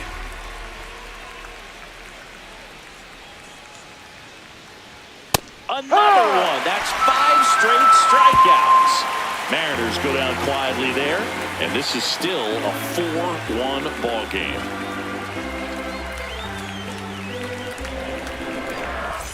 Back in the Bronx. You know, Cindy, we've talked all broadcast about how hot this team has been.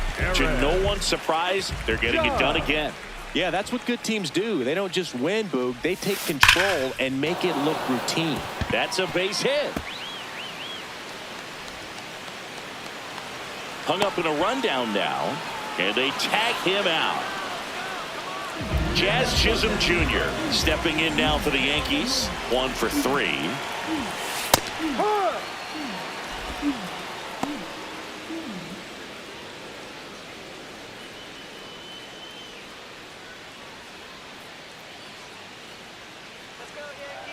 The 0-1.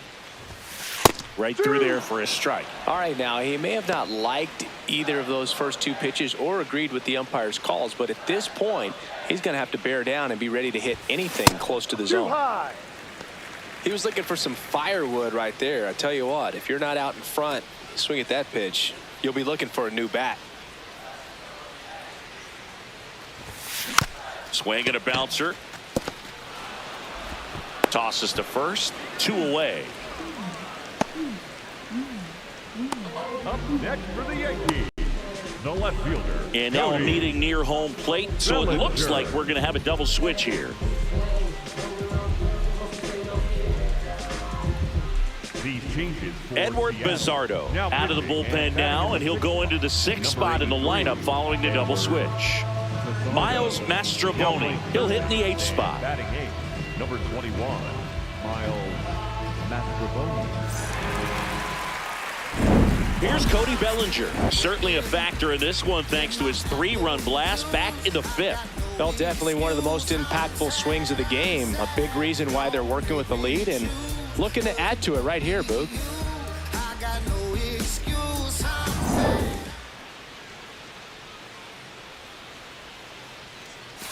Hee-haw!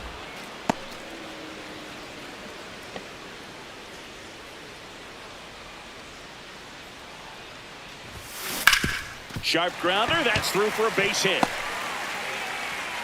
So he gets on base and keeps it going.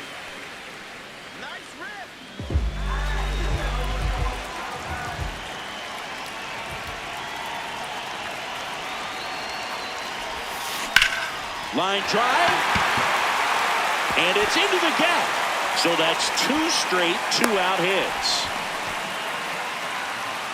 Didn't take long to get a result for that at bat. So much of good hitting is finding holes in the defense. That's why you're always thinking line drive into the gap. Those kinds of swings. Oh, now this one's high and deep, way back there, on its way, gone.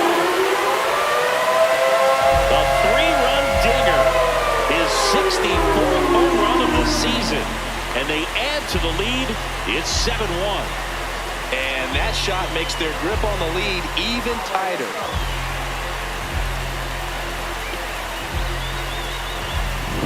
Love to see a hitter aggressive on the first pitch of an at-bat. You watch him from the on-deck circle, so when you step in the box, you're ready to pull the trigger wherever it's at.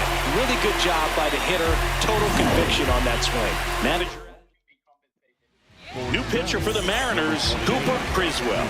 I think it's got to be a little tough coming in out of the pen when your guys are trailing so big on the scoreboard.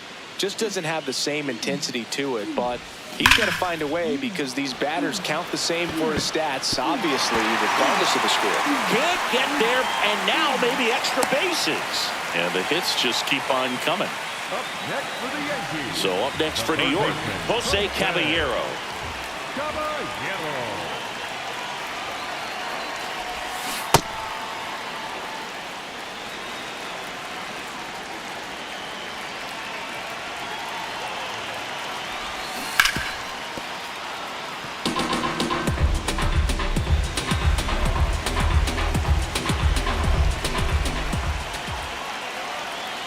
Here's the 0-2.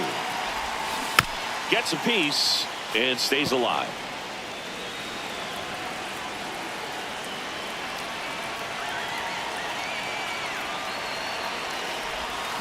Got him swinging.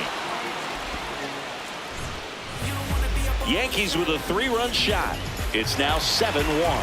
This is back in the Bronx and stepping in for the Mariners, Josh Naylor.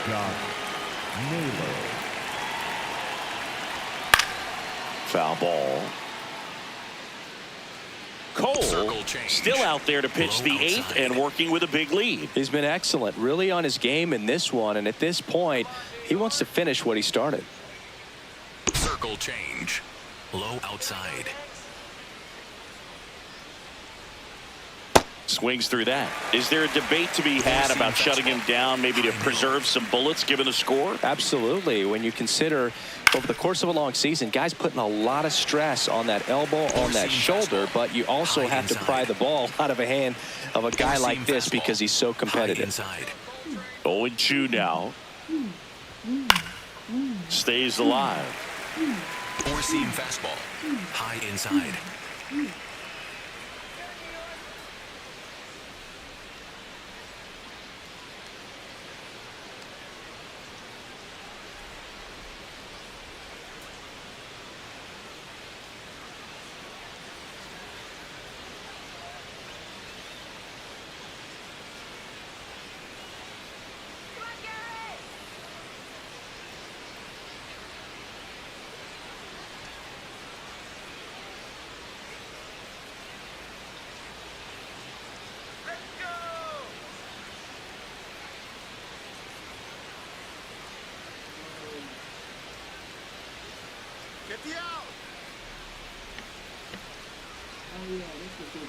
Knuckle curve.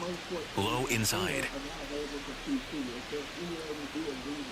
Strike 3, and now 6 strikeouts in a row. Clearly trusting his stuff in this one, Boog. Feeling really good about what he's working with, and that really allows a guy to attack hitters. You know, such an important mindset to have out there on the mound, especially when you're ahead in the count with 2 strikes. 95 with that one. The stuff has been excellent. He was really trying to stay back for something off speed. That's why he was so tardy on that swing. Another one, and that makes it 7 consecutive strikeouts. Just blown away in that at-bat. 3 fastballs, all strikes. He wasn't even able to foul one off. There's not much you can take away from an at-bat like that as a hitter, other than maybe there's something wrong with your eyes. Got to have better timing on the fastball next time. Young in the box now. No balls and a strike.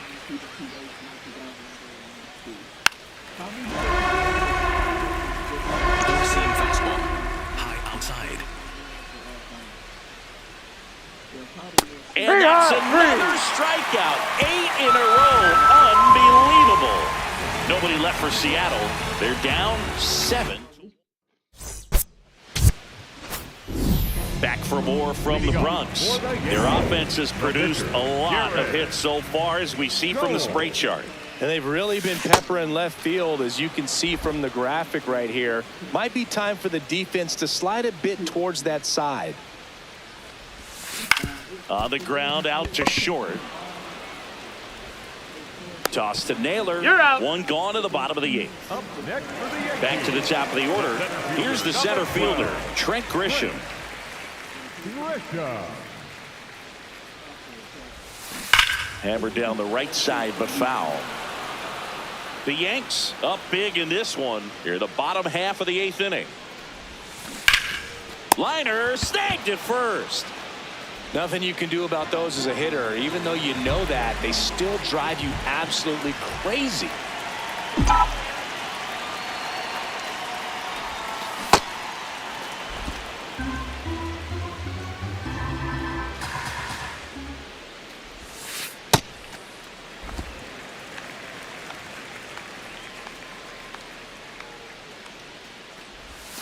Swings through that one for strike 2. Well, 2 outs and a chance to put up a 0 on the scoreboard here, and that's not something that's come easy for this staff in this one. Fastball right back to the mound. Gets him easily, ends the inning. 1, 2, 3. We go to the 9th. Here's the Mariners leadoff man, J.P. Crawford. These hitters have been very aggressive early in the count, but when you're down, you might want to be a little more patient. Take some pitches, see if you can extend those at bats and get some base runners off. High middle. Out towards right center field. Grisham on the move. Pulls it down and he makes the catch. Four-seam fastball. Low middle. Hammered down the right side, but foul. Knuckle curve. Low outside. And now the 0-1. This to third. Down to the last out for the Mariners. Up next for Seattle, the right fielder, number 8. 2 outs, base is empty. Dominic Panzone up next for the Mariners. Slider. Low outside.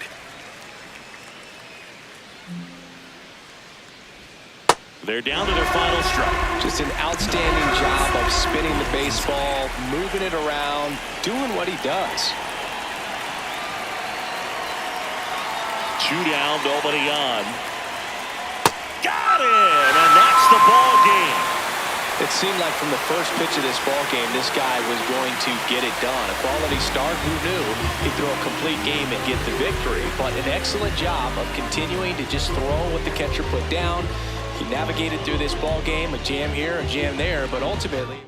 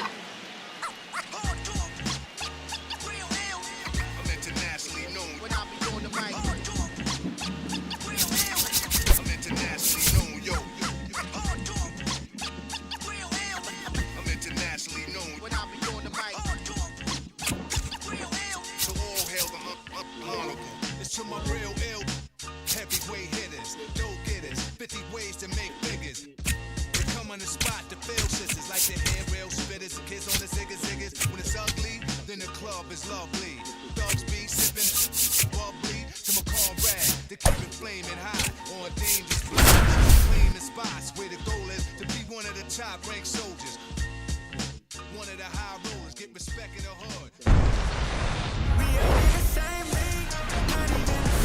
Welcome in, baseball fans, and here in New York, 2 of the best teams in the game square off. It's the Seattle Mariners taking on the New York Yankees. Alongside Chris Singleton, I'm John Shambi. Apart from the game itself, there's an impressive hitting streak on the line, and the guy riding that streak, Trent Grisham, everybody in baseball's talking about it. He's making news just about every day at this point. Yeah, and you can't ignore it, Boog. And what's impressed me the most is how he's kept going about his business day in and day out. He hasn't gotten caught up with the hype. And I don't even think he's thinking about the streak. And that's hard to even imagine because he seems to be treating every at-bat the same. And that's a big part of his success right now. First pitch coming your way next. The lefty on the mound for the Yankees, Carlos Rodon. I mean, come on, Singy. Look at this list. Top 5 in the league in wins. He's pitching like someone promised him ice cream after every win. Yeah, it's called flavor sequencing. You got to set up the fudge to freeze him with the cherry. Oh, yeah, that's a lot of wins, Boog. He's dealing this season. Yeah, a lot of buzz around the league about his dominance. Freezing opponents, hold the sprinkles. Wait, you're not a sprinkles guy? And here I thought I knew everything about you, partner. Swings through that one. It's a strikeout. Batting second, the catcher. Take a look at the lineup. And Chris, a great matchup in this one. An ace caliber arm in the hill against a deep lineup. You said it, Boog, and I'm really excited to see how this plays out. The kind of talent they'll be facing, these hitters have a tough task ahead of them. Should be really fun to watch, though.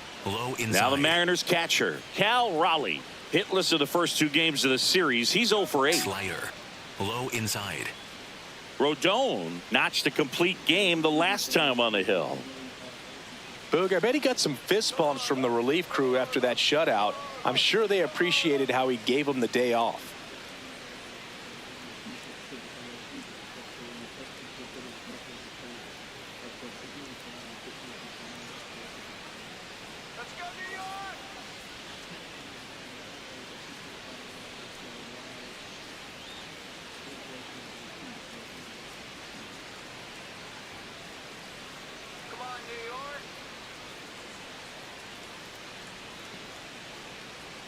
Four-seam fastball, high inside.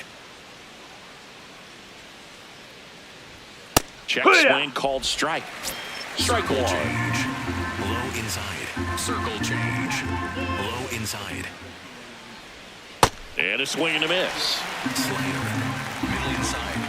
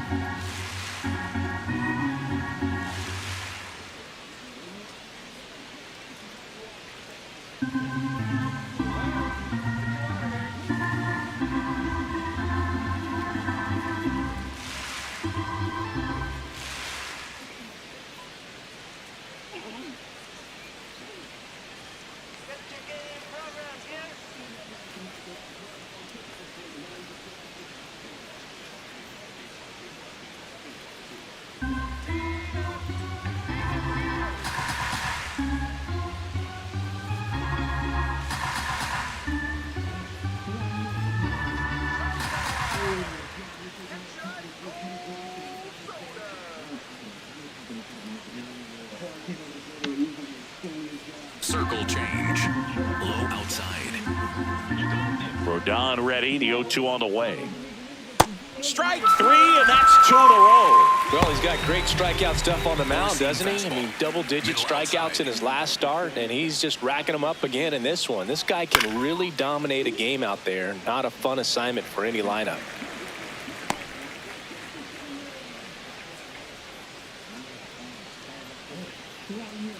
Slider. Middle inside. Slider. Middle inside.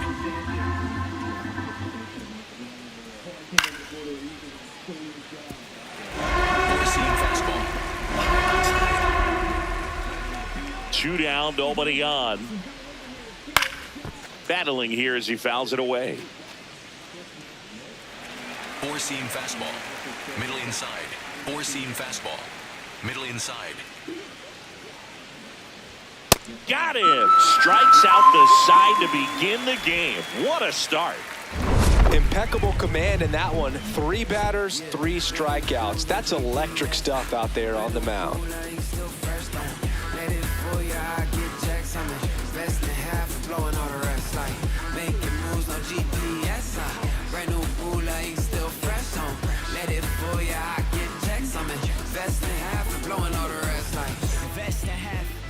Back in the Bronx and taking the ball for Seattle. Logan Gilbert. Going to be hard to top his last start, Singy.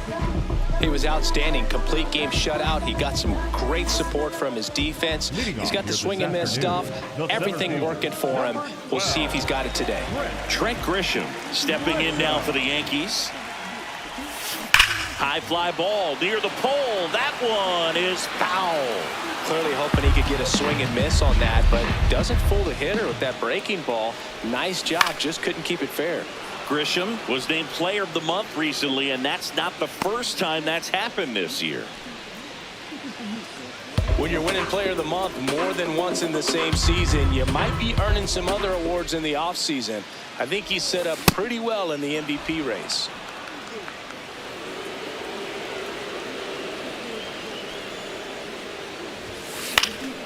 Spoils the 2-strike pitch, and he'll see another.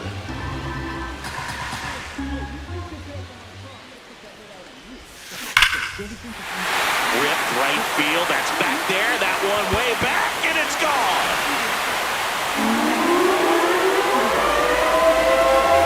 A solo shot. His latest homer in an incredible season. The Yankees score first. It's 1-0. You can't ask for a better start than hitting a home run in your first at bat to give your team the lead. A breaking ball on the inside part of the plate requires a hitter to stay really square with his mechanics. If you fly open with the front shoulder, there's no way you keep that ball fair. An outstanding job mechanically. He deserves that home run.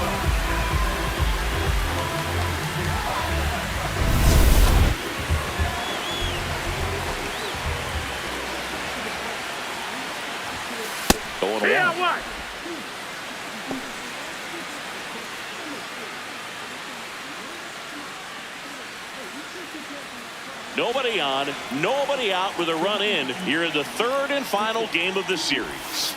Misses just off the outside edge. I think that was a strike. The real threats are coming up. Already given up a home run in this inning. He's going to really have to bear down. He's just missing with some pitches that, I mean, they're not strikes, and that's what you think, oh, good pitch is a strike. But many times pitchers are trying to tease the zone, and the last 2 pitches that he's thrown, good pitches, but even better takes.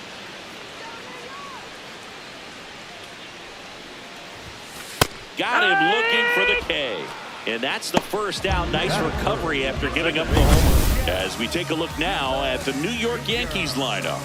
A guy who's been huge for them over the last month plus, Ben Rice. Well, he's been a very consistent performer this year. And, man, when you look up and you're in the top 5 in batting average in the American League, I'll tell you what, that raises your level of confidence to keep it going and try to finish in that picture or maybe at the very top. He's been spraying the balls all over the yard. We're going to keep our eyes on him in this one. Catcher challenge. We'll take another look. And it's a called strike after the review. So they've still got both their challenges.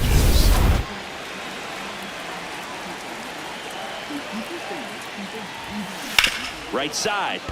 And that's a fair ball. That gets by him.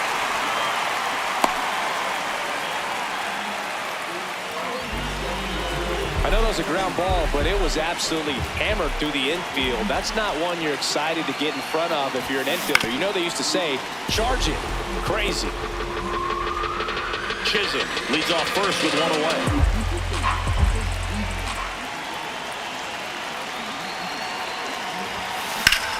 Out towards right center. That's well struck. That's down. One hops off the wall. Coming home. The relay to the plate. He'll score. It's 2-zip. That extends his hitting streak to an even dozen, Singy. Do opposing pitchers start to take notice when a guy's on a roll like this? Yeah, I think so, Boog. It's not like it changes the scouting report on a guy or anything like that too much, but you're aware of who's swinging the hottest bat, and that's definitely him right now. One down, runner at third. Austin Wells, the next to hit. And a foul ball.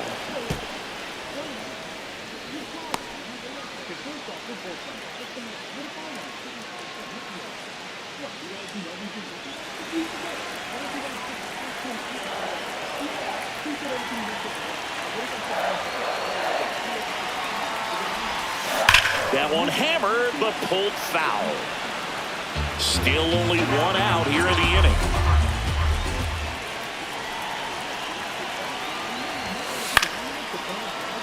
Foul ball, still 0-2.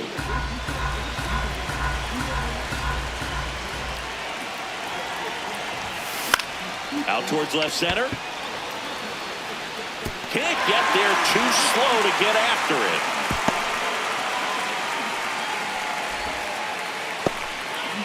That ups his hitting streak to lucky number 13. The Bakers does it, Boog, and it doesn't seem like a huge number, but anytime you get to the point where you've hit in every game for almost 2 weeks straight, that's a sign of what kind of rhythm you're in. Could use a ground ball here. Something in the infield. Runner at first base. Get two. Get out of this.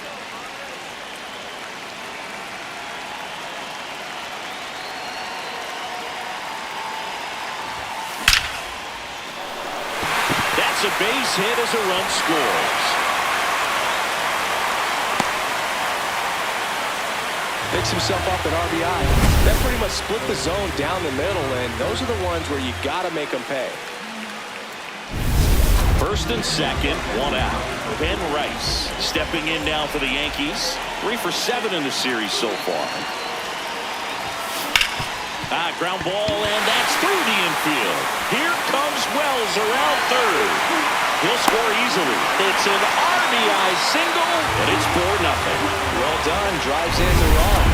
Really nice job staying up the middle with his approach. He didn't try to do too much with the pitch. Just shot it through the infield. That one back up the middle, and it gets through. Volpe scores. It's an RBI single. It's 5-0.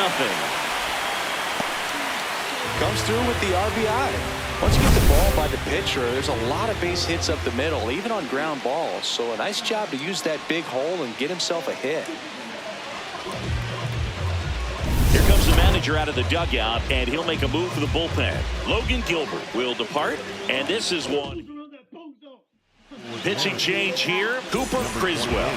I think it's got to be a little tough coming in out of the pen when your guys are trailing so big on the scoreboard.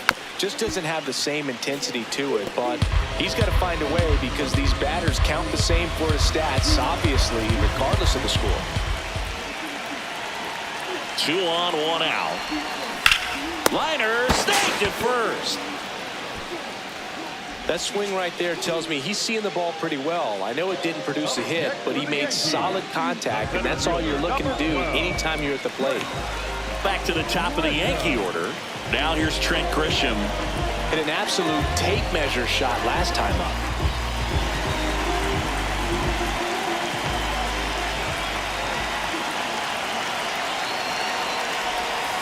And he chases that one below the zone.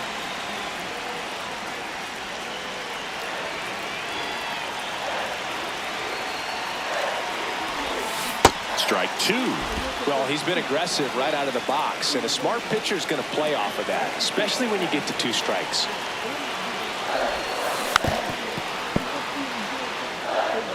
Rice, the lead runner out at second. Caballero on at first with 2 down. See if you can go upstairs a little bit. Make sure you miss up and out of the zone since you're heading to count 1-2. Don't miss in the zone because that's where you can get hurt.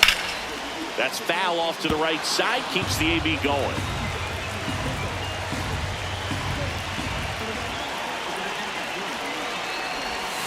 Fastball almost got him there.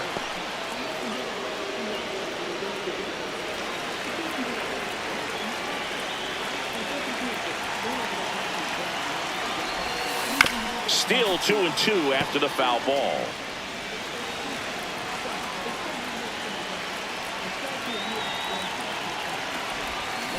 Got him swinging. It's a strikeout. Ends the inning after they racked up a bunch of runs. All in all, 10 come to the plate. They bat around and 5 score. Second inning coming up in the Bronx. The Yankees lead it 5-0. This is Yankees baseball on the show NYC. Here at New Yankee Stadium in the Bronx. All set for the start of the inning. 5-run lead after their first at bat. That is huge at this point, but you've got to keep the attitude to keep your foot on the gas. Don't let that team back in this ball game. Cruise to the finish line, but do it with intention. Rodriguez matched a homer in his last game. Rodriguez with an uncharacteristic stretch of poor play lately. Even superstars have their slumps from time to time, Boog, and he's no exception. He's too good to struggle much longer, though. I'd expect him to turn it around soon.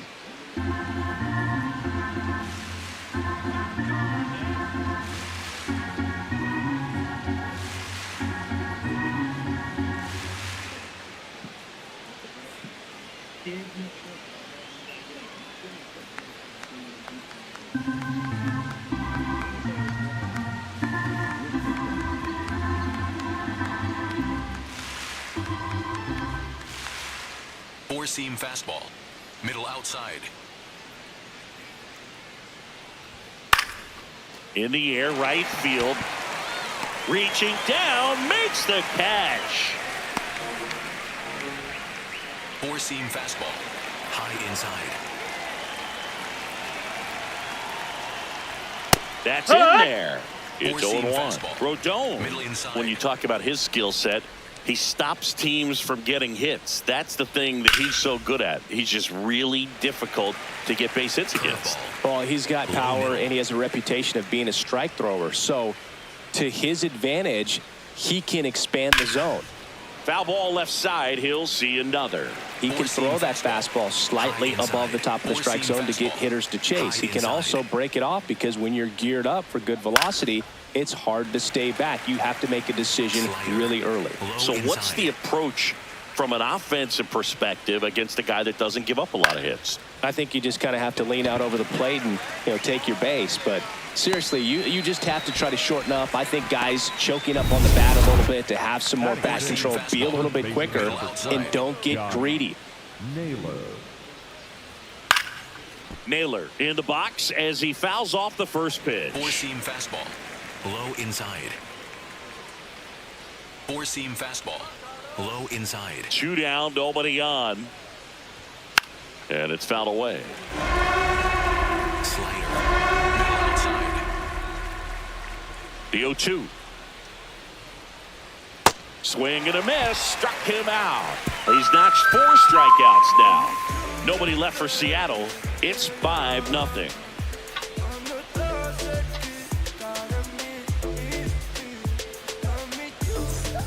Back here in New York, bottom of the inning, Giancarlo Stanton stepping in down for the Yankees.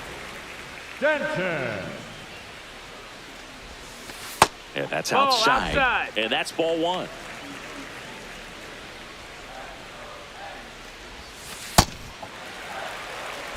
Our plate umpire, Earl Hendricks. Yeah, with Hendricks, Boo, kind of interesting. He's a good, consistent umpire, but you do hear that he kind of favors one side of the plate more than the other. So it's really hard to know for sure, but I think that usually it has. Oh, now this one's high and deep, way back there, on its way, gone. Giancarlo Stanton with a blast. His 22nd homer of the year, and they add a run. It's 6-0. He's going to the plate with a ton of confidence lately, and he's getting the results to back it up. No doubt, those two things feed off one another. It can be pretty dangerous when you fall behind in the count 2-0. You've still got to try to find a way to keep that hitter off balance. Well, he wasn't able to do it there. The hitter did a nice job of turning that pitch around, not missing it in a hitter's count.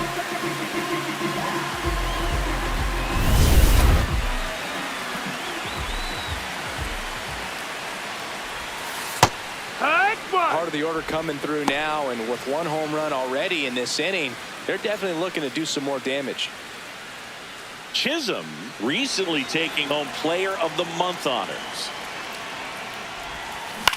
And that one is lifted in the air. Rodriguez under it. And there's one down. It's a good recovery, though, after giving up the home run. Not allowing it to stay in the head, but going to work at the next hitter, and a tough one at that. Here comes Belly to take his cuts. He doubled home a run in his first AB.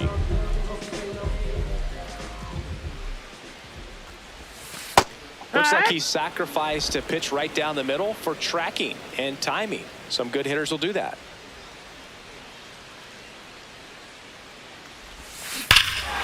This one smoked on its way out of here.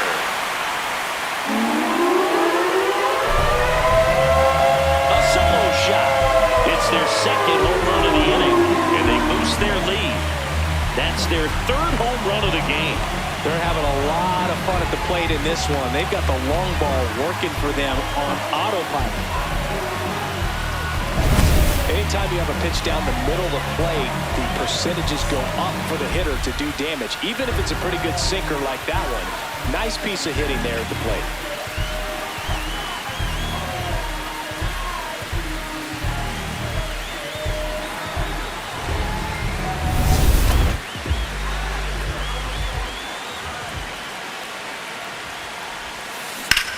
Out towards right center field. Rodriguez on his way over. Pulls it down and he makes the catch. And there are two outs. So up next for New York, Anthony Volpe.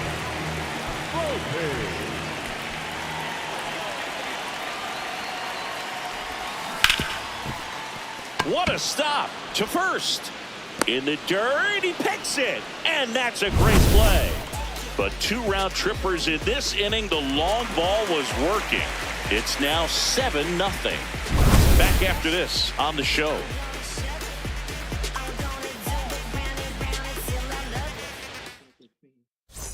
Welcome back as we take a peek at the starting pitching so far this year.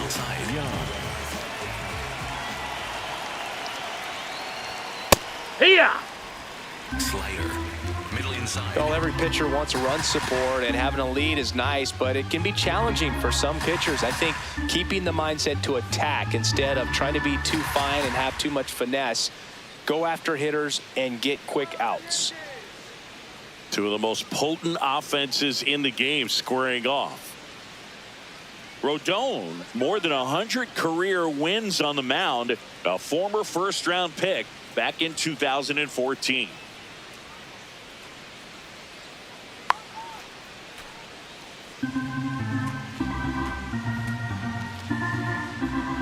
Fans, it's getting close to back-to-school time here at the ballpark.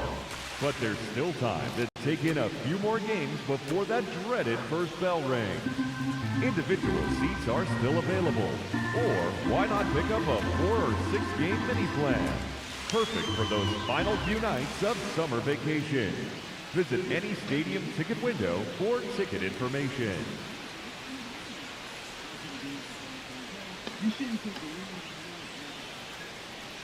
Let's get the out.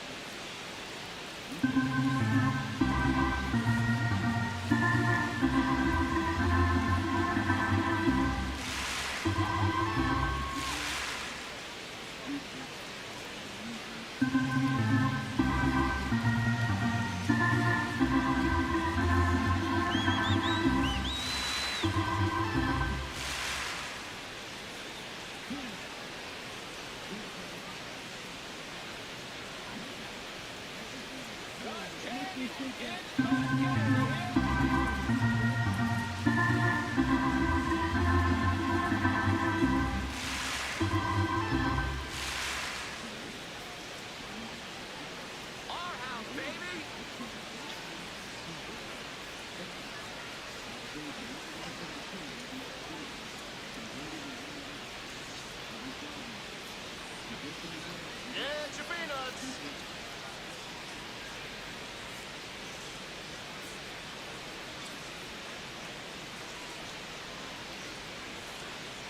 Our house, baby.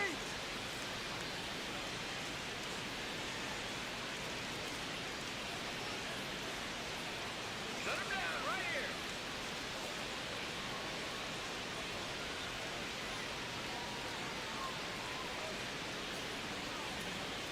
Sit him down.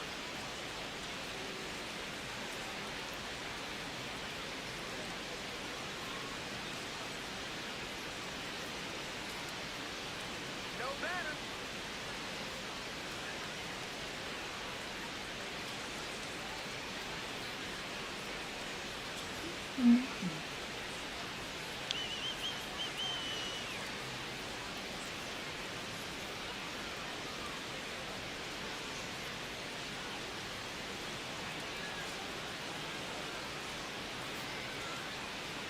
Water. Get your water here.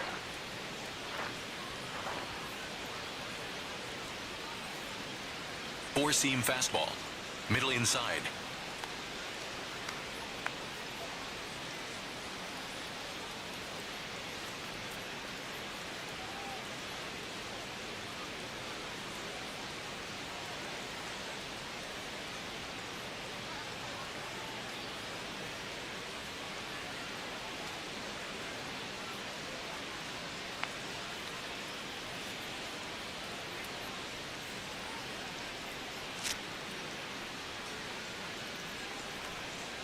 Soda.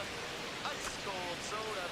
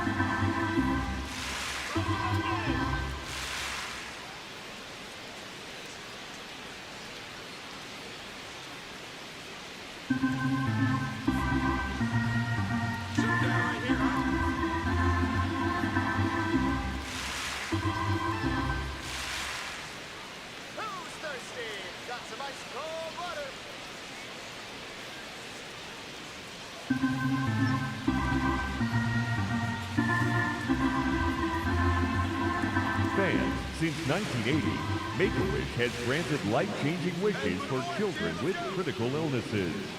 Children who have wishes granted build the emotional and physical strength needed to fight their medical condition. To help and support our cause, please visit us online at wish.org.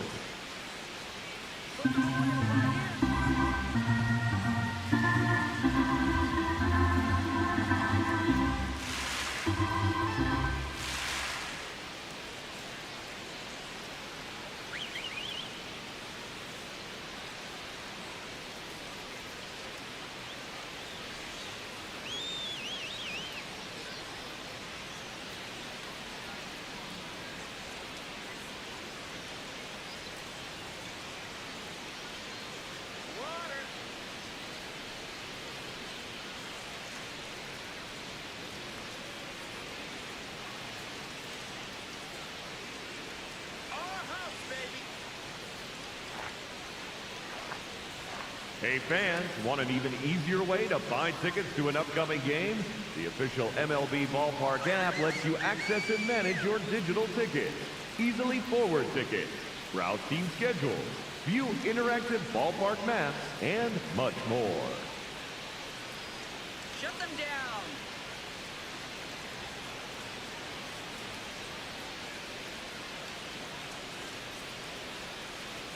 All right, who's thirsty? Get your water here.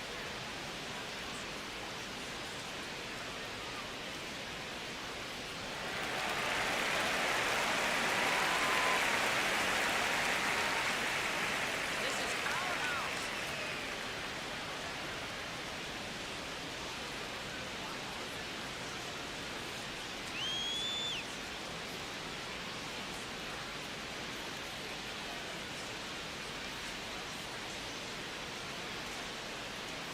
Easy out now!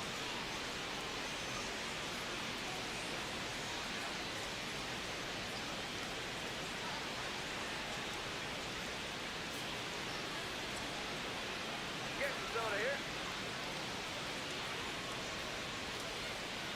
Four-seam fastball. Middle inside.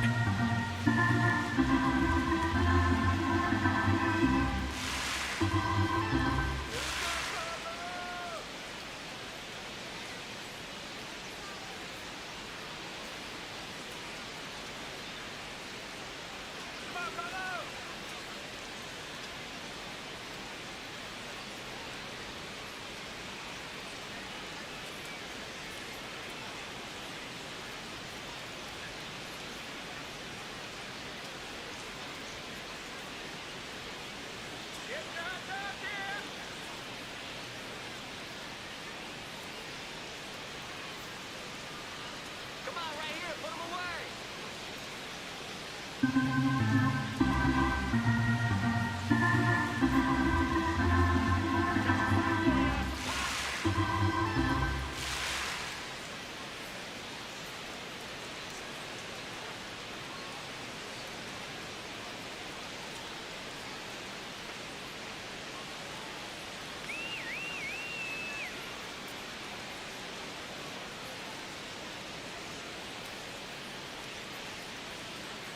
Where will you be the next time history is made? Be there for all of the action this season and beyond.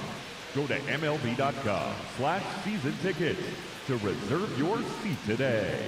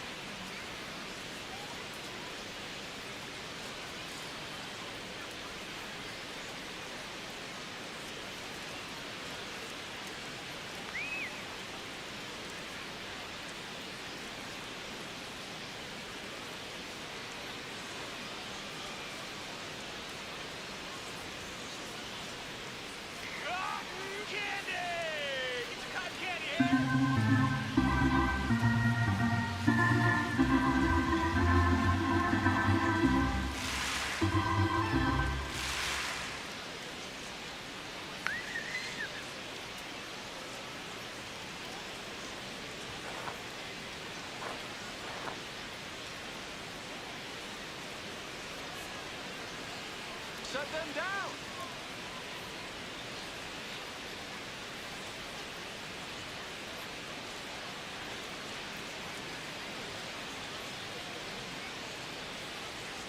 Right, go soda.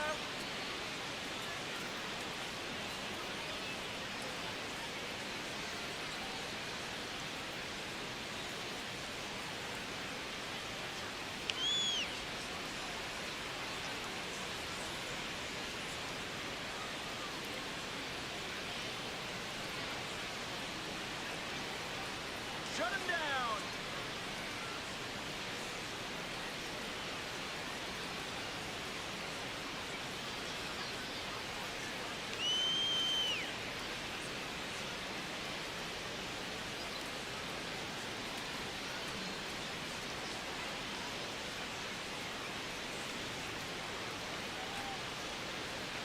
Hot dog, get your hot dog.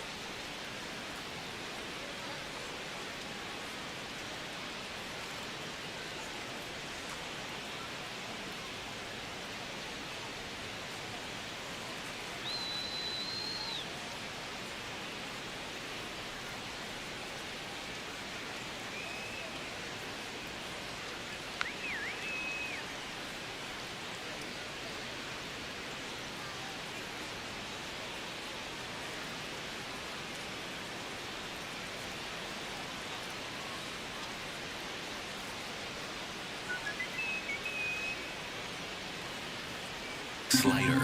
Low outside.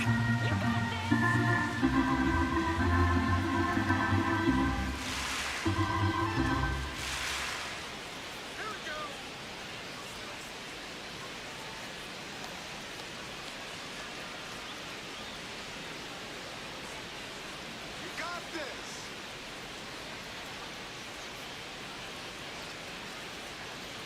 Let's go.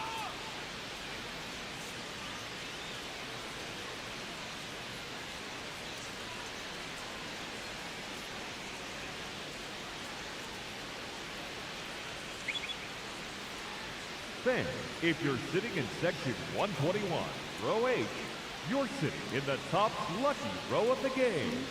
You'll all be taking home a pack of top baseball cards. Congratulations from Top.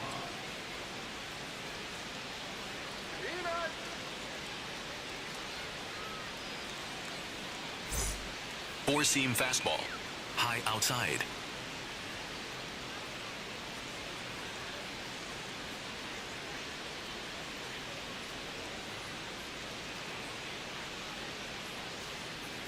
Here we go.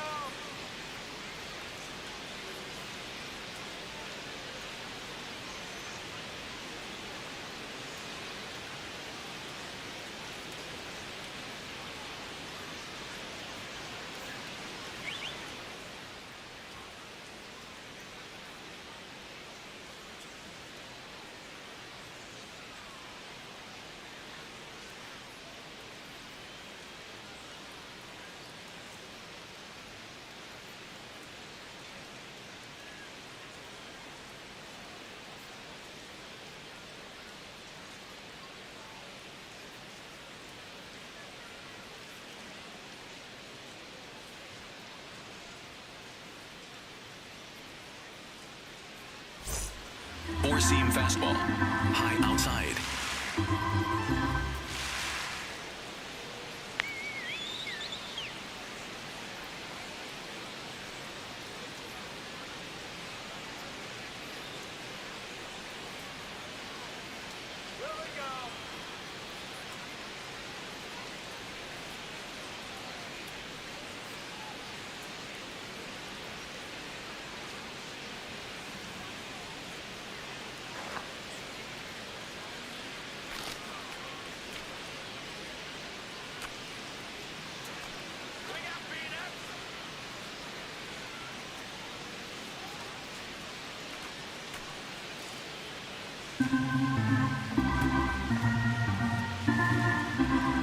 Four-seam fastball. High outside. The 0-1. Foul ball. Four-seam fastball. High outside. 0-2 now.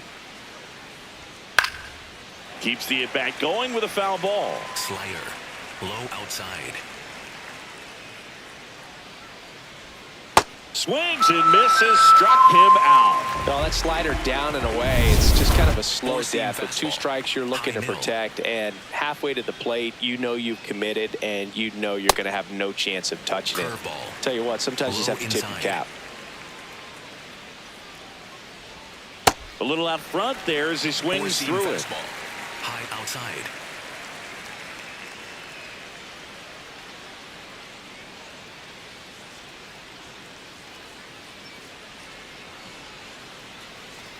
Four-seam fastball. High outside. Swing and a miss. Struck him out. So he picks up his 6th strikeout of the ball game. Toughest pitch to hit. Fastball on the outer black. Man, sometimes you just got to tip your cap. Four-seam fastball. And up next for Seattle, Brendan Donovan.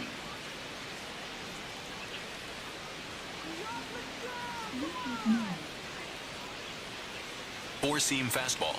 Low outside. Let's go, Carlos.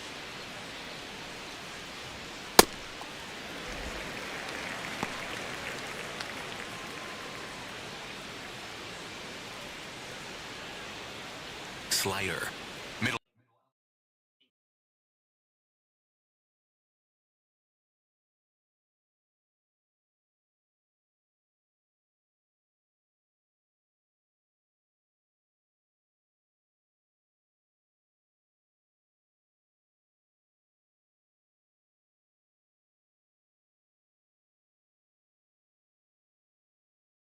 Connected.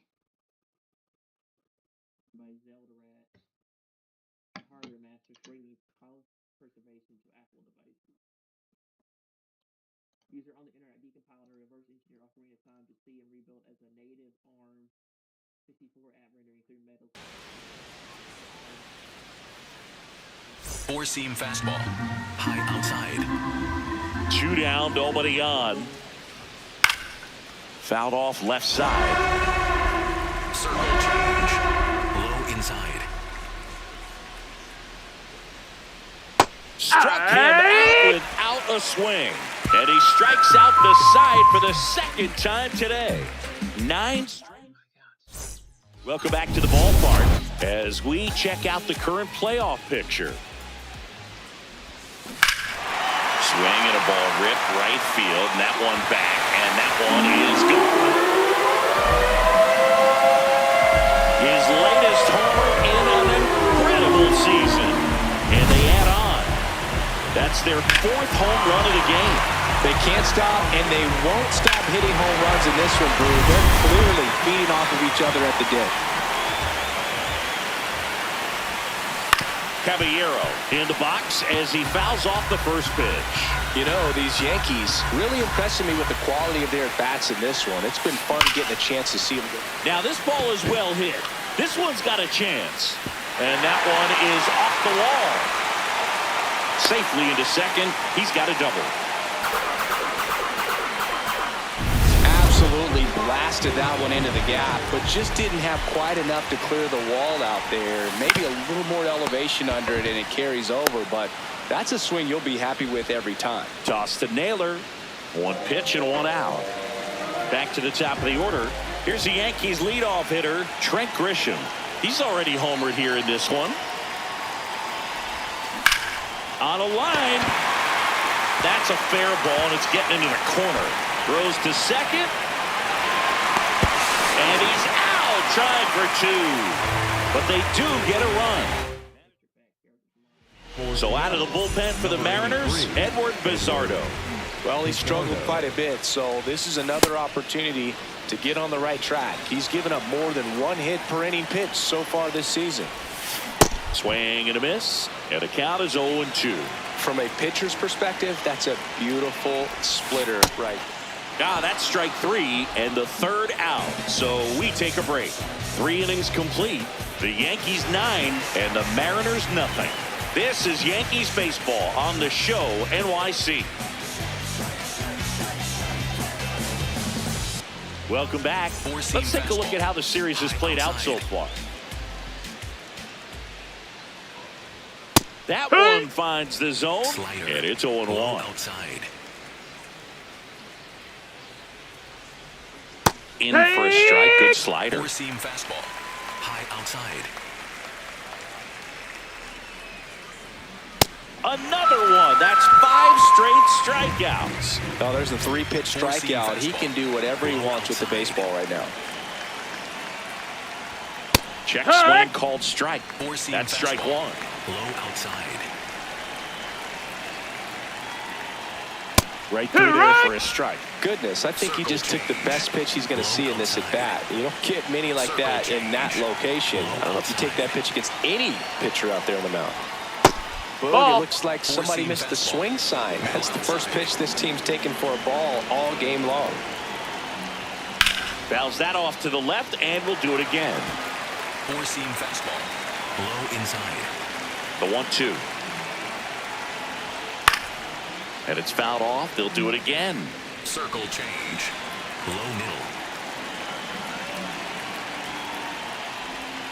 Strike 3, and now 6 strikeouts in a row. Well executed pitch on the outside part of the plate. 2 down, bases empty. Now it's the right fielder, Rob Refsnyder. His first at bat was a strikeout.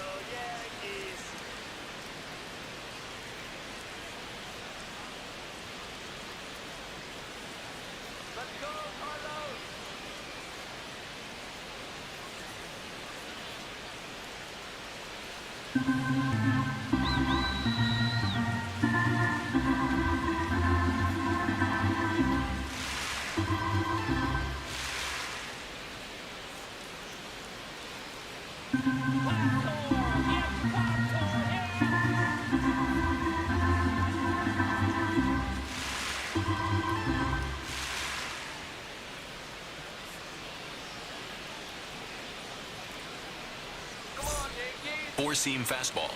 Low inside.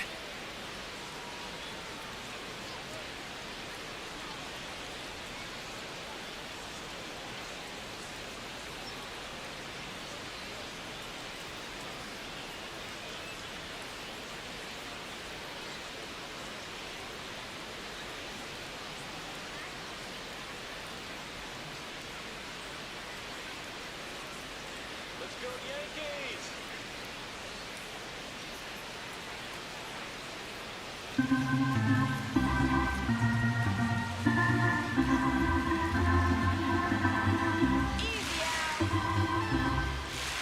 Four-seam fastball. High outside. Yeah, that's fouled off. Four-seam fastball. Low inside.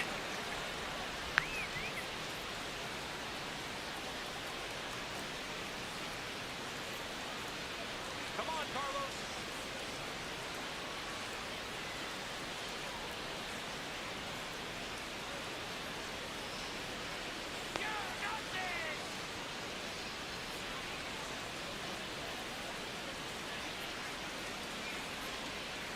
Let's go, kid!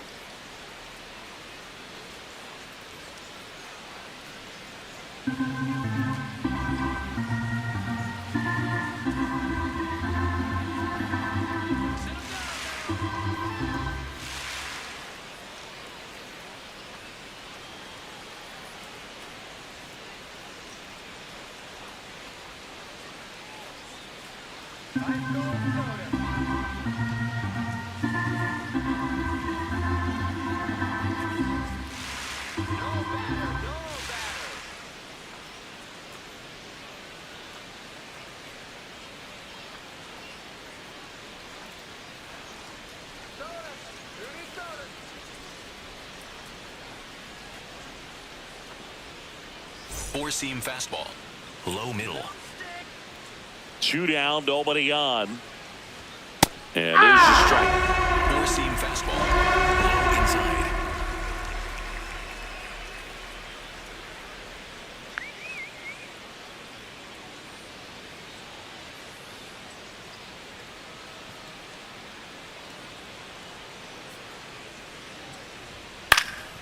fights it off. He'll see another. 2 down, nobody on. Top half of inning number 4.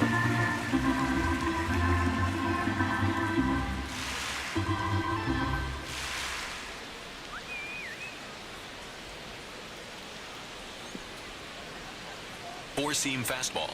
High inside. The 0-2. Swing and a miss. Struck him out. 7 in a row by way of the K. So 12 up. Back in the Bronx. They put themselves out in front with a nice display at the plate. Take a look at the spray chart for where their hits have landed. Yeah, it looks like they've been spreading it out pretty well in this one, Boog. Spraying the ball all over the yard. Good team effort at the dish. And a good start to the inning. He kind of rolled over on his pitch a little bit, but he got enough behind it to shoot it through for a knock. And you'll take that anytime you can get him to find a hole. Bellinger in the box here and fouls it off for strike 1.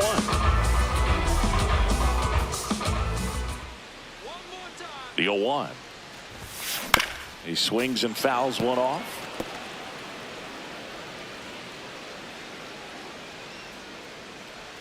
The 0-2. Swing and a miss for the strikeout. Nice job behind the plate there. 1 out man at first. And next for New York, Austin Wells. 1 for 2.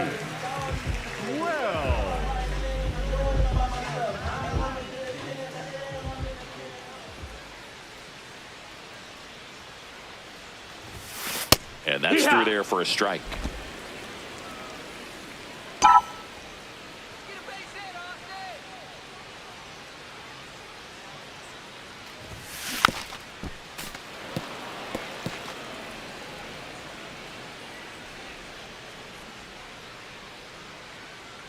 The 0-2.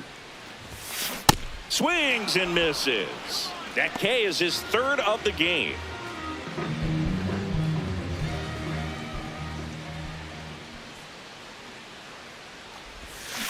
That one fouled off. Volpe needs just 1 hit to reach 200 for the season. Now the 0-1. Swings through that. Pretty impressive the year he's put together. 200 hits doesn't happen by accident. And there are some years nobody reaches 200 at all. Props to him for getting this far. Fouls it back with 2 strikes. And the 0-2. Right side, hard hit. He takes it himself to the bag, and that'll do it. 1 left for the Yankees, but they're still in command. 9-0.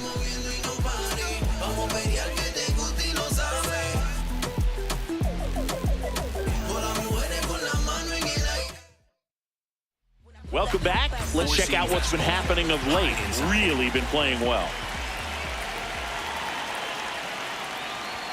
That one's in there. Going well, these Mariners just aren't putting together very many good at-bats in this one. We're in the back half of the game, and they're still searching for a base runner. He's been great out there on the mound, no doubt, but it's also been a disappointing performance at the plate to this point. Stays alive. And as we get deeper, it's not going to get any easier. These at-bats are going to feel more and more desperate with every out the rest of the way.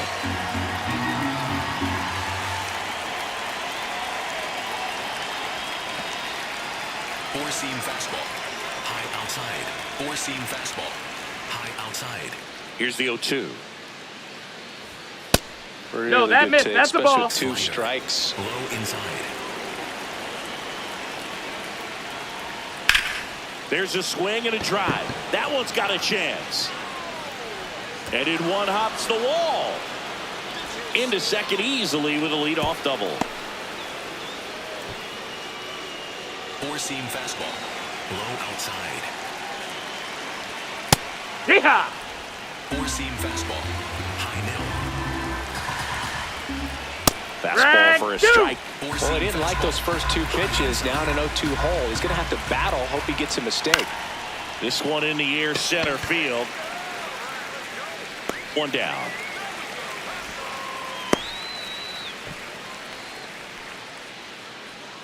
Up next for Seattle, the first baseman, number 12, Josh Naylor. So now with one away and a man at second.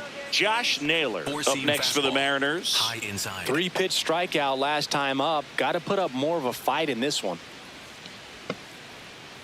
4-seam fastball. High inside. Up the middle, Chisholm whips it to first. Yeah, they get the out. The batter number 2, second base. 4-seam fastball. High outside.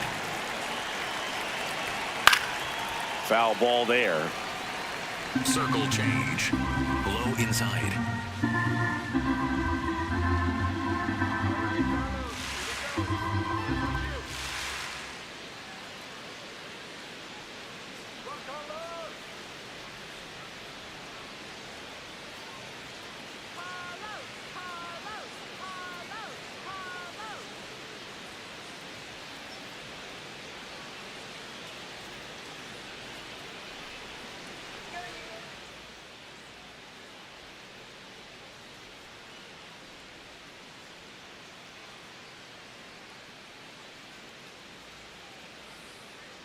Fans, do you have what it takes to be a major league umpire?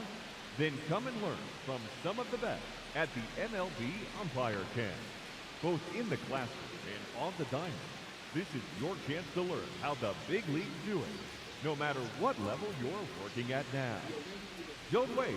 It's the chance of a lifetime. Become the best umpire you can be. Middle outside. Visit MLBUC.com.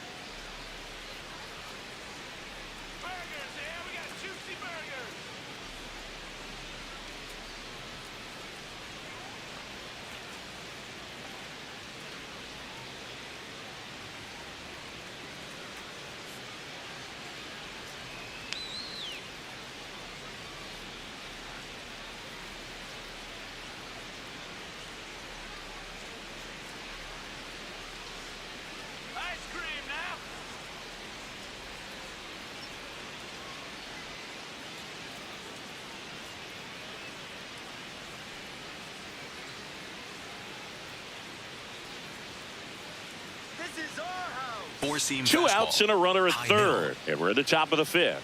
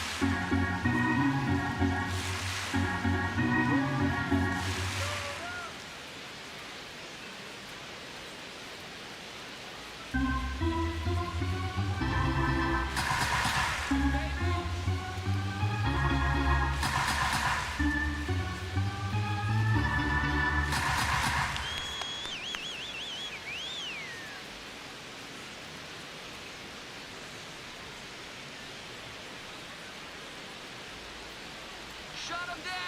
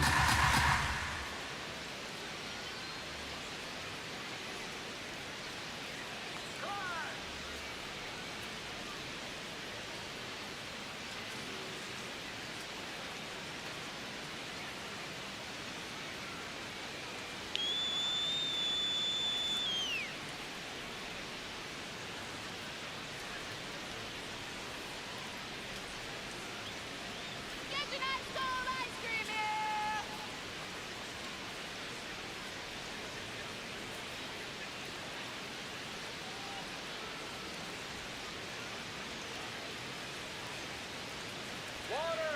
Get your water here!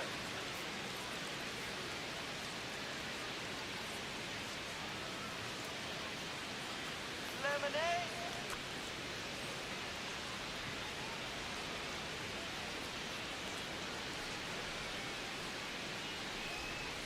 Easy out, let's go!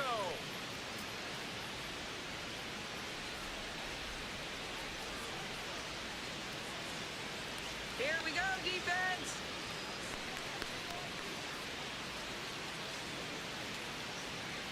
Peanut!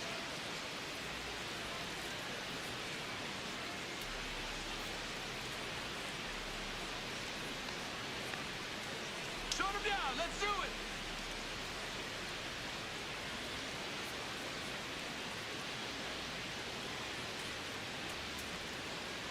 Hey, get your cotton candy here!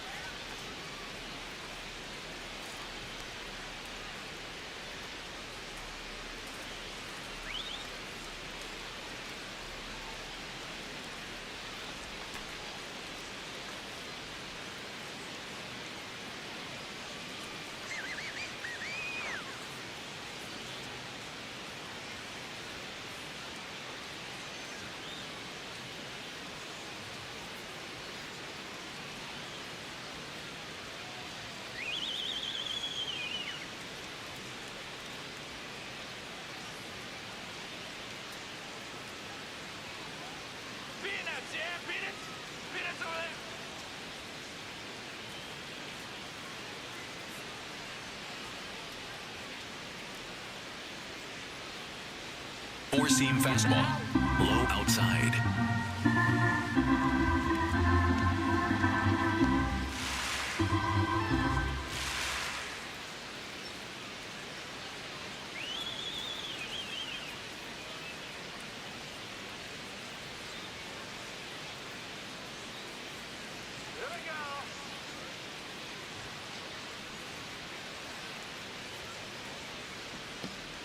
Four-seam fastball. Low outside.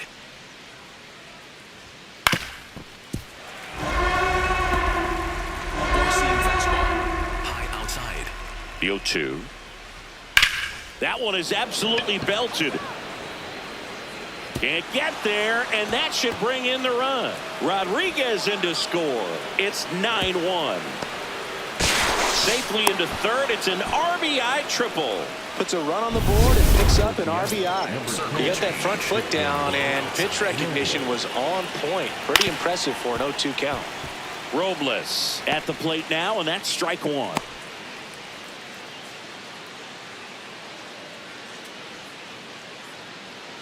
Two outs with a runner at third. Outside.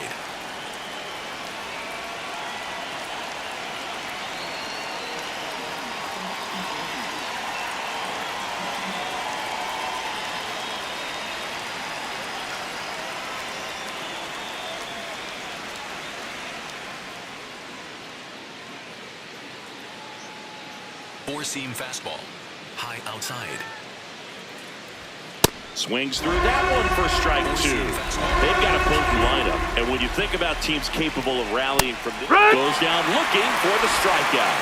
They limit the damage here. A run on 2 hits, and they leave one. Home half of the fifth coming up. Back now to start the bottom of the fifth, and taking over on the mound, Yasver Zulueta. And with the big deficit on the scoreboard, he almost has to just put that out of his mind. Every outing matters for relievers and their numbers, but I think it's tough to get up for this type of appearance the same way you would for one in a close game. Here's the third baseman, Jose Caballero. Next offering, pop foul off to the right out of play. Now, this is just par for the course these days. Huge fastballs coming out of the bullpen. On the ground to third. Home half of the fifth inning, moving along, 2 quick outs.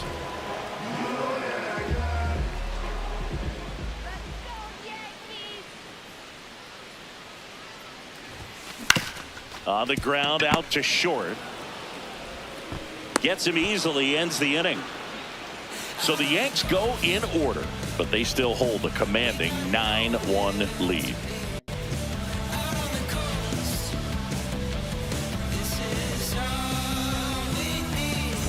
Welcome back. A few highlights to help tell the story of the game. Yeah, I said the windows tinted, it ain't rented. I'm winning. Baby was with it in mid-sentence. I feel it. No bad, I did it. It's just the beginning. I ain't even close to finish. I got money on the other line. I got to get the call. If you ain't gonna make it better, I don't even get involved. Couple on the close, that's involved. Getting duggies with my dogs till it's through the walls. I done drove Fiscus to Nissans. Don't do arguing. I just throw the peace signs. Meditate for some me time. Headed back into the city. I'm on the east side. Real for real. You'll think I'm in the Navy. I'm still in the deal. Atlanta. Brendan Donovan will hit next. The third baseman, Brendan Donovan.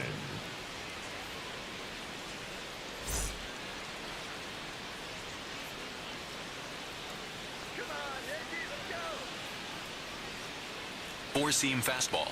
High middle.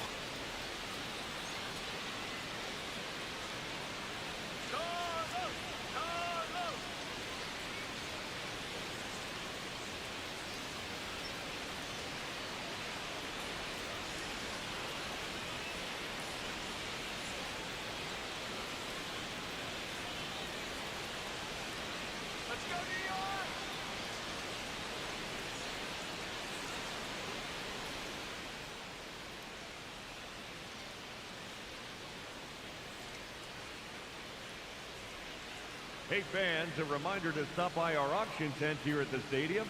This month's amazing celebrity auctions include game used merchandise, autograph print, and even a mystery lock of hair. Gross.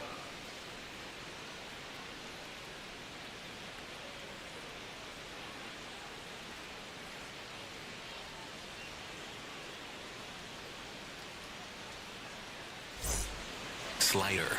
Middle outside.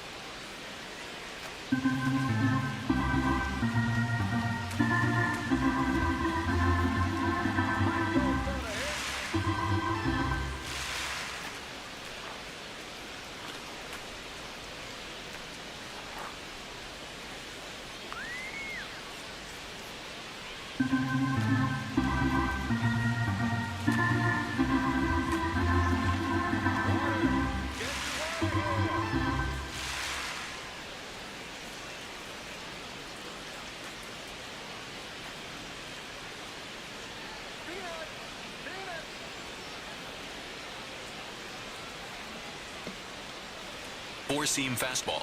High outside. Yeah! Four-seam fastball. Low outside. Fought off foul. Four-seam fastball. Low inside. 0-2 now. Four-seam fastball. High inside. Good job to fight that one off. Circle change. Middle inside. Strike three. Got him looking on the changeup. Well, he throws him with the changeup right there, and I think he was so geared up for fastball. Once he recognized that it was off speed, he just wasn't able to make an adjustment. So a really good strikeout, and pitcher just won the battle. Looked like you got a little excited on that fastball. Got to think to yourself, I want to stay up the middle. That way, if you're a little bit early, you hit it out of the ballpark. If you're a little late, opposite field knock. Low outside. Swing and a ground ball. Sends it across to first. 2 quick outs to open the top of the 6th. That's what a good sinker's designed to do. Get a guy to roll over a little bit, hit the ball on the ground, kill some worms while you're at it. Raleigh, the batter now, as he swings and misses for strike 1. Pop foul out of play off to the right. 2 down, nobody on. And we're in the top half of the 6th.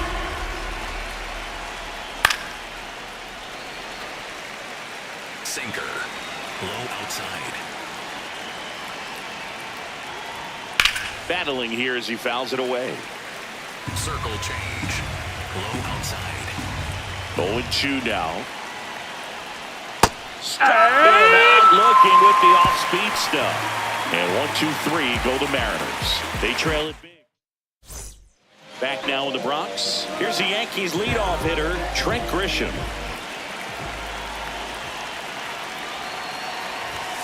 And the first pitch misses for ball 1. You know, these Yankees, digging into their numbers, have to be happy with the swings they're taking. Everything seems to be clicking, and the 6. And now this one's a rocket to right.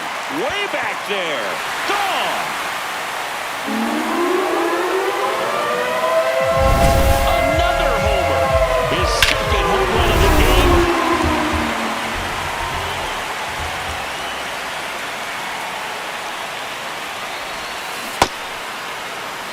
Nobody on, nobody out with a run in here in the bottom of the 6th.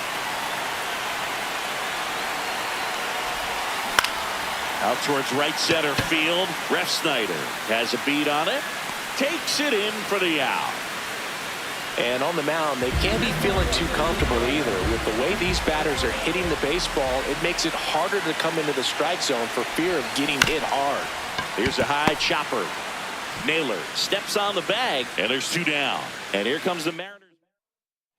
For the So they turn to the lefty in this spot, Jose A. Ferrer. He's into the game with the bases empty. Swing and a ground ball up the middle to first. And the lefty reliever does his job.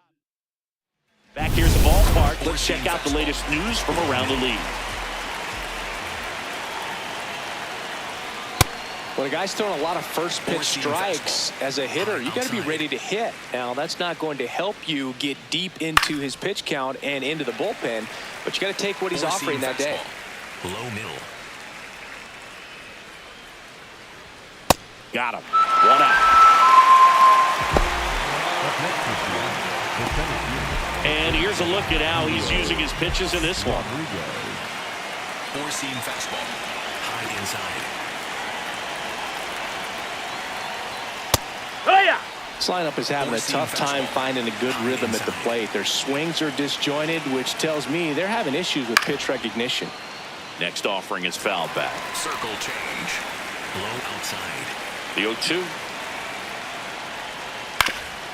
Up the middle. Throws to second.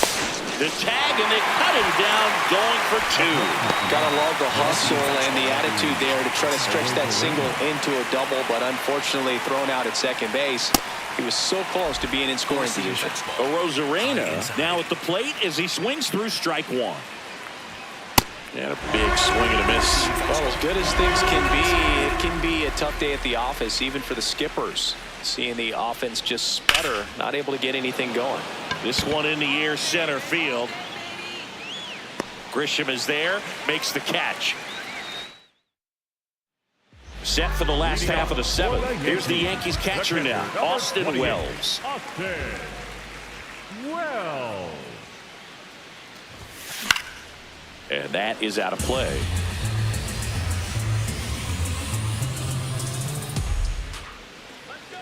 Oh, 1 now.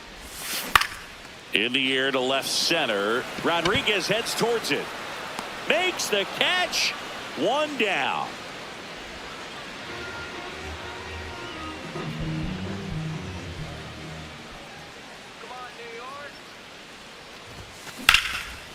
Liner caught at second. It's never fun going back to the dugout after hitting a line drive that finds a glove, but you will get some high fives. You know, when you make great contact, you feel like you've done everything right. But in this game of baseball, not everything is in your control.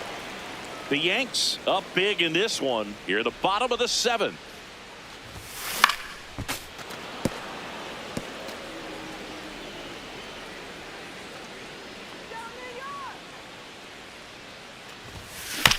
Chopped left side.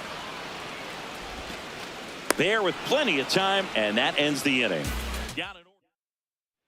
We go to the 8th, and stepping in for the Mariners, Josh Naylor. Late swing, foul to the left. Four-seam fastball. High inside. Here comes the 0-1. And there's a fly ball deep right field. That ball's carrying. And it is gone. And they cut into the deficit. Boog, I wasn't sure he hit that one as hard as he needed to get it out of here, but it had just enough behind it for the homer. What an attempt at the wall, though. He really gave a terrific effort to try and bring that one back. Nobody on, nobody out with a run in, and we're in the top of the 8th.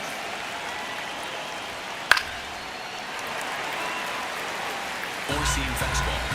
High inside. And that's the strikeout looking. And that's the first out. Nice recovery after giving up the homer.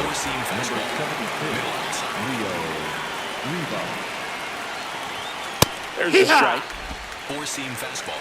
High middle. Swing and a foul out of play. Four-seam fastball. High outside. The 0-2. Got him looking.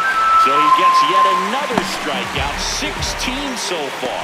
Gosh, here it is. Hit it. 3-pitch strikeout. All fastballs. Man, he's got a lot of confidence in that pitch right now. Brendan Donovan up next for the Mariners. And immediately pumps in a strike to the left-handed hitter. Low inside. Next offering is fouled back. Slider. 2 down, nobody on. Spoils the 2-strike pitch, and he'll see another. 4-seam fastball. High inside. Here's the 0-2. In the air, right field. Stanton moving under it. And that's the 3rd out. The Mariners pick up a run thanks to this solo homer. It's now a 10-2 ball game.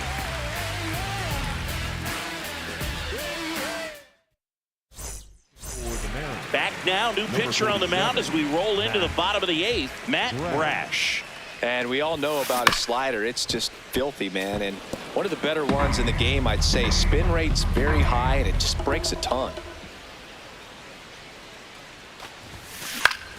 Next offering popped in the air, right field. Brings it in, and there's 1 down. So now the pitcher for the Yankees, Carlos Rodon. 0 for 3 in this one. He swings and misses at the first pitch. 0-1. Action in the pen down there. Gabe Spire, the left-handed reliever, appears to be getting loose.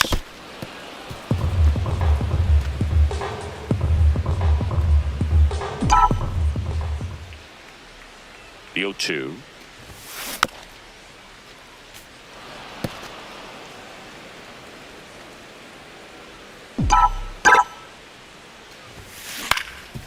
Ground ball up the middle. Crawford sends it to first. That's it out.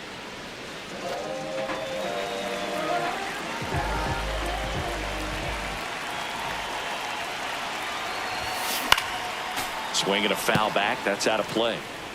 2 down, nobody on. Here, the bottom half of the 8th inning. High fly ball, right field. And that is that.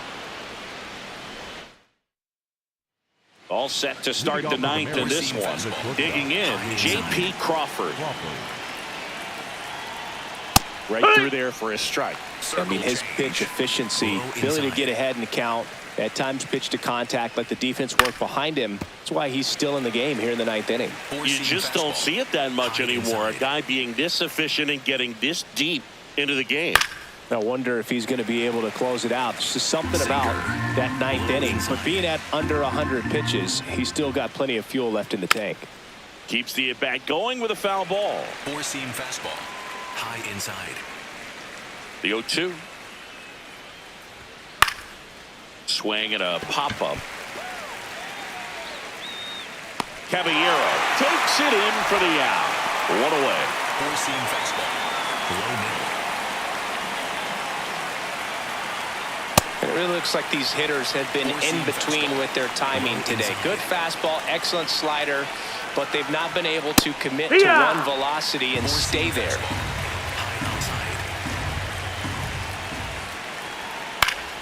That's foul off to the right side. Keeps the AB going. 4-seam fastball. High inside. 0-2 now. Struck him out swinging. Down to the last out for the Mariners. 2 outs, base is empty. And up next for Seattle, Rob Refsnyder. So impressive how the velo is still there even this deep into the outing. These 2 offenses can put up runs in a hurry. Rodon is just 1 strike away. Slice to right. The throw in. Back against the wall with 2 strikes, but found a way. Anytime you rip a line drive the other way, you feel really good about what you did at the plate. You trusted your hands, you let the ball travel, and you took the barrel straight to it. That's great work right there. Comes up empty. That's strike 2.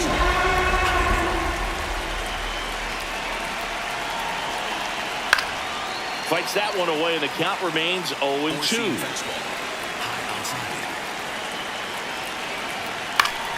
Foul ball left side. He'll see another. 4-seam fastball. High inside. him, and that's the ball game. It seemed like from the first pitch of this ball game, this guy was going to get it done. A quality start, who knew he'd throw a complete game and get the victory. But an excellent job of continuing to just throw what the catcher put down. He navigated through this ball game, a jam here, a jam there, but ultimately it was an outstanding outing. 10-2 the final in this one. For Chris Singleton and our entire crew here at MLB The Show, thanks for stopping by. I'm John.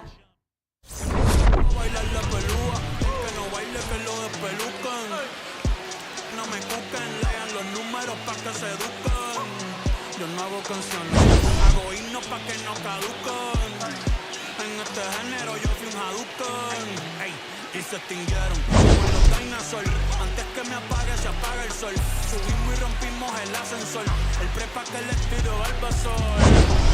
Conejo, ahora los miro de arriba y de lejos. Ey, no contesto bien, no. Con mi manejo, pero yo soy Coco, usted de Baking. Busca el T tirándome un breaking. Estoy en mi peak. Y voy a seguir en mi peak. I'm internationally known when I be on the mic. I'm internationally known, yo. I'm internationally known when I be on the mic. So all hail the honorable. It's to my